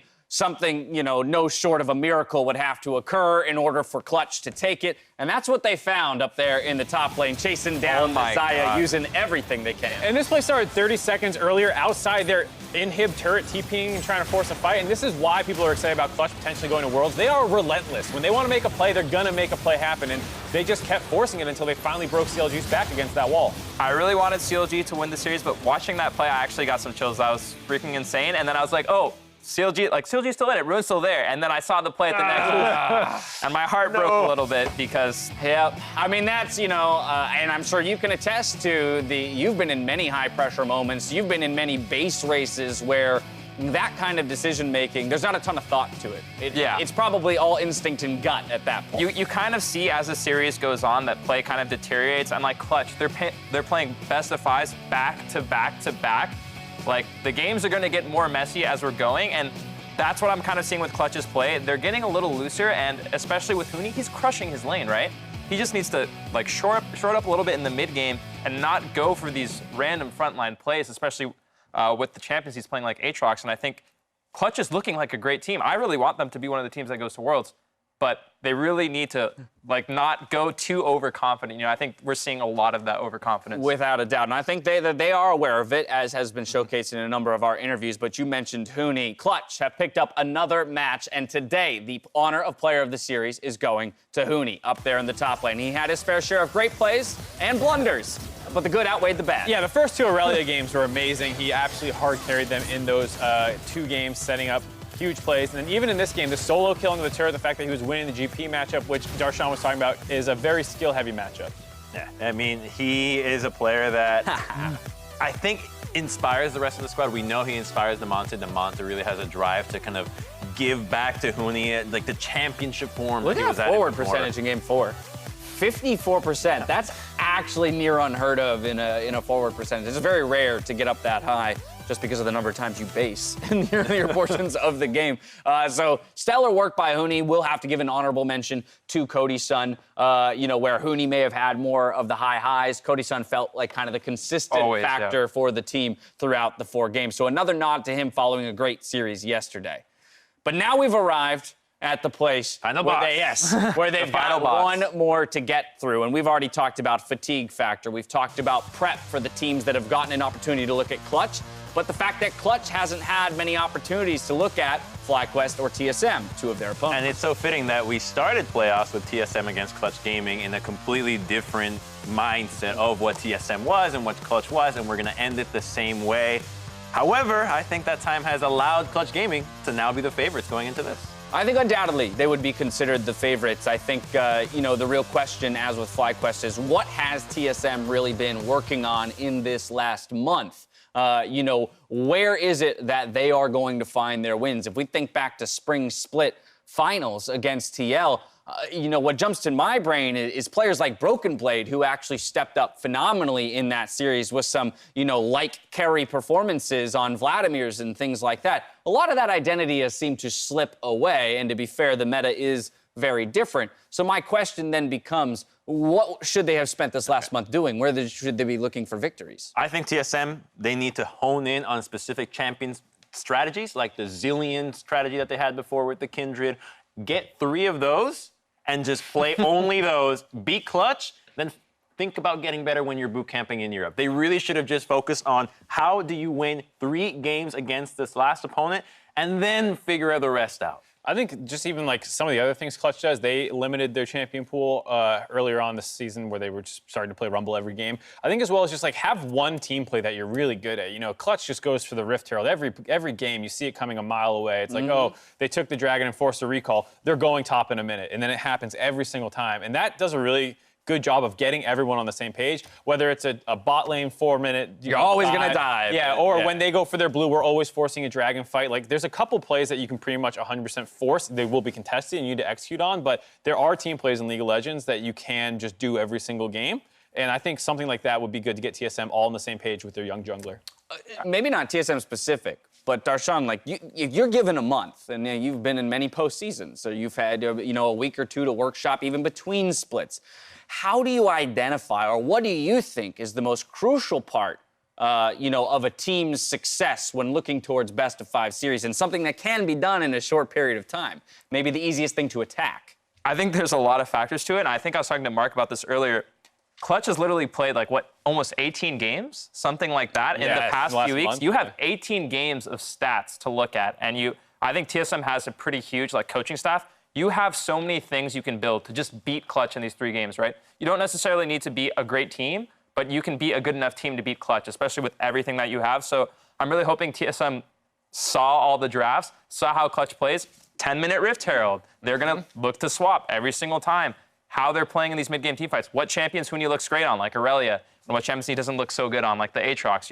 I think they kind of have enough information to win this series and go to Worlds. And if TSM isn't looking strong in this series, then that's really telling that they just really don't deserve it because they had so much time to prepare for one opponent. I think that's when they can use their academy team to actually try to emulate Clutch Gaming and say, okay, you guys pick Rumble and Kiana and play. You only play as a 10-minute Rift Herald, and then they start warming up. How do you then react to that? What do you need to prepare so that you can anticipate it? So a lot of players have to come into the equation to allow TSM to find a win against Clutch, but it's going to take a big effort because of how hurtful that loss against Clutch was in the first round. 2 teams remain, 1 slot remains at Worlds, and 1 best-of-5 separates each of these teams from snagging that 3rd and final spot. If you need to indulge in more League of Legends, though, the LEC kicked off their finals weekend in Athens, and you'll be getting a rebroadcast of that at the end of our show today. Thank you, Darshan, so much for joining us here today for these 4 very exciting games. Now for myself, the casters, the entire live broadcast crew, thank you for watching, and we'll see you tomorrow for the conclusion of the regional qualifiers. Good night.